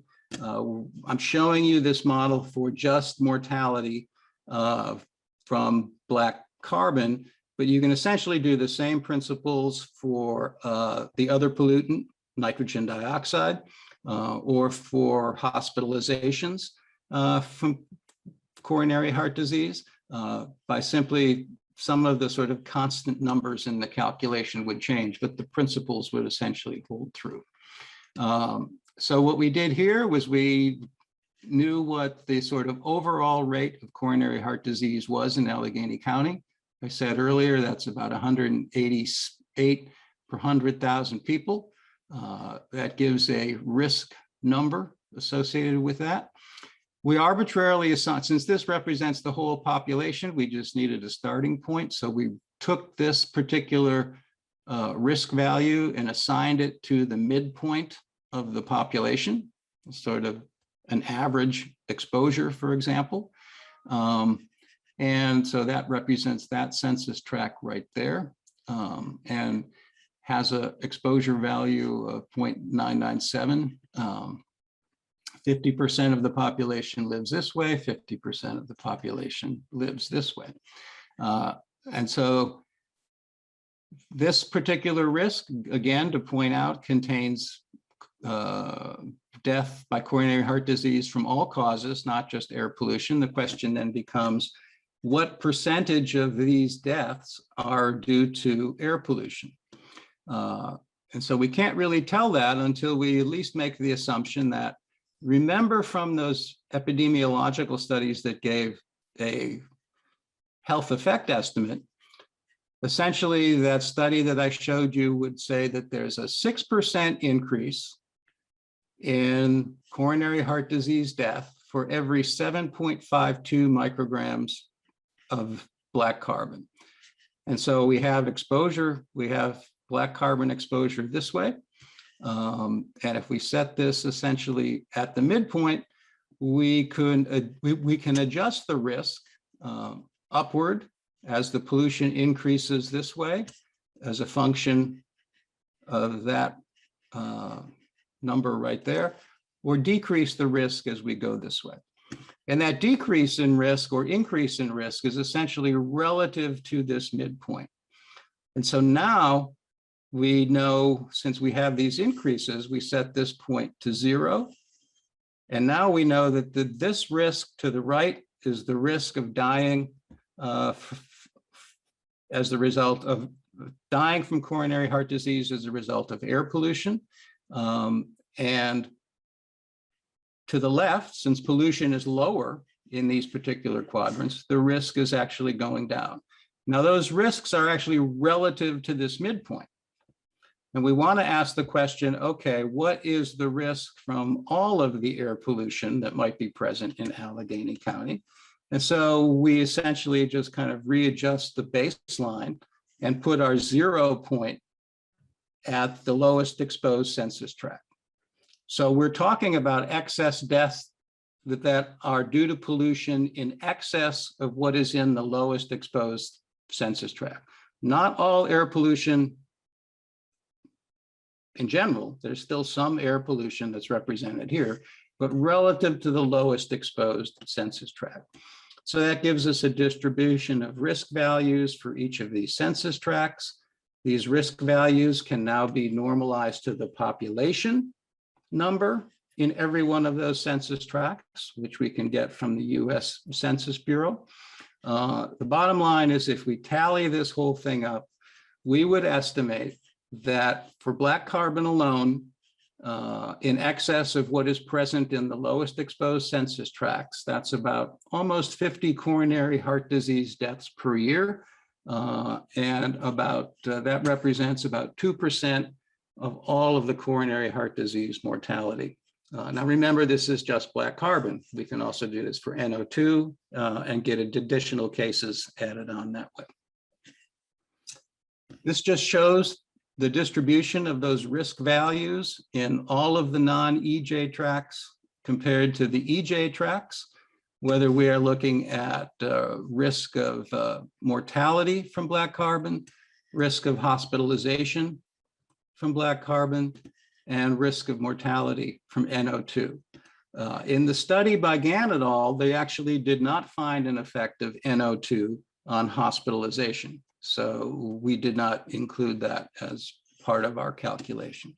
But basically, it sort of, you can also see that the risk values that get calculated in general look pretty similar, but you could sort of look at this by saying that at least half of the EJ tracts have a risk value that is equal to or greater than what is only in the top 25% of the non-EJ tracts.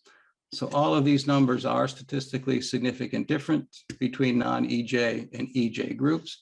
And it's even more profound here for NO2, where almost 75% of the tracts in the environmental justice characterization are greater than or equal to the top 25% of non-EJ tracts. So again, another demonstration of a disparity in exposure.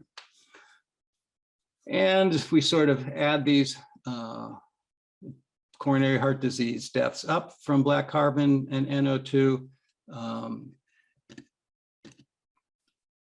coronary heart disease death burden from black carbon is about 38% for the entire county represented in EJ tracts, 41% for NO2, yet the population distribution, these EJ tracts only represent about almost 25% or a quarter of the population in Allegheny County. So you can kind of say that a quarter of the population represented in those EJ tracts is actually experiencing about 40% of the entire risk from air pollution. So in summary and conclusions, at least for this particular part of the talk, regions predominated by people of color and poverty are disproportionately represented in areas of high exposure to those traffic-related air pollutants, black carbon and NO2. Assuming the risk-based estimates of disease are additive, then together NO2 and black carbon would account for about 4% of the total annual mortality, or about 100 excess cases of coronary heart disease deaths per year. And EJ communities bear approximately 40% of that burden, yet they represent only about 25% of the population. So this just kind of shows where those high priority areas might be. Those census tracts listed in green are actually environmental justice tracts that are represented within the top quartile or 25% of the exposure continuum for either black carbon or for NO2. And just for the sake of comparison, we've also put on the major industrial sources of the two pollutants and an approximation of how much they release per year to at least begin to address whether or not there might be a relationship to stationary point source pollution like factories or something like proximity to mobile sources. And here you don't see a very good relationship between where the green areas are and where the point sources are. And that's because NO2 is primarily a mobile source pollutant, comes from diesel exhaust, diesel buses, diesel trucks, cars, et cetera. And that's really the major contributor of pollution of that particular pollutant in Allegheny County. There could be a little bit more of a relationship between the black carbon and industrial sources, especially down here in the Mon Valley.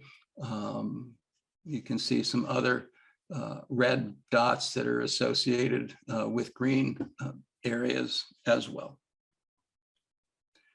So I'm just going to show you a couple of slides about some of the more recent work that we've been doing, shifting the focus from coronary heart disease to lung cancer. And to sort of set some background, lung cancer incidence is clearly related to air pollution. In our mind, we know that lung cancer incidences in general are increased about 30 to 50% in areas of high air pollution compared to areas of lower air pollution. Air pollution is probably the third leading risk factor for lung cancer after smoking and radon. So clearly most lung cancer is due to smoking, but there are people who don't smoke who do get lung cancer. And so we feel air pollution is probably the third leading risk factor. Many occupational epidemiological studies have noted a clear relationship between different air pollutants, in particular diesel exhaust is one of those, but also other fossil fuel combustion products. And also, we can't think of these factors, these risk factors in isolation, because air pollution likely synergizes the effect of other known risk factors.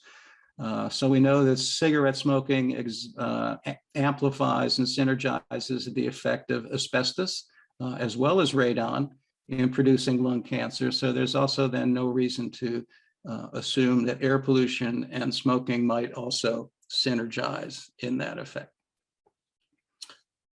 So in a paper in a report we published some time ago, we determined that diesel particulate matter is the leading driver of cancer risk among all the hazardous air pollutants in Allegheny County.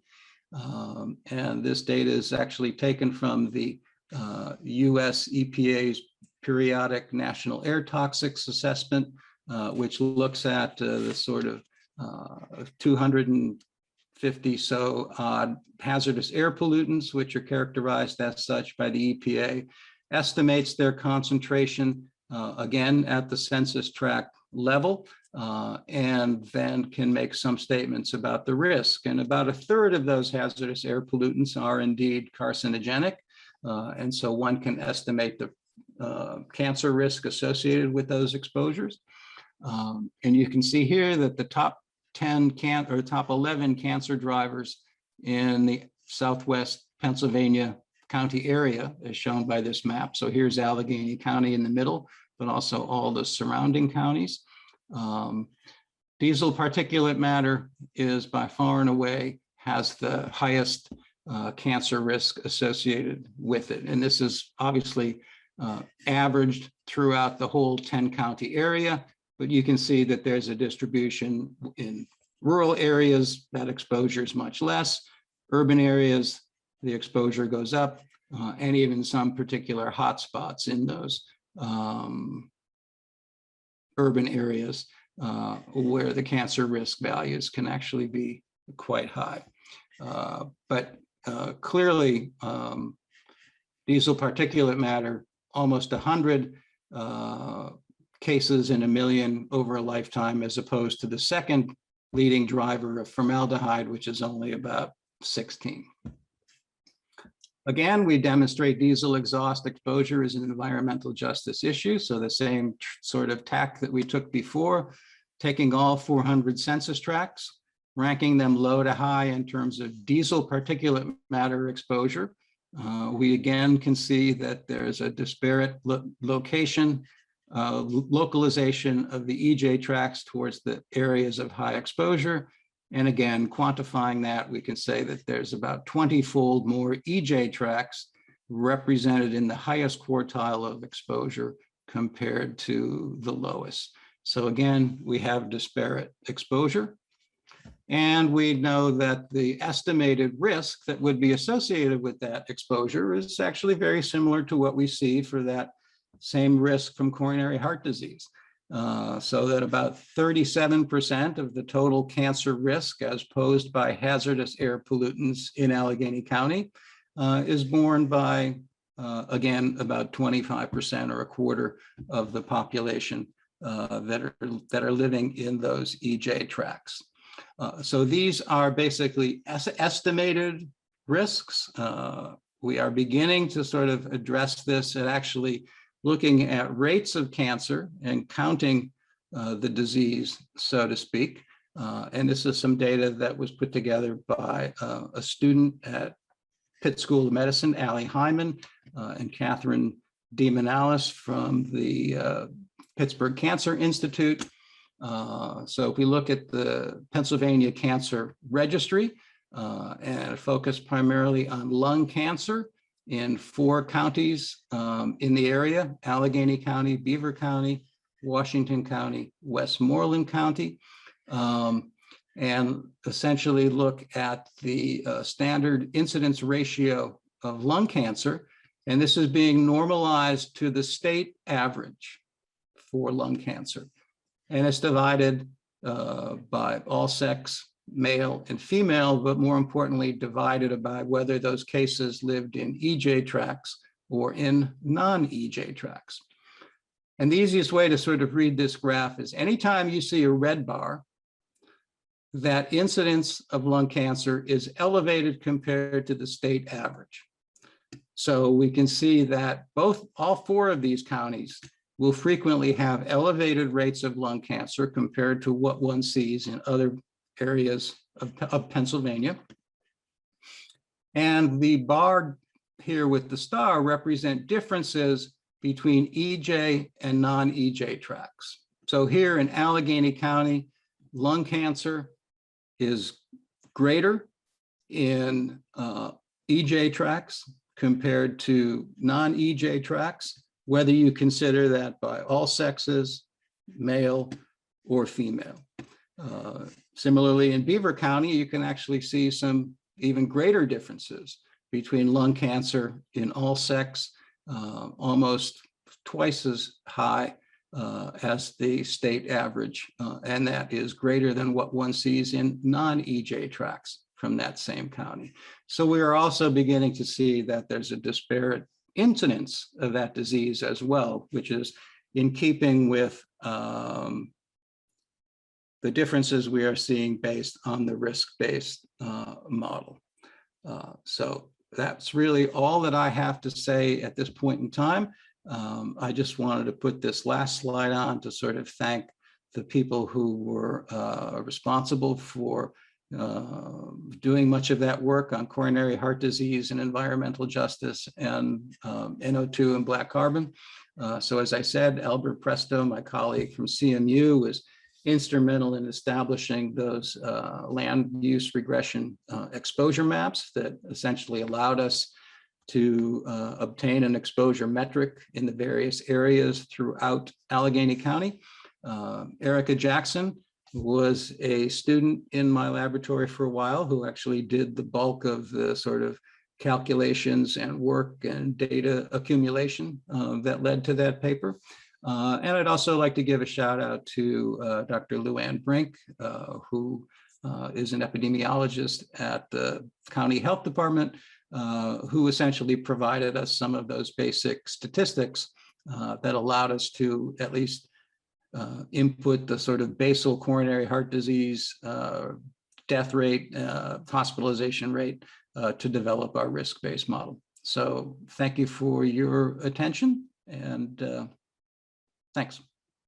Hi, I'm Jamil Bey, Director of the Urban Kind Institute here in Pittsburgh. I was asked to talk today about how we might contextualize some of these issues that we're going to be discussing today.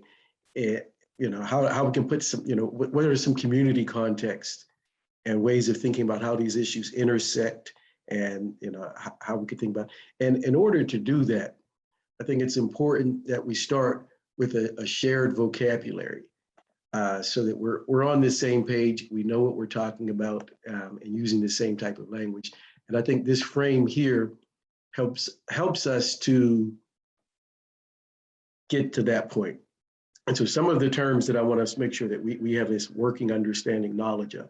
But let's start with disparate impacts, then cumulative impacts, environmental racism, environmental justice, the social determinants of health, and some political determinants of health.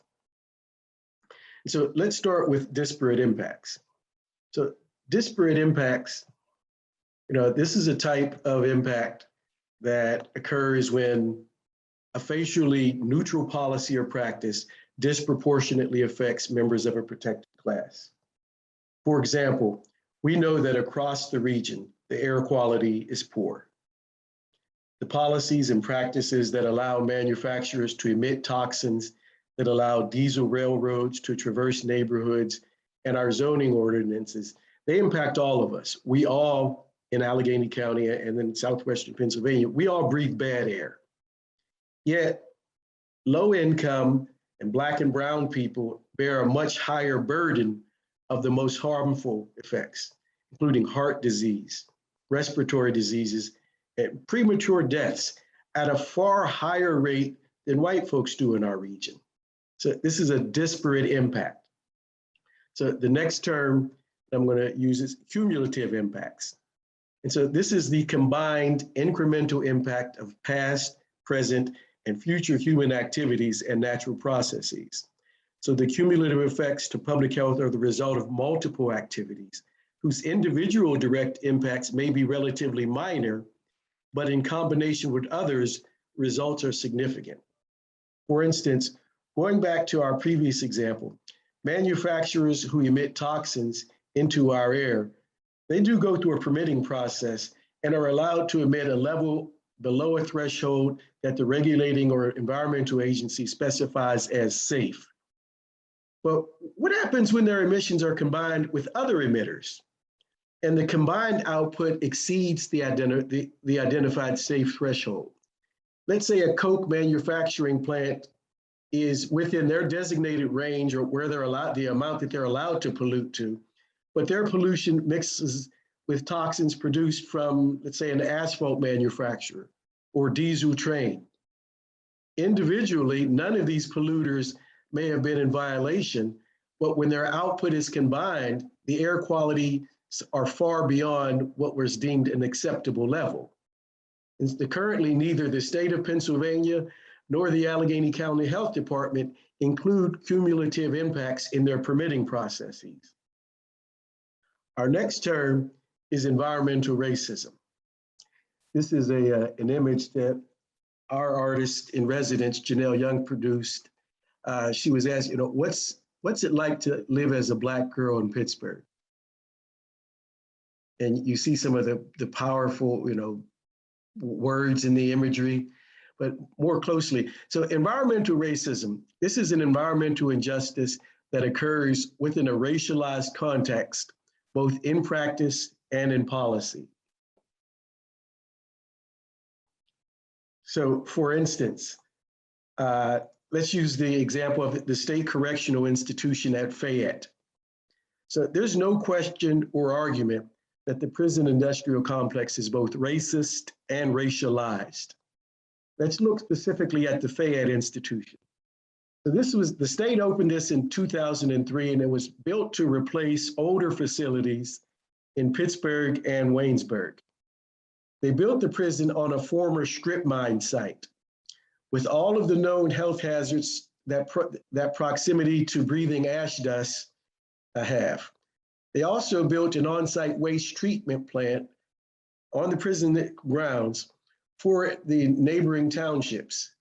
So now this includes all of the health hazards known to be associated with long-term exposure to wastewater treatment chemicals and processes. And so now this prison holds three distinctions.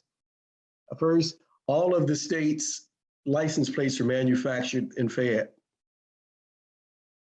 With the second one, without a geriatric unit, this prison has the third highest inmate death rate in the prison system. Inmates are dying from cancer and heart disease typically associated with breathing the ash from the strip mine that the place was built upon. And that third highest, the only two that rank it in the state, typically, they house the geriatric populations. And so the third distinction, this prison also has the highest percentage of Black and brown inmates. So this is a clear example of, environmental racism.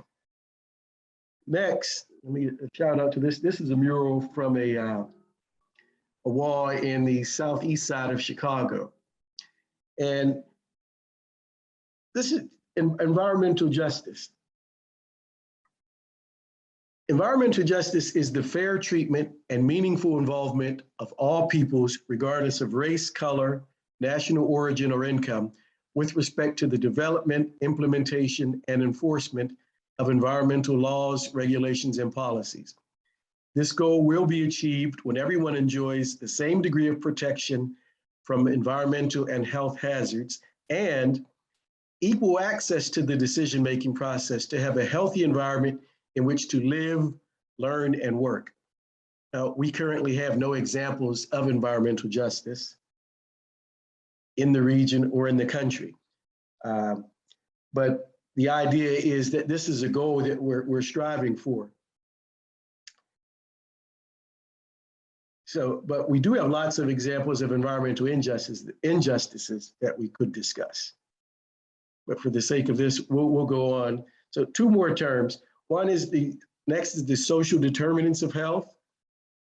Simply the school that you attend, the home that you live in, the neighborhood where you play, the job that you have. These are determinants of your health. So the social determinants of health are the conditions and the environments where people are born, live, learn, work, play, worship, and age that affect a wide range of health, functioning, and quality of life outcomes and risk. So do you have health care? Do you have a safe place to play? Do you have a relationship with health professionals? Does your job give you access or privileges to recreate?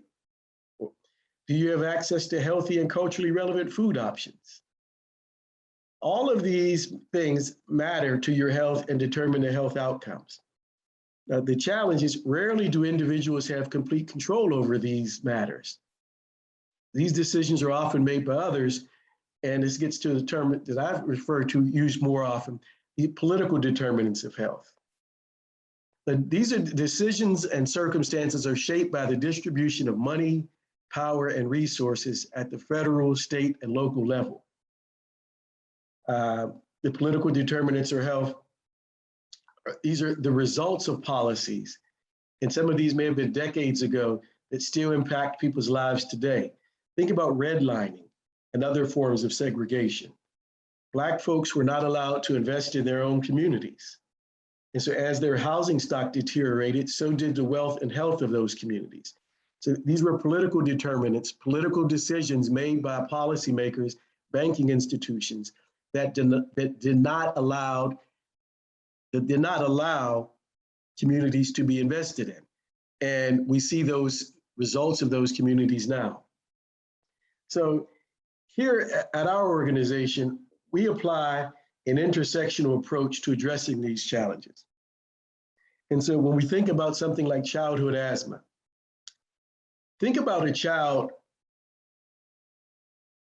whose asthma flares up frequently enough and severely enough that she needs to be hospitalized for treatment a few times a year. That creates a lot of stress and anxiety for everyone involved.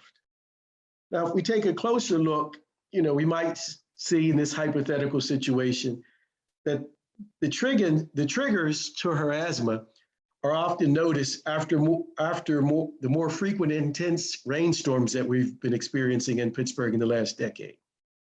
The weather events might be responsible for bringing moisture into the basement of the family's older home, or the atmosphere may be trapping more of the toxins from the coke plant.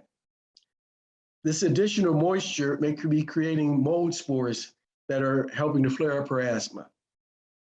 As the child is missing more school, her teacher is concerned, and thinking about strategies for how she can keep her up to speed on the lessons. The parents, obviously stressed now, are missing more work to tend to their child and are not as focused when they are at work due to concerns about the child's health. So this is maybe creating problems in the workplace now. All of these factors could play a part, and they're all influenced by policy decisions. And the family had no part in making any of those policies. And so as we're thinking about today, how we can use what we're discussing to move this work to the next level, how we can end the disparities in asthma rates in asthma hospitalizations in children in our region. We have to think about all of these policies and practices that intersect to make sure that we commit to every child in our region is thriving. Every child has a chance, and every child has fair and equal access to good quality housing, quality education. Her parents and her family, and eventually the child, will have access to good jobs, that the network of transportation is efficient and effective enough that it is not contributing to the region's air quality problems, and that our environment is clean enough and we have access to foods that replenish and keep our immune systems high enough so that we're not triggering, we're not allowing these asthma triggers. And so this is the type of approach that we like to bring to this work. And so as I use that in closing, I want to thank you and challenge you to stay vigilant in this work. This is, when we focus our energy at the policies that are allowing these things to happen, we're much likely to get better results. And I'd like to use that time as to wrap up and thank you and for the ongoing work and for your participation in today's session. Good morning. I want to first of all thank Dr. Gentile for inviting me to talk to you today about strategies to achieve health equity. I'm a pediatrician and senior director of the Center for Health Equity. I am also the director and founder of the Community Asthma Prevention Program at Children's Hospital of Philadelphia. I have no disclosure. So today I'd like to define the moment, discuss a model for comprehensive health equity strategies. Also would like to describe CAP example of addressing root cause of asthma disparities, and then talk a little bit about our approach for the Center for Health Equity at CHOP. So I think we all agree that we all deserve to live a healthy and safe community. Unfortunately, there are many structural and systemic barriers. As we create a vocabulary that we can all understand, let's first define health equity. And so that means that everyone has a fair and just opportunity to be as healthy as possible. Inequity is rooted in injustices, and to really achieve health equity, it requires removing obstacles to health with the ultimate goal to eliminate disparities in health and its determinants. RWJ did a Communities in Action report and came up with some guiding principles. One is that health equity is crucial to the well-being and vibrancies of all communities. So it's not just the communities impacted by the health inequities, but it's all communities. And within that, social inequities tend to matter more than healthcare in shaping health disparities. As we address health equity, we actually benefit the entire nation, from economic vitality to national security, and we need to help communities have the power to take steps towards health equity. Some of you, I'm sure, have seen this cartoon, and where we have a picture of equality leading equality going to liberation. So equality is when you give everyone the same thing, and as you notice, for those who start off shorter or less have less resources, giving them the same thing really doesn't achieve equity. When you try to achieve equity, you give folks what they need to see over the fence and to actually begin to access resources they need to be as healthy as possible. Unfortunately, the reality is that we have people with privileges and lots of them, and then we have people who are really just in a hole, have not even reached level ground. And our goal is to really go towards liberation. In order to do that, we have to have intentionality. So when we think about roadblocks to health equity, it really is rooted in racism and racist practices. As we further define our vocabulary, structural racism exists within and is reinforced and supported by multiple societal systems and includes things like housing, labor, and credit markets. Institutional or systemic racism are the processes of racism that are embedded in laws, policies, and practices of society and its institution. Unfortunately, it provides advantages to racial groups who are deemed as superior, whereas it differentially oppresses or disadvantages or otherwise neglects racial groups viewed as inferior. Cultural racism is societal beliefs and customs that promote the assumption that the products of white culture are superior to those of non-white cultures. And in clinical encounters, these processes can lead to minorities receiving inferior medical care compared to whites. Simply because of the way we talk in clinical encounters, we're not really addressing our patients' cultural beliefs. We sometimes don't address their needs, and therefore they are not able to be as healthy as possible. So this systemic nature of racism implies that effective solutions to addressing racism need to be comprehensive and emphasize upstream, structural, institutional interventions, as well as downstream interventions. So here's a model that was created by Asthma that really could be applied to any chronic disease, but this was created for asthma.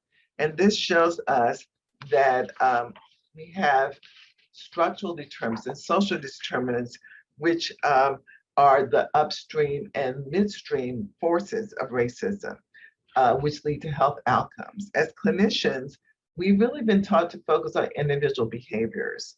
However, if we focus only on individual behaviors and ignore the elephant in the room, meaning the result of racism and discrimination on structural and social determinants, we will not be able to achieve health equity in terms of asthma outcomes, and I would argue any chronic disease outcome. So as we take a deeper dive into the midstream drivers, we know that there are social determinants of health. As we look around this wheel, you'll notice that healthcare access and quality is one of several other determinants. And in fact, only contributes to 20% to health outcomes, whereas neighborhood and built environments, social and community context, economic stability, as well as education and access and quality together are more impactful than healthcare access and quality. When we think about racism in healthcare, we have to see that just looking at the news from CNN Health, looking at this quote that was in the New York Times Magazine, and looking at other headlines, that racism is in medicine and medicine has been put on blast. It is clear that we have a lot of work to do. Sometimes rather than correct some of the false assumptions, such as racial corrections, we defend them. And we have to ask ourselves, why are we defending them? To what end does it serve our patients or foster trust in medicine? So the Institute for Healthcare Improvement has given us strategy for thinking about this as an institution in terms of achieving health equity. And the principles are, first, to make health equity a leader-driven priority. So that has to be leadership investment to develop structures and processes that support equity. There has to be infrastructure to take specific actions that address the social determinants of health, which we just talked about, to confront institutionalized racism within the organization, which often is hard for us to do, and to partner with community organizations. So I wanted to share this case model, which is that of the Rush Memorial Hospital. And you can see this was recently published in May of 2021 in the New England Journal Catalyst. And they started out with these guiding principles. First of all, they created a mission statement, which was to improve the health of individuals in diverse communities we serve through the integration of outstanding patient care, education, research, and community partnership. And that was for the entire hospital. They had executive leadership commitment. They did some root cause analysis. They examined lessons learned from successful local programs, which were community driven, and they adopted a nothing about us without us approach. And we'll talk more about that in a minute. So here's their multi-pronged framework. Name and eliminate racism, adopt an anchor mission to hire, purchase, and volunteer locally, create wealth building opportunities for employees, eliminate healthcare inequities, which was their bold goal, and to address social and structural determinants of health. So when we think about naming and eliminating racism, it's important for us to call it out. This is a statement from the Moores. There are some palpable changes within the language that we use in our organization. So we're now intentional about saying that we're going to invest in Black and Brown communities and low-income communities and Indigenous communities. Why is that important? Because unless you name it, you cannot measure it, you don't know the impact. So once you name it, you really need to do root cause analysis. What is driving differences in health outcomes in the patient population we serve? We can't change what we don't name. It has to be intentional and it has to be transparent. So Rush adopted an anchor mission to hire, purchase, invest, and volunteer locally. And I won't read through these in detail, but understand that any hospital that is part of the healthcare anchor network has similar goals. And so this is from the Healthcare Anchor Network website. We aim to define the healthcare leadership standard, promote industry collaboration for proactively addressing economic and racial inequities and community conditions that create poor health. This is a really important statement. At least 65 hospitals are part of that, and your hospital may be a part of that as well. And the way that they hope to do that is really to leverage all their access of the community towards the community, including hiring, purchasing, and investment, and also addressing root causes that create barriers. So this is something that not only Rush has started, but many folks have started to look at this across the country. So their strategies for eliminating health disparities included performance improvement projects to address health equity, screening for social determinants of health, home visits for chronic illness, and reporting healthcare outcomes by race, ethnicity, and language. Excuse me. And then they wanted to align their health system with community partners' interests and concerns, and really not to have any top-down driven efforts. So this whole quote, nothing about us without us, means that the community is there and really a part of their solution making as well as their decision making. And then they want to bring in community experts to understand challenges and opportunities. And this is an important quote in this article, which says, despite the fact that there was historic wariness of healthcare institutions in the community, residents were hopeful and open to the idea of a collaborative with the hospitals.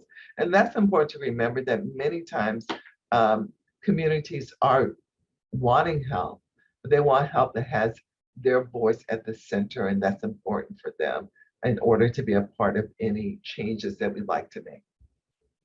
So after all of this, their bold goal is to improve life expectancy. And Rush Memorial is primarily adult hospital, but also has pediatrics. And so they wanted to reduce the life expectancy gap between the Chicago Loop and the West Side by 50% by 2030. So this is a really bold goal with very specifics there. And then they talked about the 5 main drivers and what social and structural determinants of health they were going to focus on. So this helps to inform us as we are starting to think about our Center for Health Equity. And I wanted to kind of now pivot to the Philadelphia story.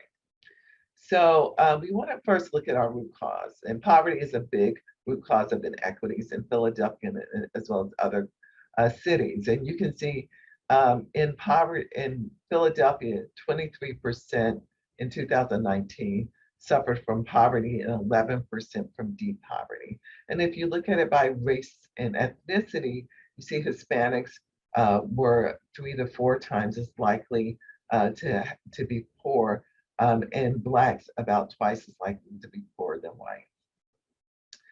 And then you also have to look at the history. You know, we know that slavery really impacts much of our history in terms of the inequities for Blacks. But in the 1930s, there was another practice called redlining that really has continued this legacy of discrimination and oppression and led to poor health outcomes. So this is Philadelphia. This is West Philadelphia here. Now, if you look at their racial and ethnic makeup now, 2019, almost 100 years later, you can see in the areas that were redlined, there were areas that are still, that are predominantly occupied by African Americans.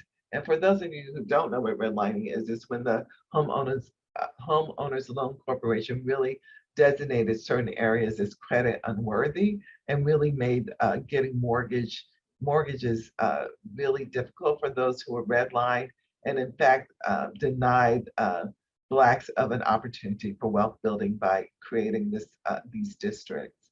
And you can see also that the same areas that were redlined are the areas impacted by poverty in Philadelphia. And I've outlined West Philly, but you can see this area too. North Philly is similarly impacted by poverty. And then if we go to housing, we can look at the burden, and this is related to the amount of their income that's spent on housing, and this is for owners by race and ethnicity on the left. And you can see there is disparities. There are disparities there with Blacks and especially Black and Latinx women being much higher, having much higher burden of housing than whites. And if you look at for renters, you see even more of a difference between Black and Latinx communities as compared to white, as well as other people of color. And then we can't, forget education, right? That was on our will. And if you look at for example, Lower Marion, and the amount that is spent per student is 2.5 times the amount spent for students Lower Marion has 2.5 times more spent on children than children in Philadelphia. Now, when we started to look at our own patient population at CHOP, we wanted to really understand who is coming to our to use our services, to utilize our services. And so this area, which is all West Philadelphia, has the highest rate of use of our services in primary care as well as specialty care. And if you look at by primary care, specialty care, and inpatient setting, you can see 85% in the primary care setting are African American, 74% in specialty care, and 88% in inpatient care. And then if you look at Hispanic and Latino, you can see in West Philly, and this is all West Philly, I should say, in West Philly, very few people speak any language other than English. And that's important to inform us as we focus on West Philly. We need to understand what languages we need to be sensitive to. And then if you look at the food and transportation, you can see that in West Philly, 83% of Black or African American residents receive food stamps, and 28% of households do not have access to a vehicle. And then you can see where there's low access, and it's defined as a tract where greater than 33% of the population must travel at least 1 mile to reach the nearest supermarket. And we see that some of this has really been improved over time, but there are areas in West Philly where there's very low access to market. Now, looking at income, you can see there's a $20,000 difference in West Philly versus the rest of Philadelphia. And then if you look at crime rate, similarly, much higher crime rate in these same areas that were redlined. This is a digitalized map of it, but this is West Philly again. Oops. And then if you look, we talked about Lower Marion. So there's one street that really divides West Philly from Lower Marion. And across the street, we see major disparities. In terms of race, we have 6% Black versus 80% West Philly. If you look at things like environmental disparities, you can see lead paint's more likely, 87% likely in old homes versus 63%. Look at health disparities, you can see the rate of asthma is 4 times, the hospitalization rate is 4 times higher in West Philly than Lower Marion. And then if you look at education, you can see only about 53% in Lower Marion have a bachelor's degree, whereas only 17% in West Philly. So all of these kind of lead, may lead you to think that this is too big and this is just too much for us to tackle. And, definitely we want to have a really radical, bold vision and look for incremental gain. But I wanted to just pivot a minute and talk a little bit about what we've done with asthma disparities and how we've tried to address one of the root causes. So this is the West Philadelphia Asthma Collaborative map, where we really went through West Philly and we tried to identify all of the assets. I think it's really important to focus on strengths. And what we found is there's a lot of healthcare. Healthcare was not a problem. Pharmacies is not a problem. There are even many recreation spots, but most of those recreation spots are either not safe or not well kept up. But we did find some assets, and the most important assets from a healthcare perspective is that 97% of the families reported that they had access to healthcare. When we looked at asthma prevalence, and this is something we published many years ago, but tends to still be true, is that we found that zip codes are really important determinant of prevalence. And you can see that the zip code and poverty kind of align together. So based on the zip code, the higher positive rate you have with asthma, the higher poverty rate you have in the same zip code. And then if you look at asthma by census tract, this is all of West Philly. You can see there are areas where there are higher rates of hospitalizations. Interestingly enough, it really compares to emergency room visits. Some folks think emergency room visits is less about the acuity of asthma, but in this population, it really does track for both hospitalization and emergency room visits. The same census tracts tend to have high rates. Now we overlap LNI violations. So LNI is licensing and inspection, and we felt that this was a good proxy for the housing situation. And you can see here that, again, it maps pretty closely. ED and hospitalization were the highest, and whereas green is where you have high levels of hospitalization and housing violations, and here emergency room visits and housing violations. And then we looked, our partners actually looked at child asthma hospitalization rate and school attendance, and found similarly the darker areas had the higher rates of hospitalization, and where these red dots is where you have low school attendance rates, like where the red dots is 4 to 21%. So again, really examining the root causes. So we wanted to really think about housing. So we started a program called the CAP Plus program, where we have for years done asthma self-management education, environmental remediation, utilizing community health workers in the home. But one of the things that we couldn't do with this program is really address structural damages like holes in the ceiling and leak and major plumbing leaks. So we wanted to then expand our program to address those home repairs. So we decided to focus on West Philly. And had to have emergency room visits or one hospitalization in the last year.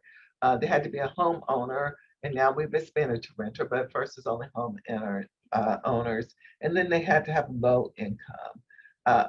The family had to commit to staying in the home for at least 3 years. And our home repair organization partners are Rebuilding Together, Philadelphia, and Habitat for Humanity.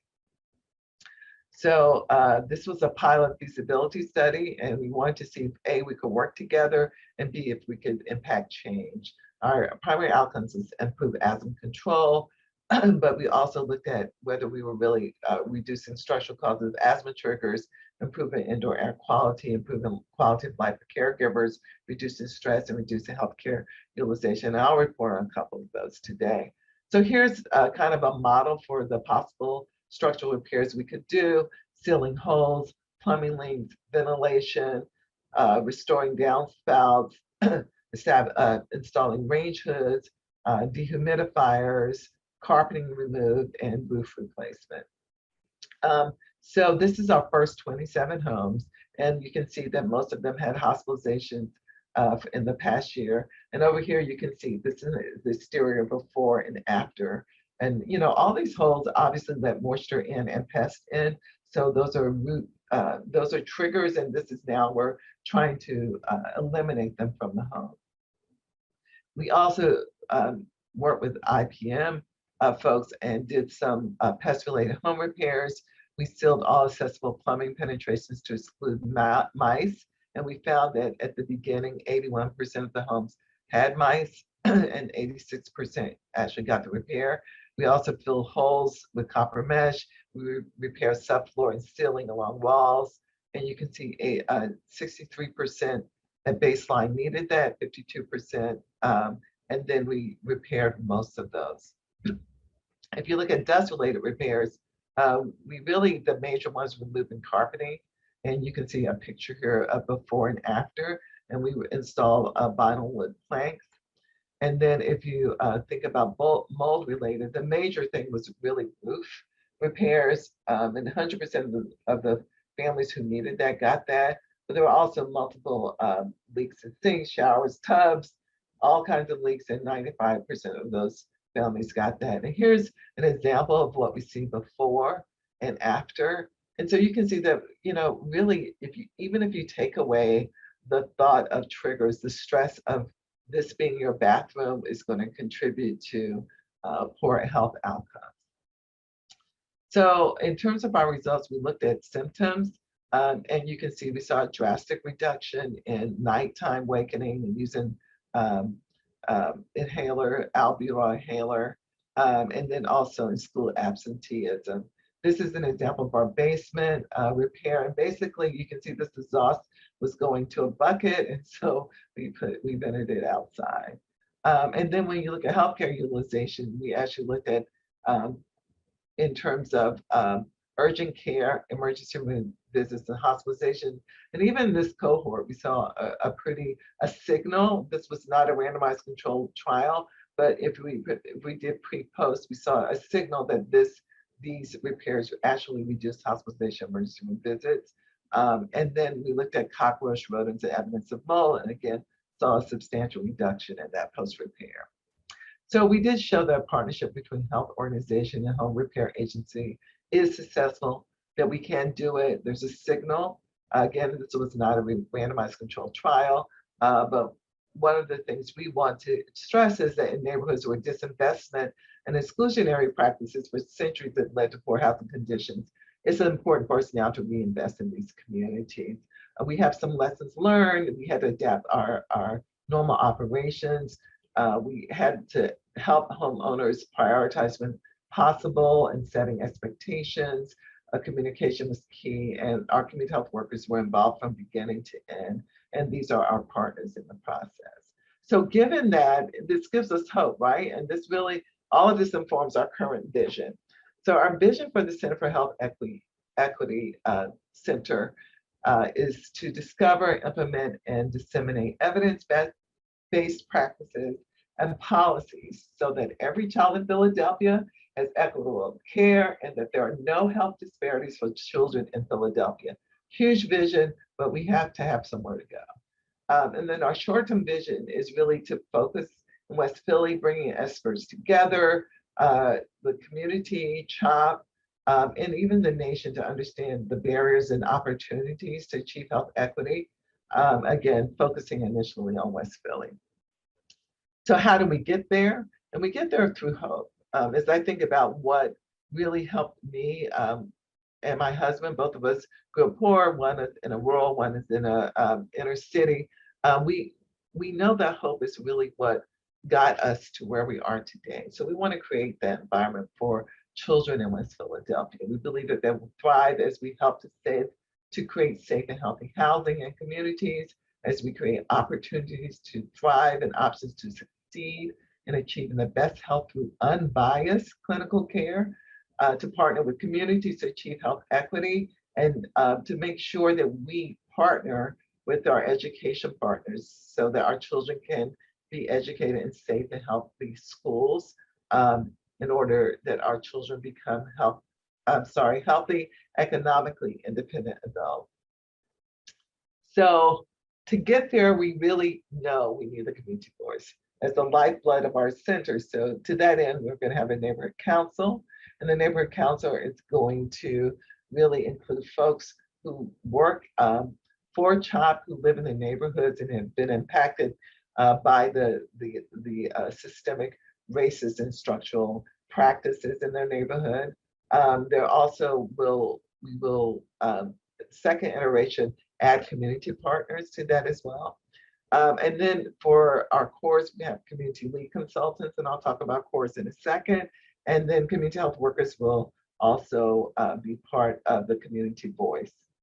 And I said we're going to bring in national voices, and so we really have tried to identify experts in the field of racism and health, health equity, health disparities, policy and advocacy, and to really help us form our goals and our mission.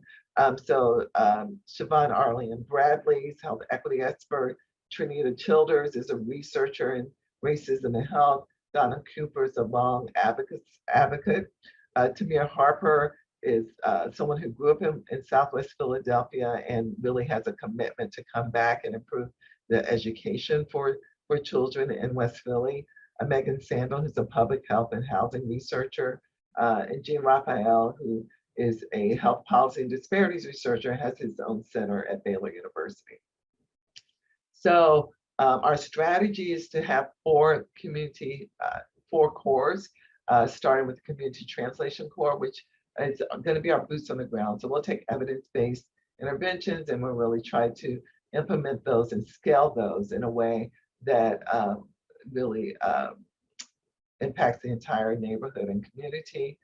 We have a clinical quality and safety core where we focus on more equitable and less harmful care. And then we'll have an advocacy and justice, really social justice core, and really speak truth to power about issues that impact health equity.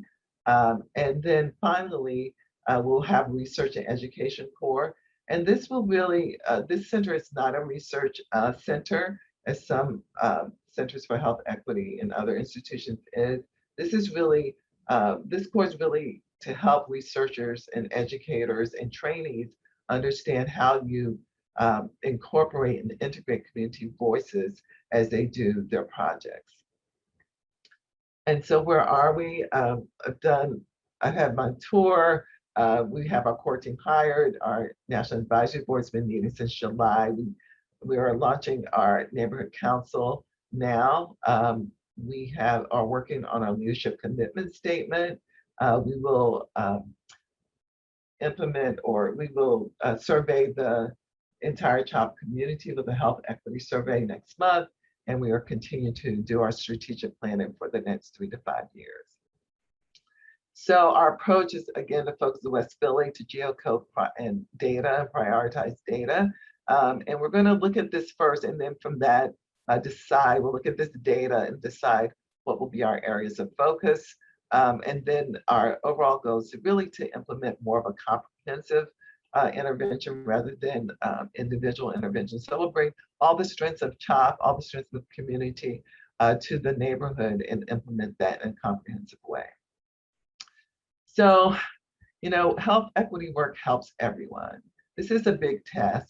It does require a commitment of leadership to support and build and sustain infrastructure to guard against racism in health.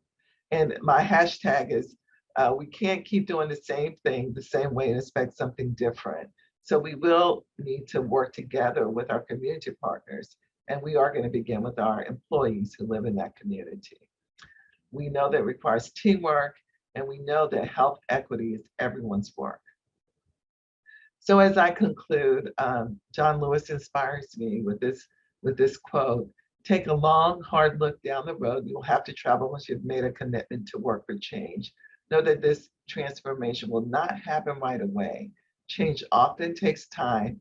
It rarely happens all at once. So as you know, we work together to achieve health equity. We will accept incremental gains as we create a radical, bold vision. So thank you very much for this opportunity to share with you our vision and our thoughts around health equity. some really inspiring talks this afternoon. I want to thank the presenters, Dr. Fabisak, Dr. Bay, Dr. Brian Stevens. We have a few minutes now to discuss some of the points that were raised, and some folks have put some questions in the chat, which we'll come to. If anyone here wants to ask a question live, please do raise your hand and we'll call on you. I'm just going to kick it off with a question that was put in the chat. This one asked, did redlining policies in the 1930s go on to influence transportation policies in the 50s or 60s? Where to build interstate and other high traffic corridors in urban centers having an impact? So we'll start with that to see if any of our panelists would like to address that.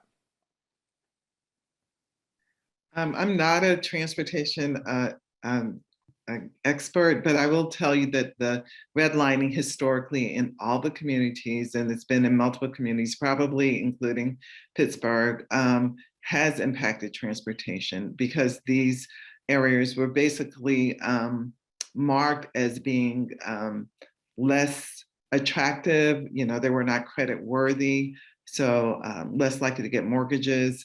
And so impact a lot of policies, including transportation. Thanks. I'll just add locally that the Lower Hill District is still impacted by decisions to build a highway that impacted a major neighborhood. Okay, thank you for that. Next question was for Dr. Brian Stevens. What are the social determinants of health in the Pittsburgh region that contribute to the largest disparities in health outcomes in the region? Where does air pollution fall in the list of factors? Yes, so that's a great question. I don't know a lot about Pittsburgh, so I'm probably not the right person to answer this. My guess is that the same social determinants of health that impact us in Philly impact you guys in Pittsburgh. Just listen to this morning's presentation. It's been really impressive how air pollution plays such a big role in your health. And as you guys know, we have the Philadelphia refinery in our backyard, which is subsequently now being rebuilt and repurposed. And there was an article, actually in the New York Times Magazine, about how that air pollution impacted our health. So my thoughts are that absolutely air pollution plays a big role. And I really applaud all the efforts you all are making towards environmental justice. I think that's so important. And part of our center will be where our third core, advocacy and justice, is really around social and environmental justice. Thank you. So yeah, Matt, go ahead, Jim.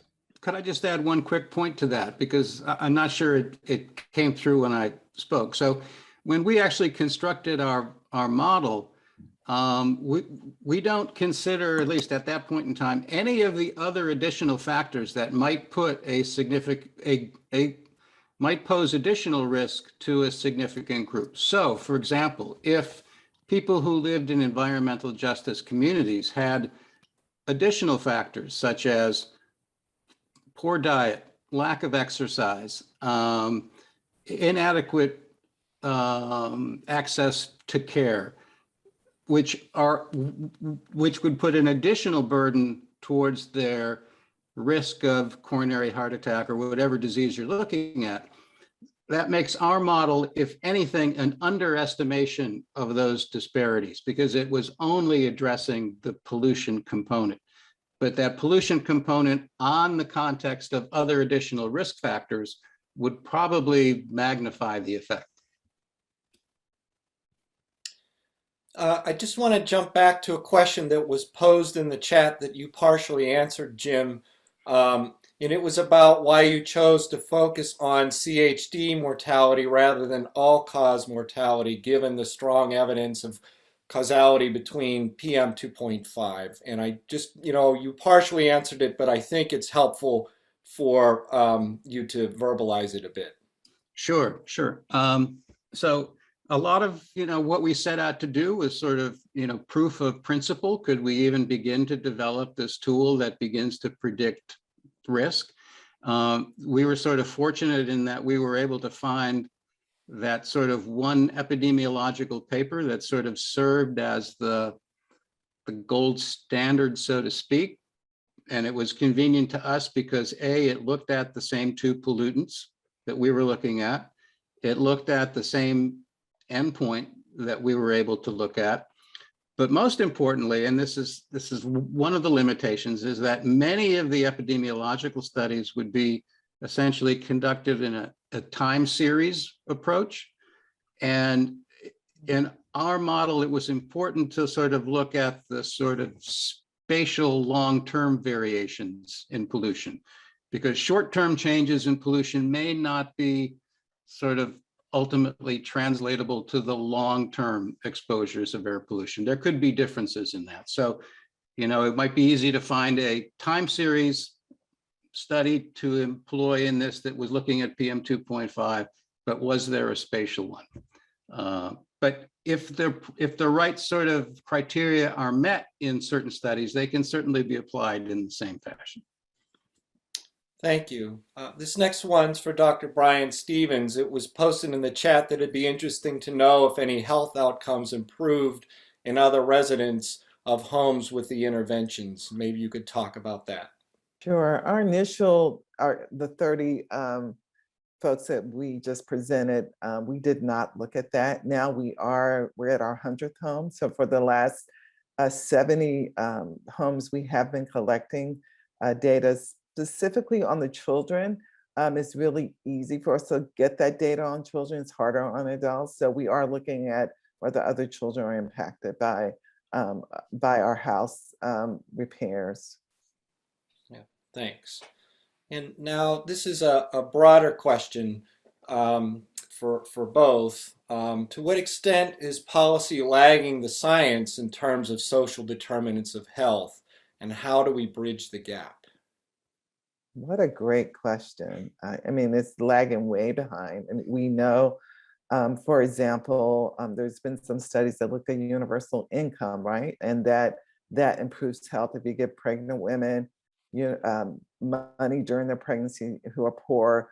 There's less infant mortality. We know that US is at the highest rate for infant mortality for westernized countries. So when you think about the things that we know work and what policy is right now, it lags way behind in my estimation. And we have a lot of work to do to convince those empowered to really focus on the ones less served, thereby bringing everyone up, the whole community up. As I mentioned in my talk, that health equity impacts the whole economic stability of the entire country, not just those who are poor or who are suffering from inequities. Thanks. And I guess I could just add the quick comment to that. There's also this inherent limitation in the fact that there's going to be some lag between policies and a change in effect. You know, I mean, we are sort of looking at the health effects now that got sort of set up by policy changes that got instituted even back to, as Dr. Tyra Stevens said, back to the 30s, and transportation policies from the 50s. You know, so we're examining that impact now. How those policies now can be changed is kind of the challenge, right? So, I mean, one thing one people will often talk about is, you know, relocating people away from heavy industries. That's a little bit challenging to think about. You know, we're going to pick up people and move them away. What we should have done is think how we can sort of construct the layout of that land long before those industries, you know, have a centralized industrial core, and then a sort of commercial buffer zone, and then a residential area. That might be more protective. I don't know how you do that now, but that's sort of how would you build a new city in the middle of where there is none is different than how you change a city that is already built. Okay, with that, I just want to offer up a chance if you have any final comments or any final thoughts before we wrap up the panel. you all covered a lot in a short period of time on a very dense day of lots of information. So I really want to thank you all for really launching this topic for discussion. Thank you, Dr. Fabasak, Dr. Bay, Dr. Brian Stevens. Really appreciate your being here today. Thank you. And we will follow up with you after the conference if there are any additional questions. So we will take a short break until 2:30. So enjoy the break and reflect on what we've learned. And we'll be back with our first afternoon panel session on strategies to alert and protect residents from air pollution exposures. Thank you. On April 14th, 2021, a huge fire erupted at Metallico Incorporated on Neville Island. The fire burned for more than 6 hours as several fire companies battled it. The smoke and pollution from the fire blew directly across the Ohio River into Emsworth, creating a dangerous situation for residents. The fire should not have come as a surprise to any officials or agencies. It was predictable to anyone who paid attention to Metallico's operation. In fact, Allegheny County Clean Air Now had previously reported substantial emissions, explosions, and fires on the site to the Allegheny County Health Department. Metallico identifies as a metal recycler. While it would seem that a metal recycler should contribute to environmental improvement, that is not the case with sites like Metallico. It is one of only 250 facilities in the US that operates a metal shredder, shredding primarily vehicles, but also other items like large household appliances under tremendous mechanical force. Vehicles typically go through the shredder with tires on and interiors and exteriors intact. That means fuel, oil, antifreeze, refrigerants, batteries, airbags, and lights go through the shredder. Since an extreme amount of heat is produced during shredding, fluids and fuels become gases as they are emitted. VOCs and hazardous air pollutants, such as lead, zinc, cadmium, and mercury, are also released into the air. Since August of 2018, ACAN has been monitoring Metallico around the clock with the ACAN Create Lab camera, a VOC monitor, and a CMU ramp monitor. We have documented more than 350 pollution events on the camera blog at acancamera.com. The pollution events include explosions when gas tanks go through the shredder, clouds of particulate matter and other emissions, and odors of burning rubber, plastic, and wires. Most of these events have also been reported to the Allegheny County Health Department.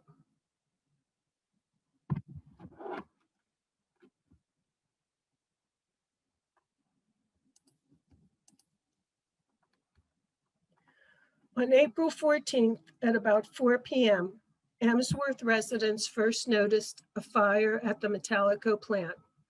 During the rest of the afternoon, evening, and night, smoke and fumes blew directly into Emsworth. The ACAN camera captured the entire disaster. At times, the smoke from the fire completely obscured the camera's view of the Metallico site, the surrounding area, and even the Ohio River. The smoke plume was visible from Mount Washington.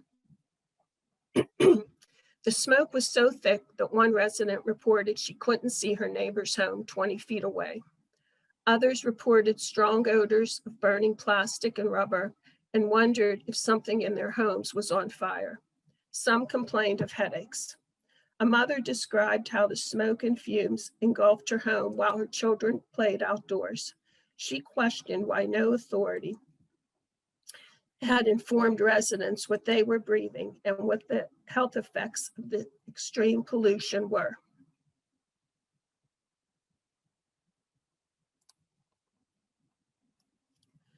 A health department inspector was at the fire site on Neville Island. Another inspector arrived at the camera site in Emsworth. He advised the residents to evacuate their homes for the night since the smoke was so intense. More than 20 residents evacuated their homes for hours. Some checked into hotels or stayed elsewhere overnight. While the inspectors reported back to ACHD, neither the health department nor emergency responders alerted residents of the dangers they were subjected to. The fire broke out during the evening news cycle. All the local stations covered it for up to 2 hours. Fire companies were still on the site during the 11 p.m. news broadcast as the stations continued to report live on the fire. Yet during all this time, the stations were available. No emergency responder or regulatory agency took any responsibility to contact them to alert residents of the dangers they were exposed to. Even the Allegheny Alert System, which updates countless residents by text, email, and phone on the daily COVID-19 cases, and occasionally about bad air days, was not utilized. Carnegie Mellon's Create Lab was able to document the pollution using Plume Pittsburgh. As you can see, the wind blew the intense pollution directly into Emsworth for more than 6 hours. The following day, odors of the fire remained in Emsworth homes. ACAN provided air cleaners to some residents to help clear their air.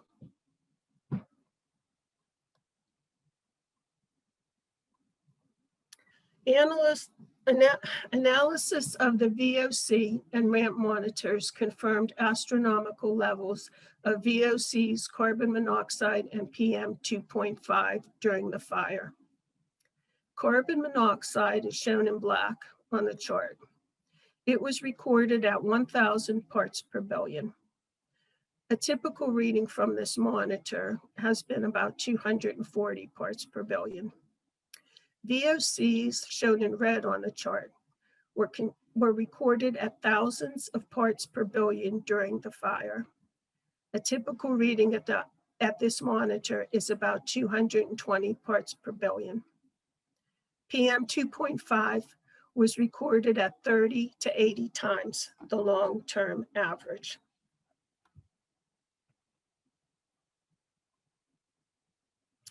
It's astonishing that Metallica was permitted to resume operations 5 days after the fire, even though the health department had not determined the cause of the fire.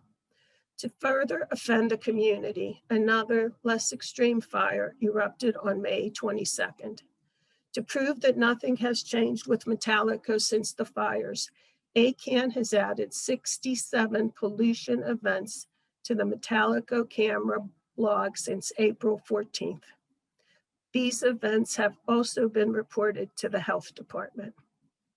After numerous requests to the health department over the past 6 months, ACAN has not received any information regarding the cause of the fire, measures taken to prevent future fires, or the impact the smoke and fumes have had on residents. The very least we should have expected following such a dangerous incident is a commitment from our health department and emergency services to alert residents of threats to their health and safety through Allegheny alerts, other emergency alerts, and local television and radio stations. Good afternoon, everyone. I'm going to cover a chemical release incident.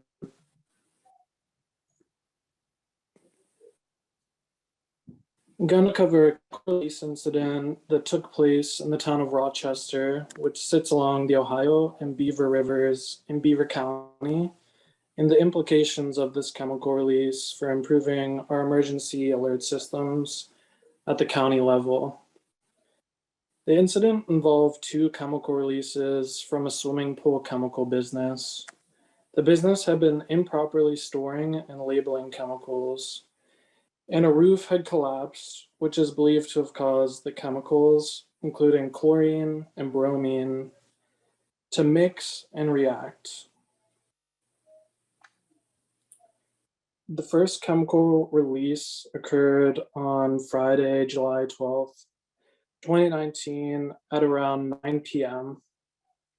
Some residents that I spoke with reported not having received a notification until nearly 3 hours later at midnight, which you can see this email is timestamped when some residents finally did receive a notification, and it was vague to them. It did not include the nature of the incident, whether to leave windows open or close, or whether to evacuate. The failure of the emergency alert systems that were in place is clear from personal testimonies of the incident. A driver was impacted by the chemical plume from the swimming pool business on the morning of July 13th, 2019, and provided the following testimony to DEP. Unfortunately, I was in an open-top vehicle at the time, and I was driving on Route 65 South, and I came to a plume and that had just reignited. It was so thick that I couldn't see my hands on the steering wheel. And again, the vehicle was an open top, so within minutes or even seconds, I felt the impacts of the chlorine exposure. I was shaking, convulsing. My fingertips were numb from my tips up to my elbows. My legs were shaking uncontrollably. My eyes were watering. I had to pull over and I called 911. They were very short with me, and when I told them I didn't feel well, they actually basically just hung up on me. So I continued on down the highway, and when I got to my destination, which was Sewickley, I collapsed out of my car, to which 911 was called, and I was taken to UPMC Mercy Hospital. So I just wanted to go on record as to what happened. That's the very short version. I'm truncating a lot of the effects that happened to me afterwards, in that I continue to feel. WPXI, the Pittsburgh news station, reported hearing from dozens of people who said they didn't get emergency alerts about the chemical fire and learned about the shelter-in-place order from watching the news. Another resident I spoke with described how the plume affected her the previous day. Not only could you smell it, but if you were outside, it burned your lungs and eyes. We weren't notified until the next day, and I was very upset. Mostly because before having gone out myself, I had my dog outside unaware it wasn't just fog. I also had a window open. I think the notification came in around midnight. Another resident explained to me that before she left for her night shift, while she did not receive an alert at this time, she brought her child and pet out of the area to her parents' home in nearby town, Aliquippa. Many people use common sense while experiencing the strong smell of chlorine gas. And if they are physically able to, or had a family member or somewhere else to go, evacuated without understanding the nature of the incident. As these testimonies suggest, it is important that in the future, residents be made aware of the nature of a public health hazard in a timely manner, and this would enable them to make informed decisions. But in July 2019, Beaver County Swift 911, the county's existing public notification system proved to be insufficient for that task. So one takeaway or policy recommendation from this incident is supplementing our existing reverse 911 system. And how it works is residents have to sign up to be alerted beforehand. So incidents like this might bring more people to be signing up, but PEMA actually has an integrated public alert and warning system that includes public alerts, and it works like Amber Alerts do. So everyone with a mobile device would receive a notification within a given radius without having to sign up. So this would supplement the Swift 911 system that we have in place. And it's the integrated public alert and warning system because it includes not just mobile alerts, but also radio, television, and siren systems are included in it. This was a relatively minor incident from a small swimming pool chemical business, but it highlighted the need for residents to receive notifications in a timely manner that include the nature of the incident so that they can make informed decisions. This is important for us in Beaver County as we're introducing a first of its kind petrochemical plant in Pennsylvania. Thank you. As Deb mentioned, I am a resident of Clairton. I've been a resident for 16 years. And today I just want to speak about the importance of having an alert system. And there are many other things that can be done in the community to alarm residents.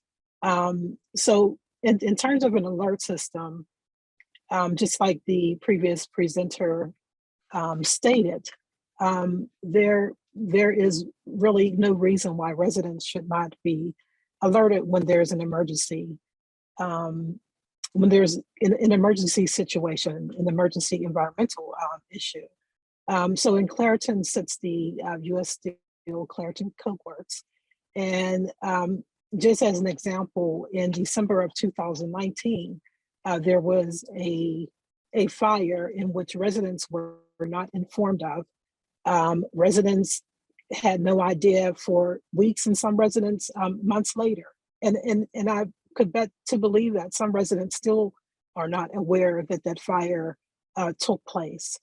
During that fire, there were a lot of emergency room visits. And so if residents were alerted beforehand, they would have been able to leave their homes and maybe go to a family member's home so that they would not be affected, so that their health would not be affected.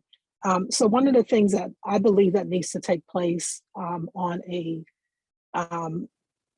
local, state, and also a federal level is that there should be an emergency system set in place so that residents are aware of any type of emergency situation, such as the fire in December of 2019. It's something similar to a weather alert in which we received just a few weeks ago. We received a tornado alert that came through our phones and most likely through TVs as well. And that alert could alert residents as to what they need to do, when they need to do it, so that they can protect the health of themselves and their families. I believe another thing that needs to happen when there is poor air quality days, either red or orange air quality days, residents also need to be alerted, and it needs to be real-time alerts. It should not happen an hour or 2 hours after the air quality is bad, but it should be in real time. I do understand that Allegheny County is making strides to do that, but it needs to be countywide, not just in the Mon Valley, where I reside, and many residents who surround the Clairton Coke Works, but residents need to be made aware of poor air quality days. There are many residents in Clairton and surrounding areas whose health is affected on poor air quality days. We have many children who have asthma. Something as simple as putting flags throughout the city and raising those flags on red and orange days. For instance, the EPA actually has a program in which municipalities can adopt in their cities, and that I believe it's called the EPA Red Flag Program. And those flags can be placed in schools, they can be placed at libraries, they can be placed at a post office, so that residents are aware of poor air quality days. So those are the things that I think that need to be put in place. I really think they really are no-brainers to protect the health of residents. One of the things that we are doing at Women for a Healthy Environment is that we are sending out text alerts to residents who sign up. You can sign up at 797-797, and if you text AIR PGH, you can get a text alert on poor air quality days. If anyone has any questions, I will put my I'll put my email in the chat, and I thank you all for your time. I want to go ahead and start to open this session for discussion. What we really want to do is we've heard about what the problem is. We've heard from 3 different community members about 3 different events where they felt they weren't notified in a prompt manner or a sufficient enough manner that they could take protective actions. So I'd really like to take this conversation and pivot it and try to explore ways that we can address this as a policy issue. I'm going to go ahead and ask Jake to get back on if he doesn't mind. I did read his report in full, and he does have analogies in there to developing an alert system, just as nuclear plants have an alert system. Evidently, those are mandated by the state government that if there's an issue at a nuclear plant, there has to be a warning sent out. And I know you had started to frame some more, starting that discussion around air quality alerts or poisonous, alerts. Right. So because of the 3 Mile Island incident, there are more regulations for nuclear plants, and there's a nuclear plant in Beaver County. They have to mail residents within a 10-mile radius a mailer annually. So every year residents will get this mailer, and it includes a special needs card. So if you have a disability or you're not able to drive, you fill out that card and let the emergency personnel know. But the idea is taking that regulation in place for nuclear plants and having high-risk chemical facilities, which there are dozens of high-risk chemical facilities or SARA Title III facilities in Beaver County and even more in Allegheny County, and having those plants or facilities mail residents in a given radius evacuation plans, special needs cards. The only reason that the nuclear plants have this regulation is because there was an accident, and similarly, after the 1984 disaster in Bhopal, India, which killed over 2,000 people, it was Union Carbide's plant. There was, in the US, the Emergency Planning and Community Right to Know Act came in response to that in 1986, and we just need to build on the regulations that are in place without being reactive. It could take an incident from the petrochemical plants so that the industry have to notify people, but we want to be proactive.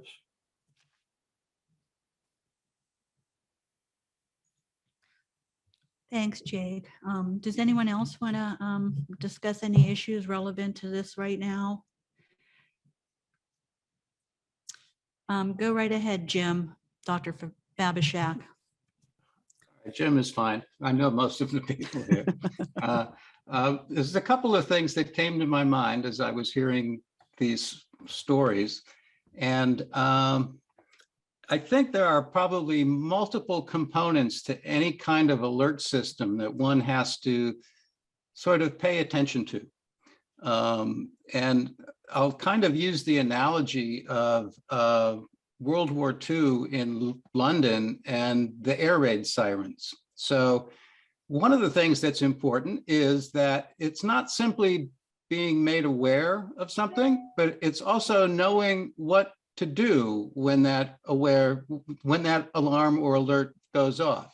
So for example, in London, everybody knew that they immediately should run towards the nearest bomb shelter and, you know, take action. So it was well defined in terms of what action should be taken in response to that alert.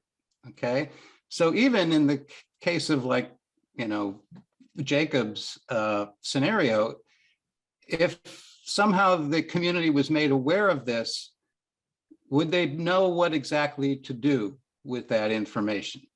So I think that has to be built into a system as well. I mean, somebody mentioned, you know, people can make informed decisions when they have this information, and that's easy to say, but not everyone has the same level of information in order to make those informed decisions. The other factor is that there probably needs to be also be some measure of triage and priority to these alerts, like comparing Jacob's scenario to Jermaine's scenario. Yes, they were both things worth, you know, being alerted about. The responses to those may be different.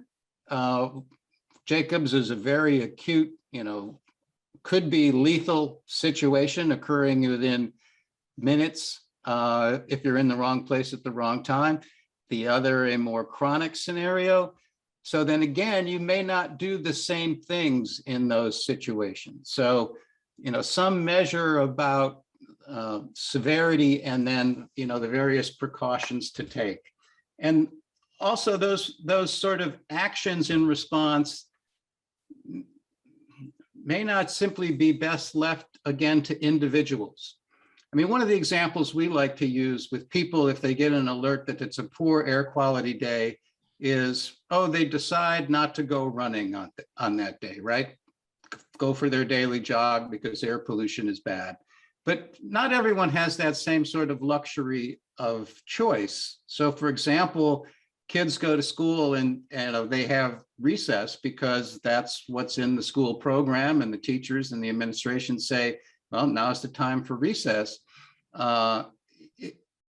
Should the alerts, or should the actions to the alerts then be also sort of carried out by those more organizational structures? Should schools be making decisions about what to do with kids' activities on these types of events when, you know, it's a bad air quality day in the Mon Valley or whatever? So it's kind of the actions that follow these alerts also warrant considerable discussion.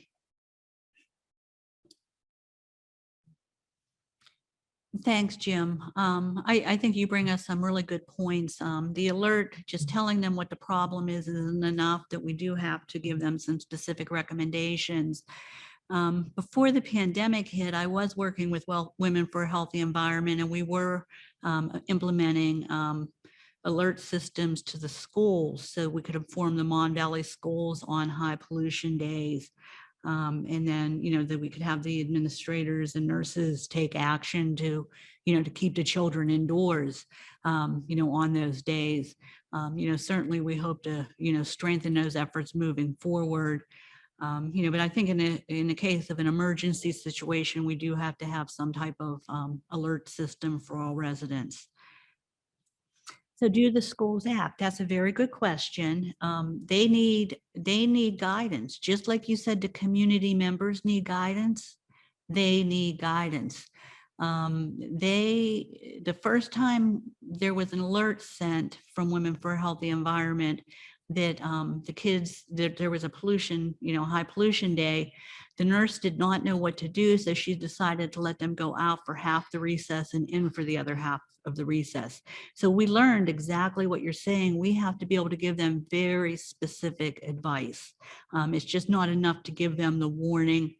I do think that the schools are committed to acting if we're able to give them, you know, advice to follow. Certainly air pollution impacts children, their ability to learn and grow and play.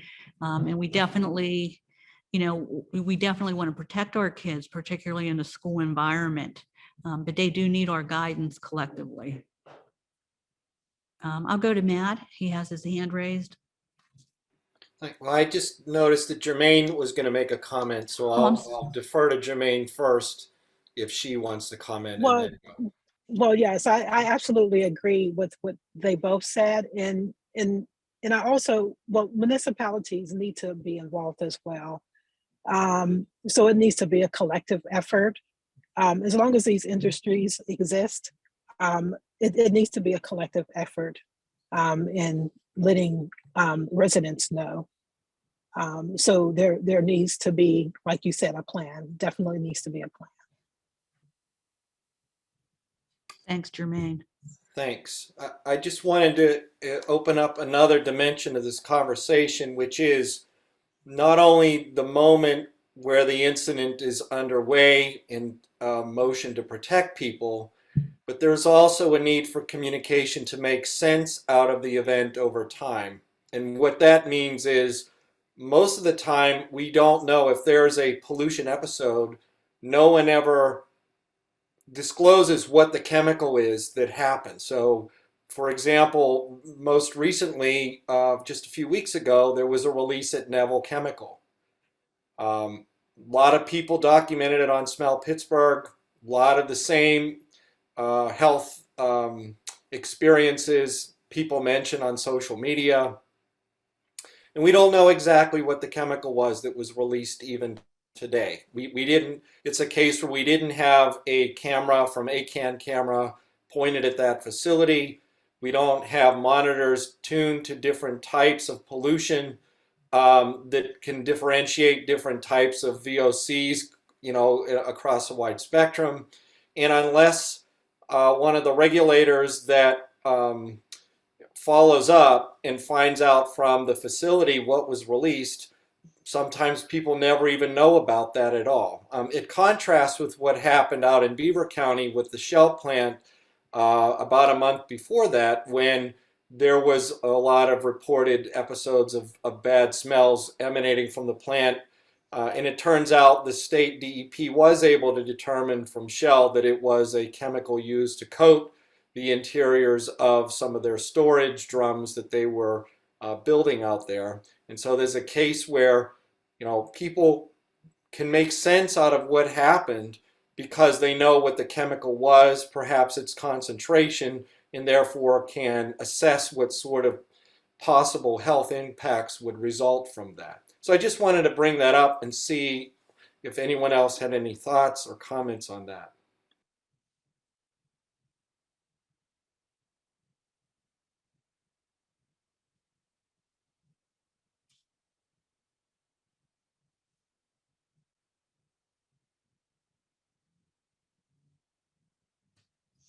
We do have a comment in the chat that basically says, good observation, Jim. Action following alerts are important. A group of particular concern are the elderly and other homebound folks. We talked a bit about school children, but this is certainly another vulnerable population. If evacuation is necessary for people with health concerns, how will they be helped? I think this is another important thing to talk about. A lot of the residents in the Mon Valley have older homes, and if there's poor outdoor air quality, it could get into their house. And Jermaine actually reminded me of this a week or so ago on a call. We really do need to be able to provide in the community a safe place for people to go, where they can get away from the air pollution, and if there is an alert out, they can go in and be in a healthier environment. I know she had talked a bit about that before, and I think that's something else we should keep in mind. No system is perfect, and sometimes things do happen. So it's important to really have resources in place, that there is a shelter to go to.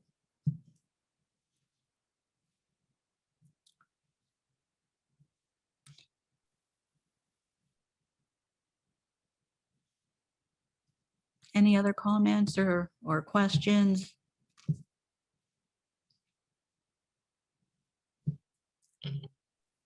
I was just going to say to Matt's point,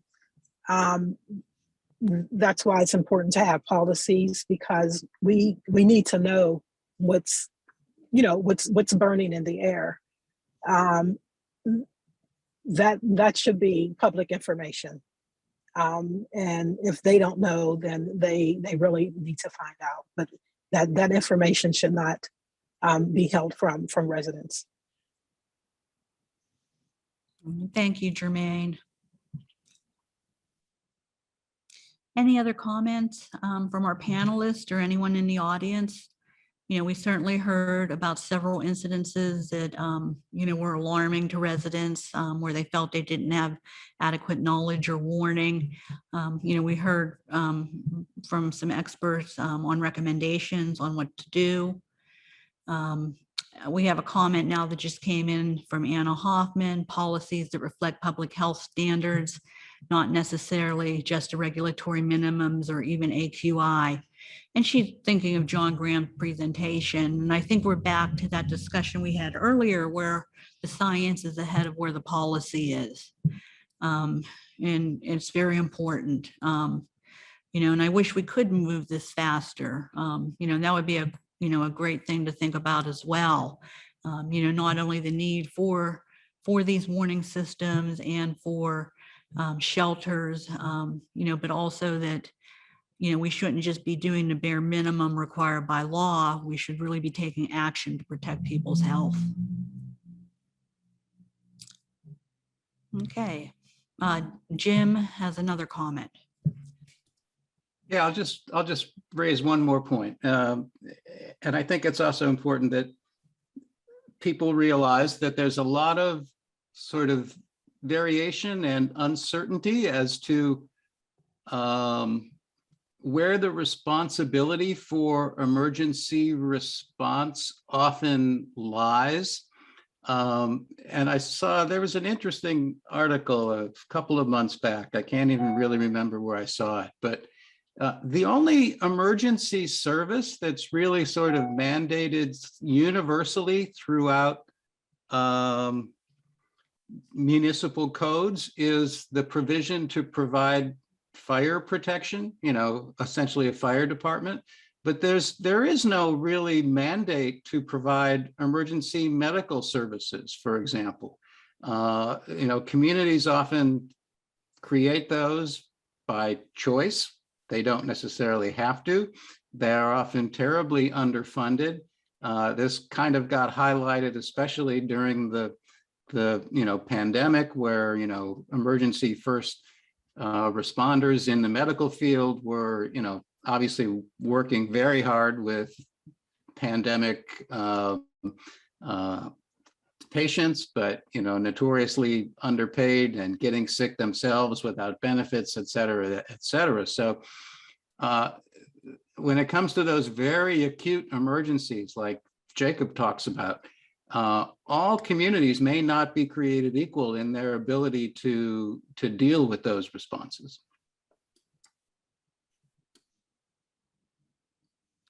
Thanks, Jim. Any other comments? All right, I want to thank our panelists for participating. I also want to thank everyone who chimed in, both on camera as well as in the chat. I certainly think this is a very ripe area for us to advocate for some policy change. And it's definitely necessary to protect health outcomes. With that, I'm going to go ahead and end this session. Thank you. My pleasure to do so. I want to start out by just offering kudos to the presenters, to the organizers of this Asthma Summit for some very compelling information and for fighting the good fight. I'm left with a question about, unless this is just an academic exercise, what do we do with the data? How does that inform our actions? And, I want to just address briefly why that's an important question. And from my perspective, it's an important question because our regional leadership is found lacking. Let me just cite a few examples. Our Allegheny County executive, Rich Fitzgerald, cheers the polluters, US Steel and others. He doesn't show up at these kinds of events. He doesn't talk about air pollution. And that's a problem for us because Allegheny County is the steward of our enforcement mechanism for environmental protection. Second of all, the Allegheny County Health Department, under his leadership, has weak enforcement procedures. You know, it was mentioned the fire explosion, whatever, at the Metallico plant. And when inquiries were made by important community groups as to what was the source of that and what was being done, basically the Allegheny County Health Department said, you know what, that's for the fire department to determine. Well, no, the fire department is not charged with environmental protection. During inversions, we get very weak, and this is very recent, very weak directions that are offered as suggestions really to polluters. Well, you know, we have an inversion, maybe you'd want to cut back a little, but there's no enforcement of that. Jim Kelly, who is the immediate past Deputy Director of Environmental Health at the Allegheny County Health Department, in conversations he had directly with me, expressed the belief that the advocacy community were his opponents, that he could not accept the use of certain technologies like the smell app, like video confirmation of pollution. And he was pretty much wedded to 19th, early 20th century methodology. Have a few inspectors, they have to go out and look at the problem. And what's the Allegheny County Health Department answer to Jim Kelly leaving? We don't have a successor to Jim Kelly. So we don't even have a somewhat limited Deputy Director of Environmental Protection. What we have instead is a new Chief Operating Officer who has cut off all communications from the outside with staff at the Health Department. So we have a problem there. Then we have the Allegheny Conference on Community Development, created 77 years ago to be an active partner with government, then the city of Pittsburgh, not the county, because the city was then in charge of these issues, to deal with smoke pollution. 2 years ago, December 2019, almost 2 years ago, the Allegheny Conference held what it called its next 75-year event. Invited lots of people participated. By the way, US Steel was one of the sponsors. People's Gas was one of the sponsors, but that's okay. You know, maybe it could be an honest discussion. Even though they were the partner with the city of Pittsburgh 75 years ago, now 77 years ago, no mention of the air pollution problem in their plan for the next 75 years. Last of all, I'll focus on the healthcare establishment. They have information, they know the problems better than we do, the illnesses that we suffer. They know about cause and effect, but they're more focused on treatment rather than prevention. And that's a problem. It's a problem for all of us. And the fact of life is, if you get on the UPMC website, under the heading of environmental illness, they will say the following. I just checked it out again to be sure it was still there. They will focus on, well, what are the issues around environmental illness? Chemicals such as cigarettes, asbestos, wood burning stoves, unsafe drinking water, certain chemicals in the workplace, lead and lead poisoning. No mention of air pollution by the University of Pittsburgh Medical Center, who is certainly a partner in this program. So what are we doing and how do we address this? In my last couple of minutes, I'd like to focus on the town hall approach that we have taken. Resident-led town halls, they're done virtually. We've had 4 of them. We build them on local voices, with people expressing lived experience, what it's like to live in these areas. What's it like to live anywhere here? What's it like to be an environmental justice community? What's it like when nobody gives you any instruction on what to do? And we built a coalition, I believe, a significant one with 4 town halls. At our last town hall, which was just held very recently, we talked about the fact that we sent a letter certified hard copy, return receipt requested to the CEO, presidents of Allegheny Health Network and the UPMC, and to the chairs of their board, basically saying, we'd like to collaborate with you. One of our earlier presenters talked about the need to collaborate with healthcare establishment. Well, what's the answer we got to this letter? We didn't get an answer. And when I got on their websites to try to figure out how to communicate with those people, the only information I could find was the ability to communicate with their vice presidents of communication, which I did, and sent a copy of those letters maybe 2 weeks ago and said, how can we get some conversation going here? And again, the answer was no answer. So what comes next is we're going to continue to have these town halls, but I believe that we need to get past data collection, although everybody should continue to collect data, it's important, and doing crucial research, which many of you are doing, and I commend that. But we need to take that data and turn it into action, advocacy, and activism. And that's what we want to do coming forward with our next town hall and beyond. I'll borrow in closing a term from constitutional law. We're facing a clear and present danger. That's the standard that was used by the Supreme Court to decide, well, when can you limit freedom of speech? I prefer in this case to use clear and present danger as when can we say enough is enough? That we have to have the people charged with doing this job actually doing the job. Instead of humoring us, instead of getting us off on tangents, let's step up to the plate. And I call on the healthcare establishment. Many of you have a voice in that. Our universities who have been silent on these issues too, to really begin to say, this can't be our future. It has to be our past. So thank you for the opportunity to speak. Thank you, Matt. It's good to be here with you all. And as Matt said, I'm the director at the Group Against Smog and Pollution, an environmental watchdog organization working to improve air quality in southwestern Pennsylvania since 1969. And I'm thrilled to be alongside the panelists in this session who are working to improve air quality in the region. I know I've benefited from the information shared during this summit, and I hope you all have too. We all know we wouldn't be gathered here if we weren't in agreement that air quality remains one of the most pressing public health and environmental issues in the region. Every year, residents are exposed to extraordinary levels of fine particulate matter and other hazardous air pollutants. And these types of airborne pollution most directly and disproportionately impact people living with chronic and other illnesses, especially those with asthma, children, pregnant women, and people living in environmental justice areas.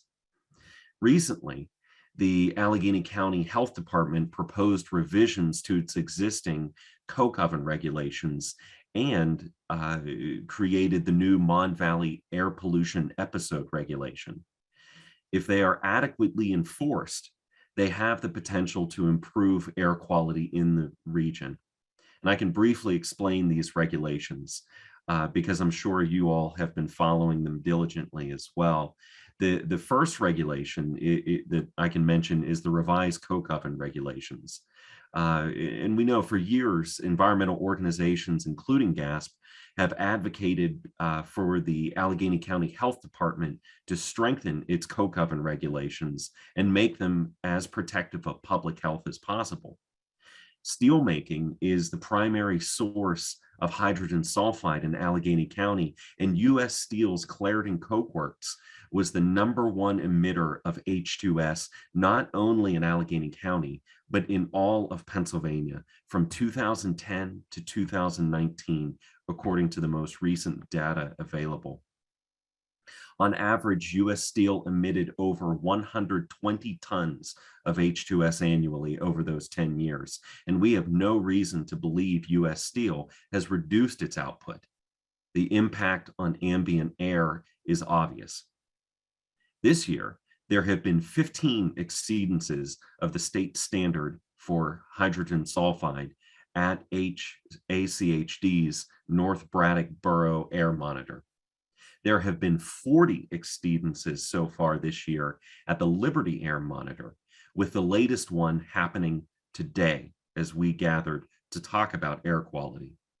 In fact, concentrations today were so high that by mid-morning, the exceedance was guaranteed. The ACHD's proposed revisions, if they continue to move forward, they'll do things like immediately lowering the H2S grain loading standard from 40 to 35, and then lowering it again in 2020, in the year 2025. They'll add things like 6 sulfur compounds to the calculation for determining compliance of with the H2S standard. They'll clarify language, technical language and definitions to mirror state Department of Environmental Protection regulations. They'll revise specific inspection and observation methods. There were several proposed revisions to the regulations omitted that GASP identified, namely, there wasn't a federal limit on the total dissolved content of quench water, and federal limits on fugitive emissions that are based on a rolling 30-day average of observed emissions rather than instantaneous observations. Even these regulations are currently being disputed by U.S. Steel, and we will continue to closely monitor the legal actions by U.S. Steel and ACHD, and I know many of you all will too. And we're keeping our members and the public updated as the process continues. The second regulation is the Mon Valley Air Pollution Episode Regulation. And again, environmental groups, including GASP, began pressuring ACHD to strengthen the county's episodic air quality regulations in December of 2019, when a prolonged air inversion prevented air pollution from dissipating, resulting in local air quality exceeding the federal standard for fine particulate matter 6 days in a row. During that same period, the region's air quality exceeded the state standard for H2S 8 days in a row. And ultimately, the goal of this new regulation is to reduce particulate matter in the Mon Valley during periods of stagnant weather patterns that often drive subpar air quality and exceedances of air quality standards. So this regulation will require facilities defined in the Mon Valley area that are large producers of PM 2.5 and PM 10 to annually create and submit to ACHD mitigation plans for these periods. And ACHD anticipates about 18 facilities in 32 municipalities to be subject to the new rule. The regulations were signed into law on September 15th, setting up Mon Valley air pollution watch and warning phases, which are determined by ACHD's air quality forecast. When a watch phase is issued, facilities like U.S. Steel's Clarendon Coke Works must conduct basic checks to make sure equipment is in good working order, and also ensure they have enough adequate staff to take more drastic actions required under the warning phase. For GASP and others, again, these regulations are not everything we have advocated for, but we believe they are a needed and essential first step for improving air quality in the region. The effectiveness of these regulations won't be known until mitigation plans are filed with the health department and implemented during a weather event.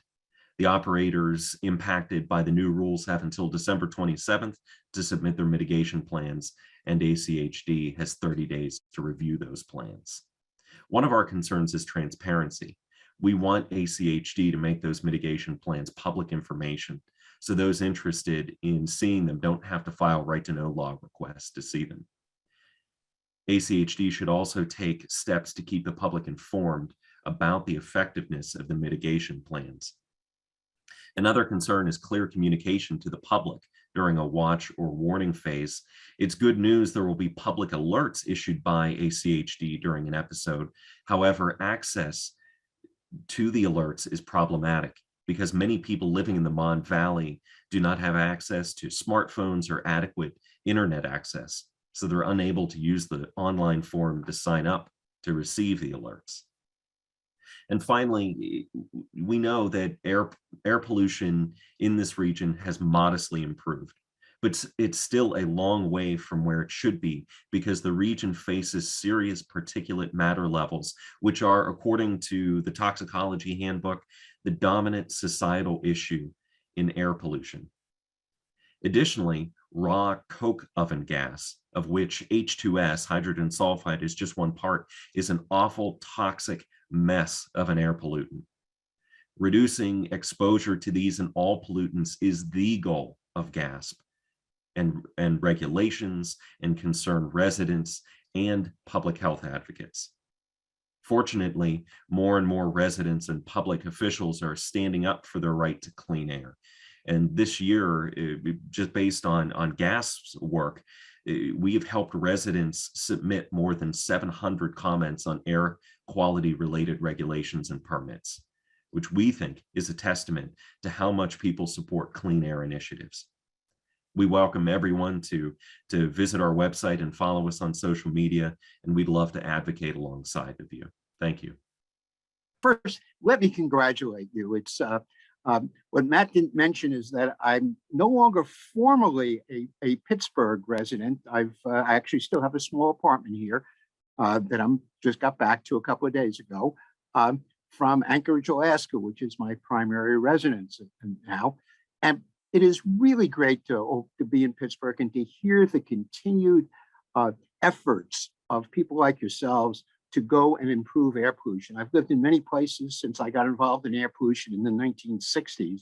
And Pittsburgh is, as far as I'm concerned, the best in terms of group like GASP and other groups that have come together to make a difference. And you clearly have made a difference.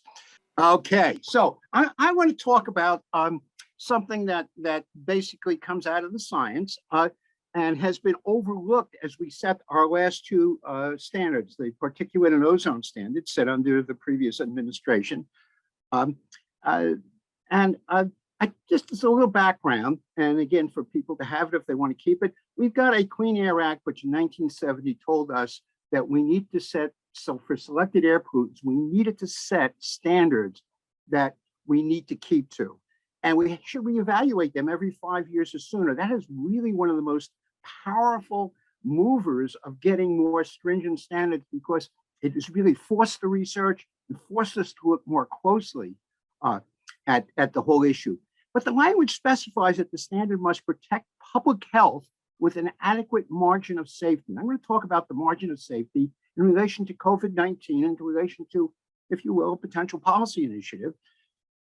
The focus is on sensitive populations, not the most sensitive individuals. So it's certainly asthmatics for both ozone and particulates, but it's not the most sensitive asthmatic for how we set the standard. EPA is required to form a bunch of scientists to get together, a Clean Air Scientific Advisory Committee, and I chaired that in the early 1980s, I think. And it basically has a duty of looking at the research that's been done about the individual pollutant under consideration and looking at what EPA has done to evaluate this pollutant and to come up with a recommendation to the administrators to what the standard ought to be. And in the past, and sometimes now, what we've done is given a range of numbers. So we'll say to the administrator, Madam Administrator, a reasonable scientist would think that the standard should be somewhere between 8 and 10 parts per billion, 1 hour, et cetera. We remind you, however, that at 10, at that upper level, there is no margin of safety. And so let me go into this margin of safety. Because that's, to me, the key issue of that I'm going to be focusing on in this time of COVID. The standard that the activity that CASE Act does is very rigorously science-based. It's a very thorough evaluation of each paper, and now thousands of papers where it used to be tens or hundreds, as I say, when I was involved with it. And trying to come out with what is the best best estimate we can come up with in keeping with the requirements of CASAC. But the margin of safety is not determined by CASAC. CASAC is a very science-oriented, rigorous science. The margin of safety is determined at the discretion of the EPA administrator. Well, doesn't have to give any at all. If it was just that, but Congress said, no, wait a second. We're going to put into the language of the Clean Air Act a whole series of specific guidances to the administrator as to what should be taken into account. What I've done here is I've put in quotes what's actually in the language of the Clean Air Act and highlighted some of my comments. So the congressional language justifying adding a margin of safety is to, quote, address uncertainties associated with inconclusive scientific and technical information, which goes beyond the charge to CASAC, which is to be rigorous scientists. It's to provide a reasonable degree of protection against hazards that research has not yet identified. And the EPA administrator should set the margin of safety even if, quote, the risk is not precisely identified as to nature, which is the hazard, or degree, which is, if you will, the dose response part of our usual risk assessment. The hazard is the intrinsic property of a chemical to cause an effect. Benzene causes leukemia, that's its hazard. Congress even went beyond that. It gave instructions about what the administrator should consider in setting a margin of safety. It's the nature and severity of the effect. There's a rare inherited disorder. A couple hundred kids each year are born with it. They'll die before they're 3 years old. Any bit of sulfur will make them sicker. You don't set a standard based upon that size of the sensitive population. The severity of the effect is there, but the size of the sensitive population is also important. And the difference would be perhaps the child would live a month longer if we abolished all sulfur in the air. It's the kind and degree of uncertainties that are also important. So what about that? Particulates in ozone produce lung and heart disease. So does COVID-19. Particulates in probably ozone cause increased mortality in those with pre-existing heart and lung disease. So does COVID-19.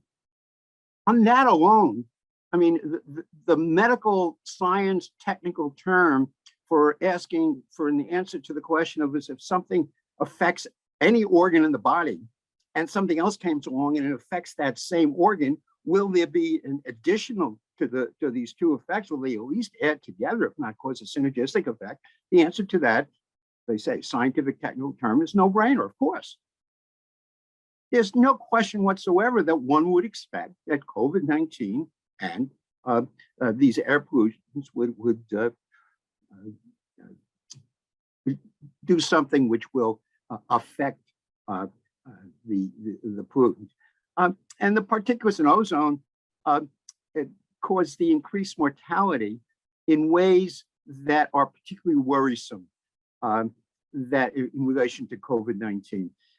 Anybody with any pre-existing lung disease, for almost any reason you can think of, will be more at risk for COVID-19. Anyone with pre-existing lung disease will also be more at risk to sulfur dioxide and to any of the air pollutants that affect the lung. And that's clear in the literature. That there's no debate about. The question is how much, and how much do you add a margin of safety for it? The size of the sensitive population. Well, most of the population is at risk for COVID-19. The risk of mortality is higher in those with pre-existing lung disease. And as I said, that can also be caused by ozone and particulate matter. So you can read through this and see the issues that are there. We know also with COVID-19 that there is a loss of lung function that persists for at least as long as we've known COVID-19 to be around in the long haul cases. And that these are occurring even in people who do not get hospitalized, who do not seem to be seriously ill. There seems to be scarring of the lung. Now, a little bit of minor scarring of the lung isn't that important until you get to my age and you're in a situation in which just a little bit more can make things a lot worse. And rather than just being something that lays you low for a while, it's something that kills you. And this is, again, sort of obvious. the kind and degree of uncertainty is also, again, in quotes because it's in the congressional language. And again, it's this susceptibility that's known to work together. So did Administrator Wheeler in the Trump administration include COVID-19 in the margin of safety for particulates or for ozone? And the answer is no. I mean, the only mention of COVID-19 in the Federal Register notice setting these two standards last year was the rationale given for, sorry, you can't go walk into EPA and look at this in our docket office because we've had to close the docket office. Now, this is the same administrator who basically said, EPA is not going to do as much oversight of polluting industries because of COVID-19. We don't want anyone to get sick during this oversight. So they're clearly aware of it. What reason was given for this? Well, the reason somehow didn't get in here, but it's in the language of responding to those of us who wrote in official language that needs to be responded to as part of setting a standard. The administrator basically said, well, we're not really sure about a lot of the issues related to how you define COVID-19, how many cases there have been, and things to which there's a lot of truth to, but it has nothing to do with the margin of safety considerations. It does have to do, these kind of lack of certainties, do have to do with the extent to which we can pinpoint the level of pollutant that's going to interact with COVID-19 and how much it interacts, but not whether it will interact, not whether it should be considered in the margin of safety. So there is, since the last administrator has stepped down, fortunately, we have a new administration. We also have a resurgence of COVID-19. We have the opportunity to be able to say, well, look, a margin of safety of COVID-19 was not considered in the margin of safety. We ought to be considering it now. And when we consider it, we, again, don't need to bring it back to KSAC. We don't need to go through the very long, detailed effort that EPA's Office of Research and Development does in coming up and reviewing all of the science. And Matt did mention, but I was the assistant administrator at EPA in charge of research and development after I chaired KSAC. So it's a very strenuous and stringent process for KSAC to review all that literature and come up with a scientific determination. But the Clean Air Act allows you to go beyond that. And COVID-19, I think, is the perfect opportunity to basically get the more stringent air pollution standards, not on a national level, that we should have received had the last administration been dealing with this fairly. So with that, again, let me thank you all and look forward to your comments. Good afternoon, everyone. I am Summer Lee, and I am a state representative from Allegheny County, representing the Mon Valley communities, some of the eastern suburbs and eastern portion of the city of Pittsburgh, which means that I represent at any given time the part of the country, right, where we have on any given day amongst the worst air quality in the nation. And the reality is that as someone who has grown up in the Mon Valley, as someone who lived in the shadow of industry, in the shadow of a steel mill, air pollution and environmental justice has always been just an undercurrent in my life, even as it's not been something that I had expertise in, right? It's not been something that so many of us in our community maybe realized that we had or didn't have the language to address, the language to speak about, but it's something that through our lived experiences, we just know inherently about. So when I first started running, I realized very quickly that I was an environmental advocate. And it wasn't a title that I had considered that I had myself. And it may be the journey to coming there wasn't the same as so many other environmental experts and environmental advocates, but it was an important one because I came through environmental advocacy through lived experience. What we know is that if you are Black or brown or poor, you are more likely to live in a place in this country where there is poor air quality or poor water, or some sort of environmental threat or hazard in your community. It is all over this nation. It's not just the Mon Valley. It's not just Flint. There are places all over this country where marginalized folks live, and that is no accident. When we consider the choices that folks make who represent us, when we consider the cyclical issues that we face, we know that for so long in this country, communities like mine, communities like so many that you advocate for, that you live in, that you represent, those communities have rarely had a voice, have rarely been centered, even in advocacy that directly impacts them. I came to this work because when I was running, we had a startling statistic that approximately 35% of the kids in the school district that I went to, the school district that I represent, has asthma. That is well above the national average. We know that in our communities, people are more likely to have COPD, or respiratory illness, or cancer.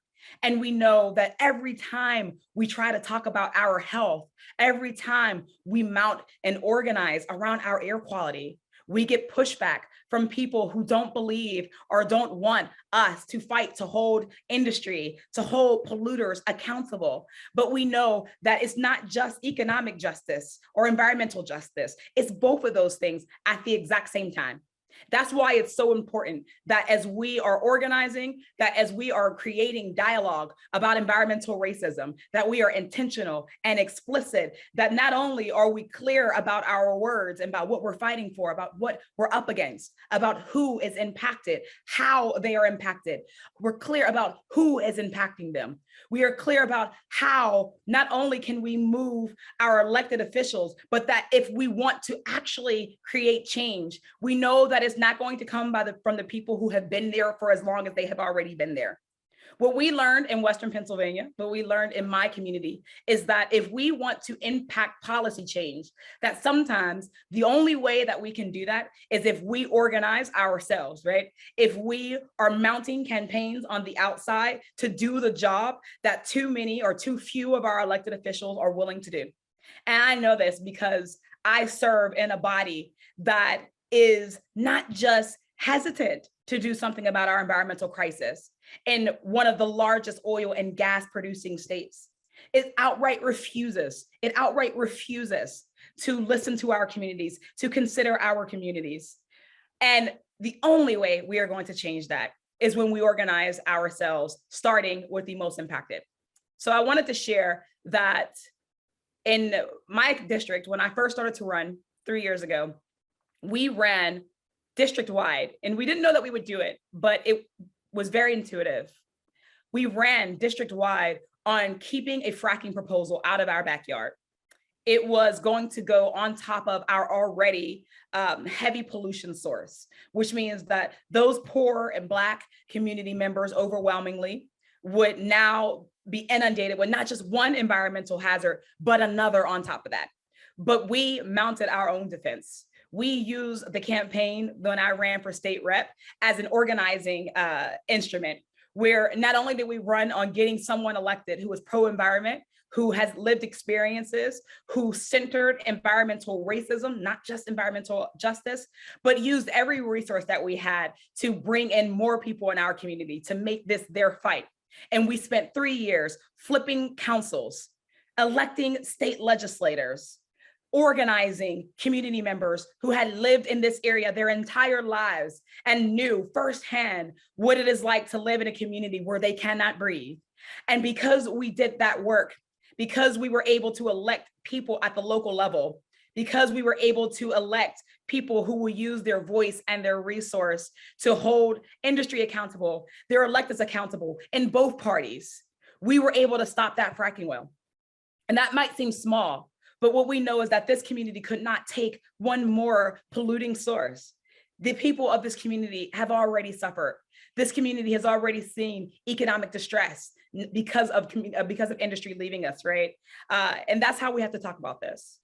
We have to help people understand that the way we are going to affect policy change is by moving people. We have to join our labor movement with our environmental movement, with our community movement, with our community organizing, because the pathway forward, the pathway to a just transition, which is not just a word, right, but is an action, but is a plan, a strategic plan that we must create together. The way that we are going to get to a Green New Deal is going to come straight from Western Pennsylvania. It's going to come straight from a district like mine, where as we empower new voters, as we empower new activists and environmental advocates, we have seen tangible results in our area. Now, that might not seem like a lot, but we have shown that when we actually bring people, that when we actually get behind them, when we actually put our resources together, we can start to fight back against industry and elected officials who we had never thought we'd have the power to go up against. So for me, what I want to see for our air quality, what I want to see for policy, I want to see action, just like everyone else. I want to encourage, and I spend all of my energy in encouraging and compelling my colleagues, Democrats and Republicans, to understand that we cannot wait, that there is no option, right? That this is inevitable, and that we can pretend to be friends of labor, right? We can pretend that we are just centering economic justice, but the days are waning where we can bury our heads in the sand and pretend that our environmental crisis will go away if our elected officials just ignore it. We have to have bold leadership from the front. We have to get rid of those folks who would say that you have the false choice, which I say is a lazy choice, that you can only have labor or environment, right? We know that that is no longer a limitation that we are going to accept in our communities. That's how we'll change policy. And that might seem hard. That might not seem like the answer that folks are expecting, that the real environmental change, that the environmental movement from the outside is going to be what saves us.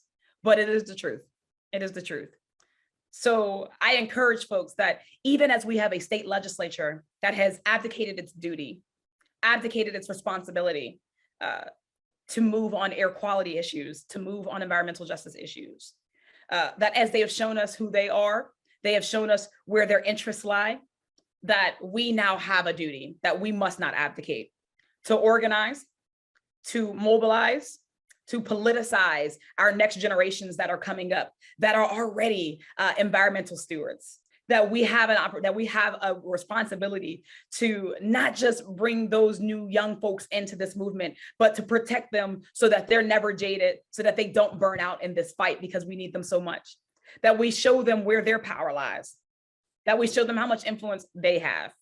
We will affect policy when we go into the labor community and we help them realize how they deserve a safe working condition and how they also deserve clean air and clean water in the communities that they work in. We're going to win as we start to flip seats in Democrat and Republican areas, even where we have Democrats who say that we believe in climate change. If they are not voting with their money, if they're not voting with their policy, then they are not doing what we need them to do. And we have a mandate. We have a mandate to replace them. We have a mandate to support those environmental activists and candidates from the beginning, in primaries and generals, in and out of election cycles. That's how we change policy in this state. That's how we're going to change policy, have already changed policy in our local communities. That's how we are going to empower people to make the decisions for themselves as their environmental stewardship pertains. And that's how we're going to win a Green New Deal. That's how we're going to win sustainable energy policy. And I am honored to be a part of that fight. I am honored to continue to go in and day out, both inside the system and outside the system, to organize around that, because I know that we will win. I know that we have no other options, but we can't back down, and we can't turn away. We can't miss a single opportunity, whether they're election cycles or interest campaigns. All of those are chances for us to change and correct course on our air quality in this region and in this nation. Thank you.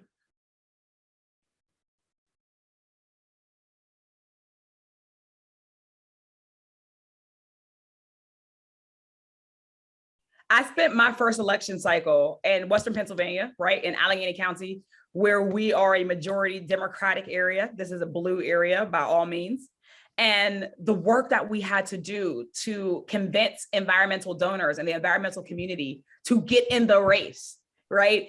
As we're running against someone who voted for fracking proposals, right? Voted against environmental protections. And it was like a clear contrast. And it was, for whatever reason, just not intuitive. The environmental community has, one of the biggest issues that we face, right, is this: we've been beat down by folks who outgun us.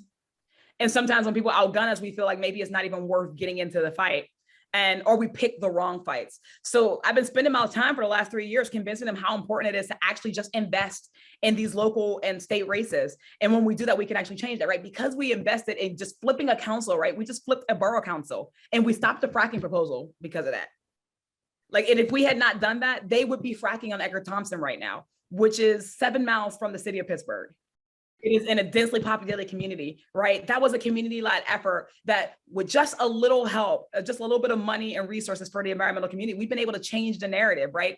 If the environmental community had not backed me, right, we would only have one national level politician from this area saying every day that we can't end fracking, or that we can't have a sustainable energy because you won't win on it in this region, right? You won't win it in our community, right? By just having someone else's voice balancing that out and opposing that and proving that they can continue to win, right? It's showing us the way, the pathway forward to actually winning on these policies. They're not, they're not frightening policies, but the disinformation campaign is large, right? So we have to go toe to toe with it, and we got to put our money where our mouth is sometimes too.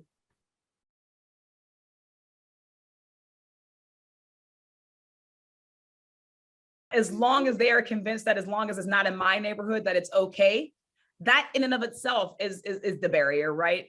These communities that are marginalized would be able to say no if our more affluent communities said no louder, right? No, not there either. No, you can't go there. No, you can't continue to victimize those folks. No, you can't continue to ignore those communities, right? That's what real solidarity is. That's the only way that we're going to be able to really insulate those other communities that have to take that industry on, right? So that they don't have to, so that we can actually start preparing for more sustainable energies, right? But as long as we can't say no to oil and gas, right? And like, as long as we can't say no to them, that means that we're all in danger. We have just a few minutes in this session where I would like to invite all of our panelists to just answer one more question. We heard Representative Lee's call to action. And so from a policy perspective, I'd like to hear each of the panelists say, if there's an action that you think we need to get started on, what would that action be? And so I'll open it up to the panel to see who would like to start talking about that first. I guess I'll take a shot at it. I mean, I think that Summer Lee basically said it all, and she said it so well. There's very little to add. I was particularly taken by her action related to not allowing a fracking activity in the community. Many years ago, I was on I think the first environmental justice panel that the National Academy of Sciences put together. We went down to Baton Rouge, and we ended up talking to someone who was a leader in the African-American community down there, surrounded by just one kind of site after another. And he said the problem was not NIMBY, it was WIMBY. I've never forgotten that. But we all know about NIMBY is it's not in my backyard. WIMBY is you wake up one morning and it is in your backyard. WIMBY stands for why in my backyard. And what we heard from Summer Lee was basically not letting that happen anymore. You're going to want to know why before you do anything. And you're going to make sure this isn't done to you. You mentioned Flint. I mean, that was classically a WIMBY issue. Folks woke up one day and they had this polluted water. We need to be able to continue to be in front of the issue if we're going to be able to deal with in a way that's supportive of the environmental justice needs of our country. And certainly, I didn't mention it, but COVID-19 is one that clearly also has an environmental justice component. Thank you. Thank you very much. Howard or Patrick? Howard, would you like to? Oh, for me, it would be get people to do their jobs. You know, you're charged with a responsibility. How do you wake up in the morning and realize that you're not carrying out the work that you're supposed to be doing? I mean, I worked with organizations for my whole career. If I didn't do my job, I would have been fired. Okay, it's a little harder with elected officials, but I think, you know, we need to take that next step and really demand action. And, you know, if they did nothing more than just do what they're supposed to do, I think we'd be better off. And until that time, I think that, you know, we got to, you know, take to the streets, so to speak. Thanks, Howard. And the town halls, you've definitely started that process underway. So thanks. Patrick, comment. Yeah. Yeah, I think you know, for us, we would want to see more clear public health communication from places like the health department, from those kinds of people in power who have the skill set and responsibility to inform the public about how particular air pollutant is impacting their public health or their health. And so we would want to see more robust communication, particularly in areas like environmental justice areas of the people who are bearing the greatest burden of this pollution within their bodies, within their homes. Those are the folks we need to never lose sight of as we are all sitting here advocating. We want to make sure that everyone has an opportunity to understand how pollution is impacting their bodies and their homes, and what they can do about it, and how they can join and advocate for and be empowered to put an end to this kind of to these kinds of exceedances. You know, can I just add a word, Matt? You know, it's interesting to me, if you just look at a real focused issue, UPMC Braddock and the closing of that hospital, a $6.5 billion organization deciding that it can't spend some millions there. You know, you get on there and look at the record, and it was, well, you know, only 23% of the people in the area were using the hospital. Well, because you weren't offering the services that would have been meaningful to them. So they took over that hospital. That was their goal. They bought that hospital. And their goal was to close it down and drive that business, because that's the way, unfortunately, the hospital systems look at it, to their other facilities. And so, you know, we have the very establishments that could be providing service to these environmental justice communities, either never choosing to locate there or locating there and closing them down. And on the other hand, we have a cancer center being built right across from the Shell cracker plant. Well, what does that tell you? Who came up with that plan and why? So it's an unfortunate situation that we face, but I think it's a matter of decades and decades of inaction, you know, and the reality is it's a time to kind of move it in a different direction. Well, thank you very much. I really appreciate all of your comments today. I want to thank you, Howard Rieger, Patrick Campbell, Dr. Bernie Goldstein, and Representative Summer Lee for an excellent policy discussion. There's obviously much to do, and so we'll hope to be in touch with you all as we help to build out that agenda going forward. So thank you very much, and I really appreciate your presentations today. Okay, so I have the really challenging task of trying to summarize this day, which I want to thank you all for still being part of this conference. The numbers haven't changed that much throughout the day, and so everyone who's been committed to being here throughout the day, I want to thank you for being committed and passionate about these issues and digesting a lot of information that was shared today. I want to thank the University of Pittsburgh School of Medicine, Center for Continuing Education in the Health Sciences, and community partners in asthma care, along with my Breathe Project colleagues for making this event possible. I want to send a special thanks to the Heinz Endowments for their support that also made this event possible. I want to thank the course directors, Dr. Debbie Gentile, Dr. Sally Wenzel especially, the planning committee, as well as all of the speakers and panelists who contributed to our learning today. And I also want to thank Fireman Creative for their technical support for making this event possible. And the Breathe Project staff and network and the network participants for everyone's ongoing engagement for the hard work that we do every day.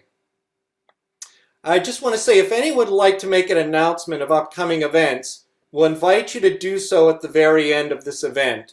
After I'm done giving some comments, if people want to do a shout out in the chat, we will open it up for that. Okay, so now I'm going to try to summarize some key takeaways from my experience throughout the day today. First of all, I want to say we're fortunate to have such high quality scientists, health professionals, and technology people who are all doing amazing work to help us understand our region's air, its impact on our region's health, and the impacts on asthma outcomes and other health outcomes among differentiated key populations in the region. This morning's presenters provided a very helpful overview of the pathways to disease from pollution and a thorough grounding of the fundamentals of air pollution and its regulatory structure. There was a very helpful discussion of the importance of indoor exposures to pollution as well as outdoor pollution on asthma. And it was documented that high exposures indoors can come from volatile organic compounds from the very products that are used in our homes in our indoor practices such as cleaning. Then we saw some presentations that documented that we have seen some improvements in air quality when viewed from the time frame over decades. However, the health science that determines health impacts from pollution, those levels have also evolved with evidence that shows health impacts at even lower levels of pollution concentrations and also with the impact of COVID-19. So that means we can't just rely on standards that were set a long time ago as the yardstick for where we need to be. This region still lags on air quality performance. It does not meet the advancing standards as set by the World Health Organization and will very likely be out of attainment again as the EPA revises its standards next year, the National Ambient Air Quality Standards for particles. We still remain at the back of the pack when it comes to regional health and air quality. We've seen that reductions in pollution have been driven by reductions in emissions from coal-fired power plants, especially sulfate reductions upwind of Allegheny County. These reductions have been occurring regionally in the northeastern U.S. However, the reductions have been less in Allegheny County than those other places, most likely because of local contributions to pollution. We also saw today some visual tools that capture the impacts of pollution from major point sources and helps us document the region's experiences in terms of smells, in terms of sensors and data, and visual data from cameras. These tools have been extremely helpful in connecting experiences to data, greatly aiding our ability and the ability of residents directly to make sense of what happens pollution-wise on a day-to-day basis as well as over a longer-term period of time. We've seen that researchers have been able to document the impacts of weather patterns, especially temperature inversions, on pollution incidents in the region, most dramatically illustrating that pollution levels can often double in locations near pollution sources where these inversions are happening. Then we had a really amazing beginning conversation about environmental justice. Some of the key takeaways from this panel of presenters are environmental justice communities bear the greatest burden of exposure and disease, from COVID-19 to air pollution and emissions from and particle pollution and exposures from black carbon and nitrogen oxides. Data clearly show increased environmental risks and increased premature mortality in communities of color and socioeconomically disadvantaged neighborhoods in our region. And one of the things that came out is that families oftentimes don't have a role in policy making that affects their social determinants of health. And we need to change this so that every child has a chance to succeed from more equitable social determinants.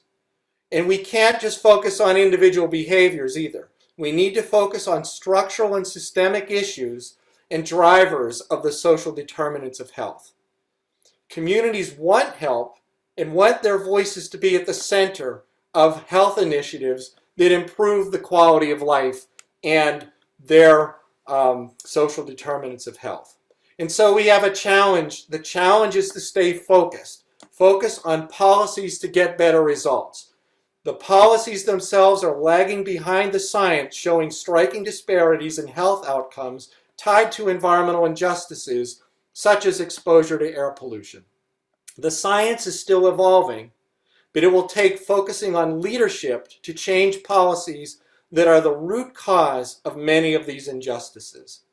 There are examples of interventions on social determinants of health that are really inspiring and a springboard for extending the work so that systemic, racial, and structural issues can be addressed and outcomes improved. Hope is a really big part of this, and also change takes a long time. People need to remain committed to the work over the long term with community voices at the center. Now, not only did we hear about inspiring high-quality science, data, and technology today, we also heard from residents who are committed to reducing air pollution in the region because they are impacted by pollution, both chronically by having high amounts of pollution on a regular basis in their communities and acutely with severe exposures from ridiculous episodes of pollution from events occurring from facilities that disrupt lives and cause health impacts. This sort of storytelling is also good science. It's good social science. There's a long history of deep levels of engagement that produces detailed integrative narratives of events that define a landscape of meaningful experience for people as being effective tools of science and especially policy. This social science is the driver of positive change in society and for improving policies in health. It's also the way new types of more traditional scientific studies are introduced because they fill gaps in knowledge that are discovered. Such stories are also deeply moving and highlight the work involving human systems that impact children, families, neighbors, communities, and everyone in our region. These stories also define who we are. The stories of pollution episodes have highlighted drastic gaps in policies that have resulted in repeated failures to inform people when health impactful pollution events occur. The lack of emergency notification when such impactful episodes occur is something our region needs to address. And it's not only necessary to alert people, but it's also necessary to educate people on what people should do when such an alert goes out. We also need policies that reflect health standards, not necessarily just the regulatory minimums or just the air quality index. Our standards need updating. We need to include COVID-19 as a factor in our policy updates. It's time to advocate for improvements in the National Ambient Air Quality Standards for PM 2.5, something we hope to see evolving in the next year. We need to organize ourselves in order to impact policy change. Our policymakers are not factoring in the needs of communities. Organizing is a necessary step for changing. And I agree with Representative Lee that we want action. We cannot wait. I just want to take one more moment to reflect on my role at the Breathe Project. It's an honor to be able to work with so many people in our region. And where I am in this role, I see the need to address many ongoing issues. I feel the drive that many people that are here today are moving forward to address injustices. And I daily experience the frustration of the impact of special interests that hold back progress and lead to increasing harms and continuing harms of people. And so I just want to let everyone know how much the commitment is from the Breathe Project to help supporting your work, putting your work at the center, and driving things forward so that we can all have better outcomes. And I just want to thank everyone for their commitment to making change over the long haul. One last special shout out for Dr. Gentile for all of her work in inspiring this conference and driving it forward, and everyone that has united to help support Dr. Gentile and her heroic work over these past few years. And with that, I want to say thank you all. Thank you for your commitment today, and I look forward to seeing all of you as we move forward with the work. And what I'd like to do now is open it up for anyone who would want to advertise an event or a way to get engaged going forward. Please feel free to use the chat. And with that, I'd like to say thank you, and I hope you enjoy this evening and this very day. Take care. Thanks.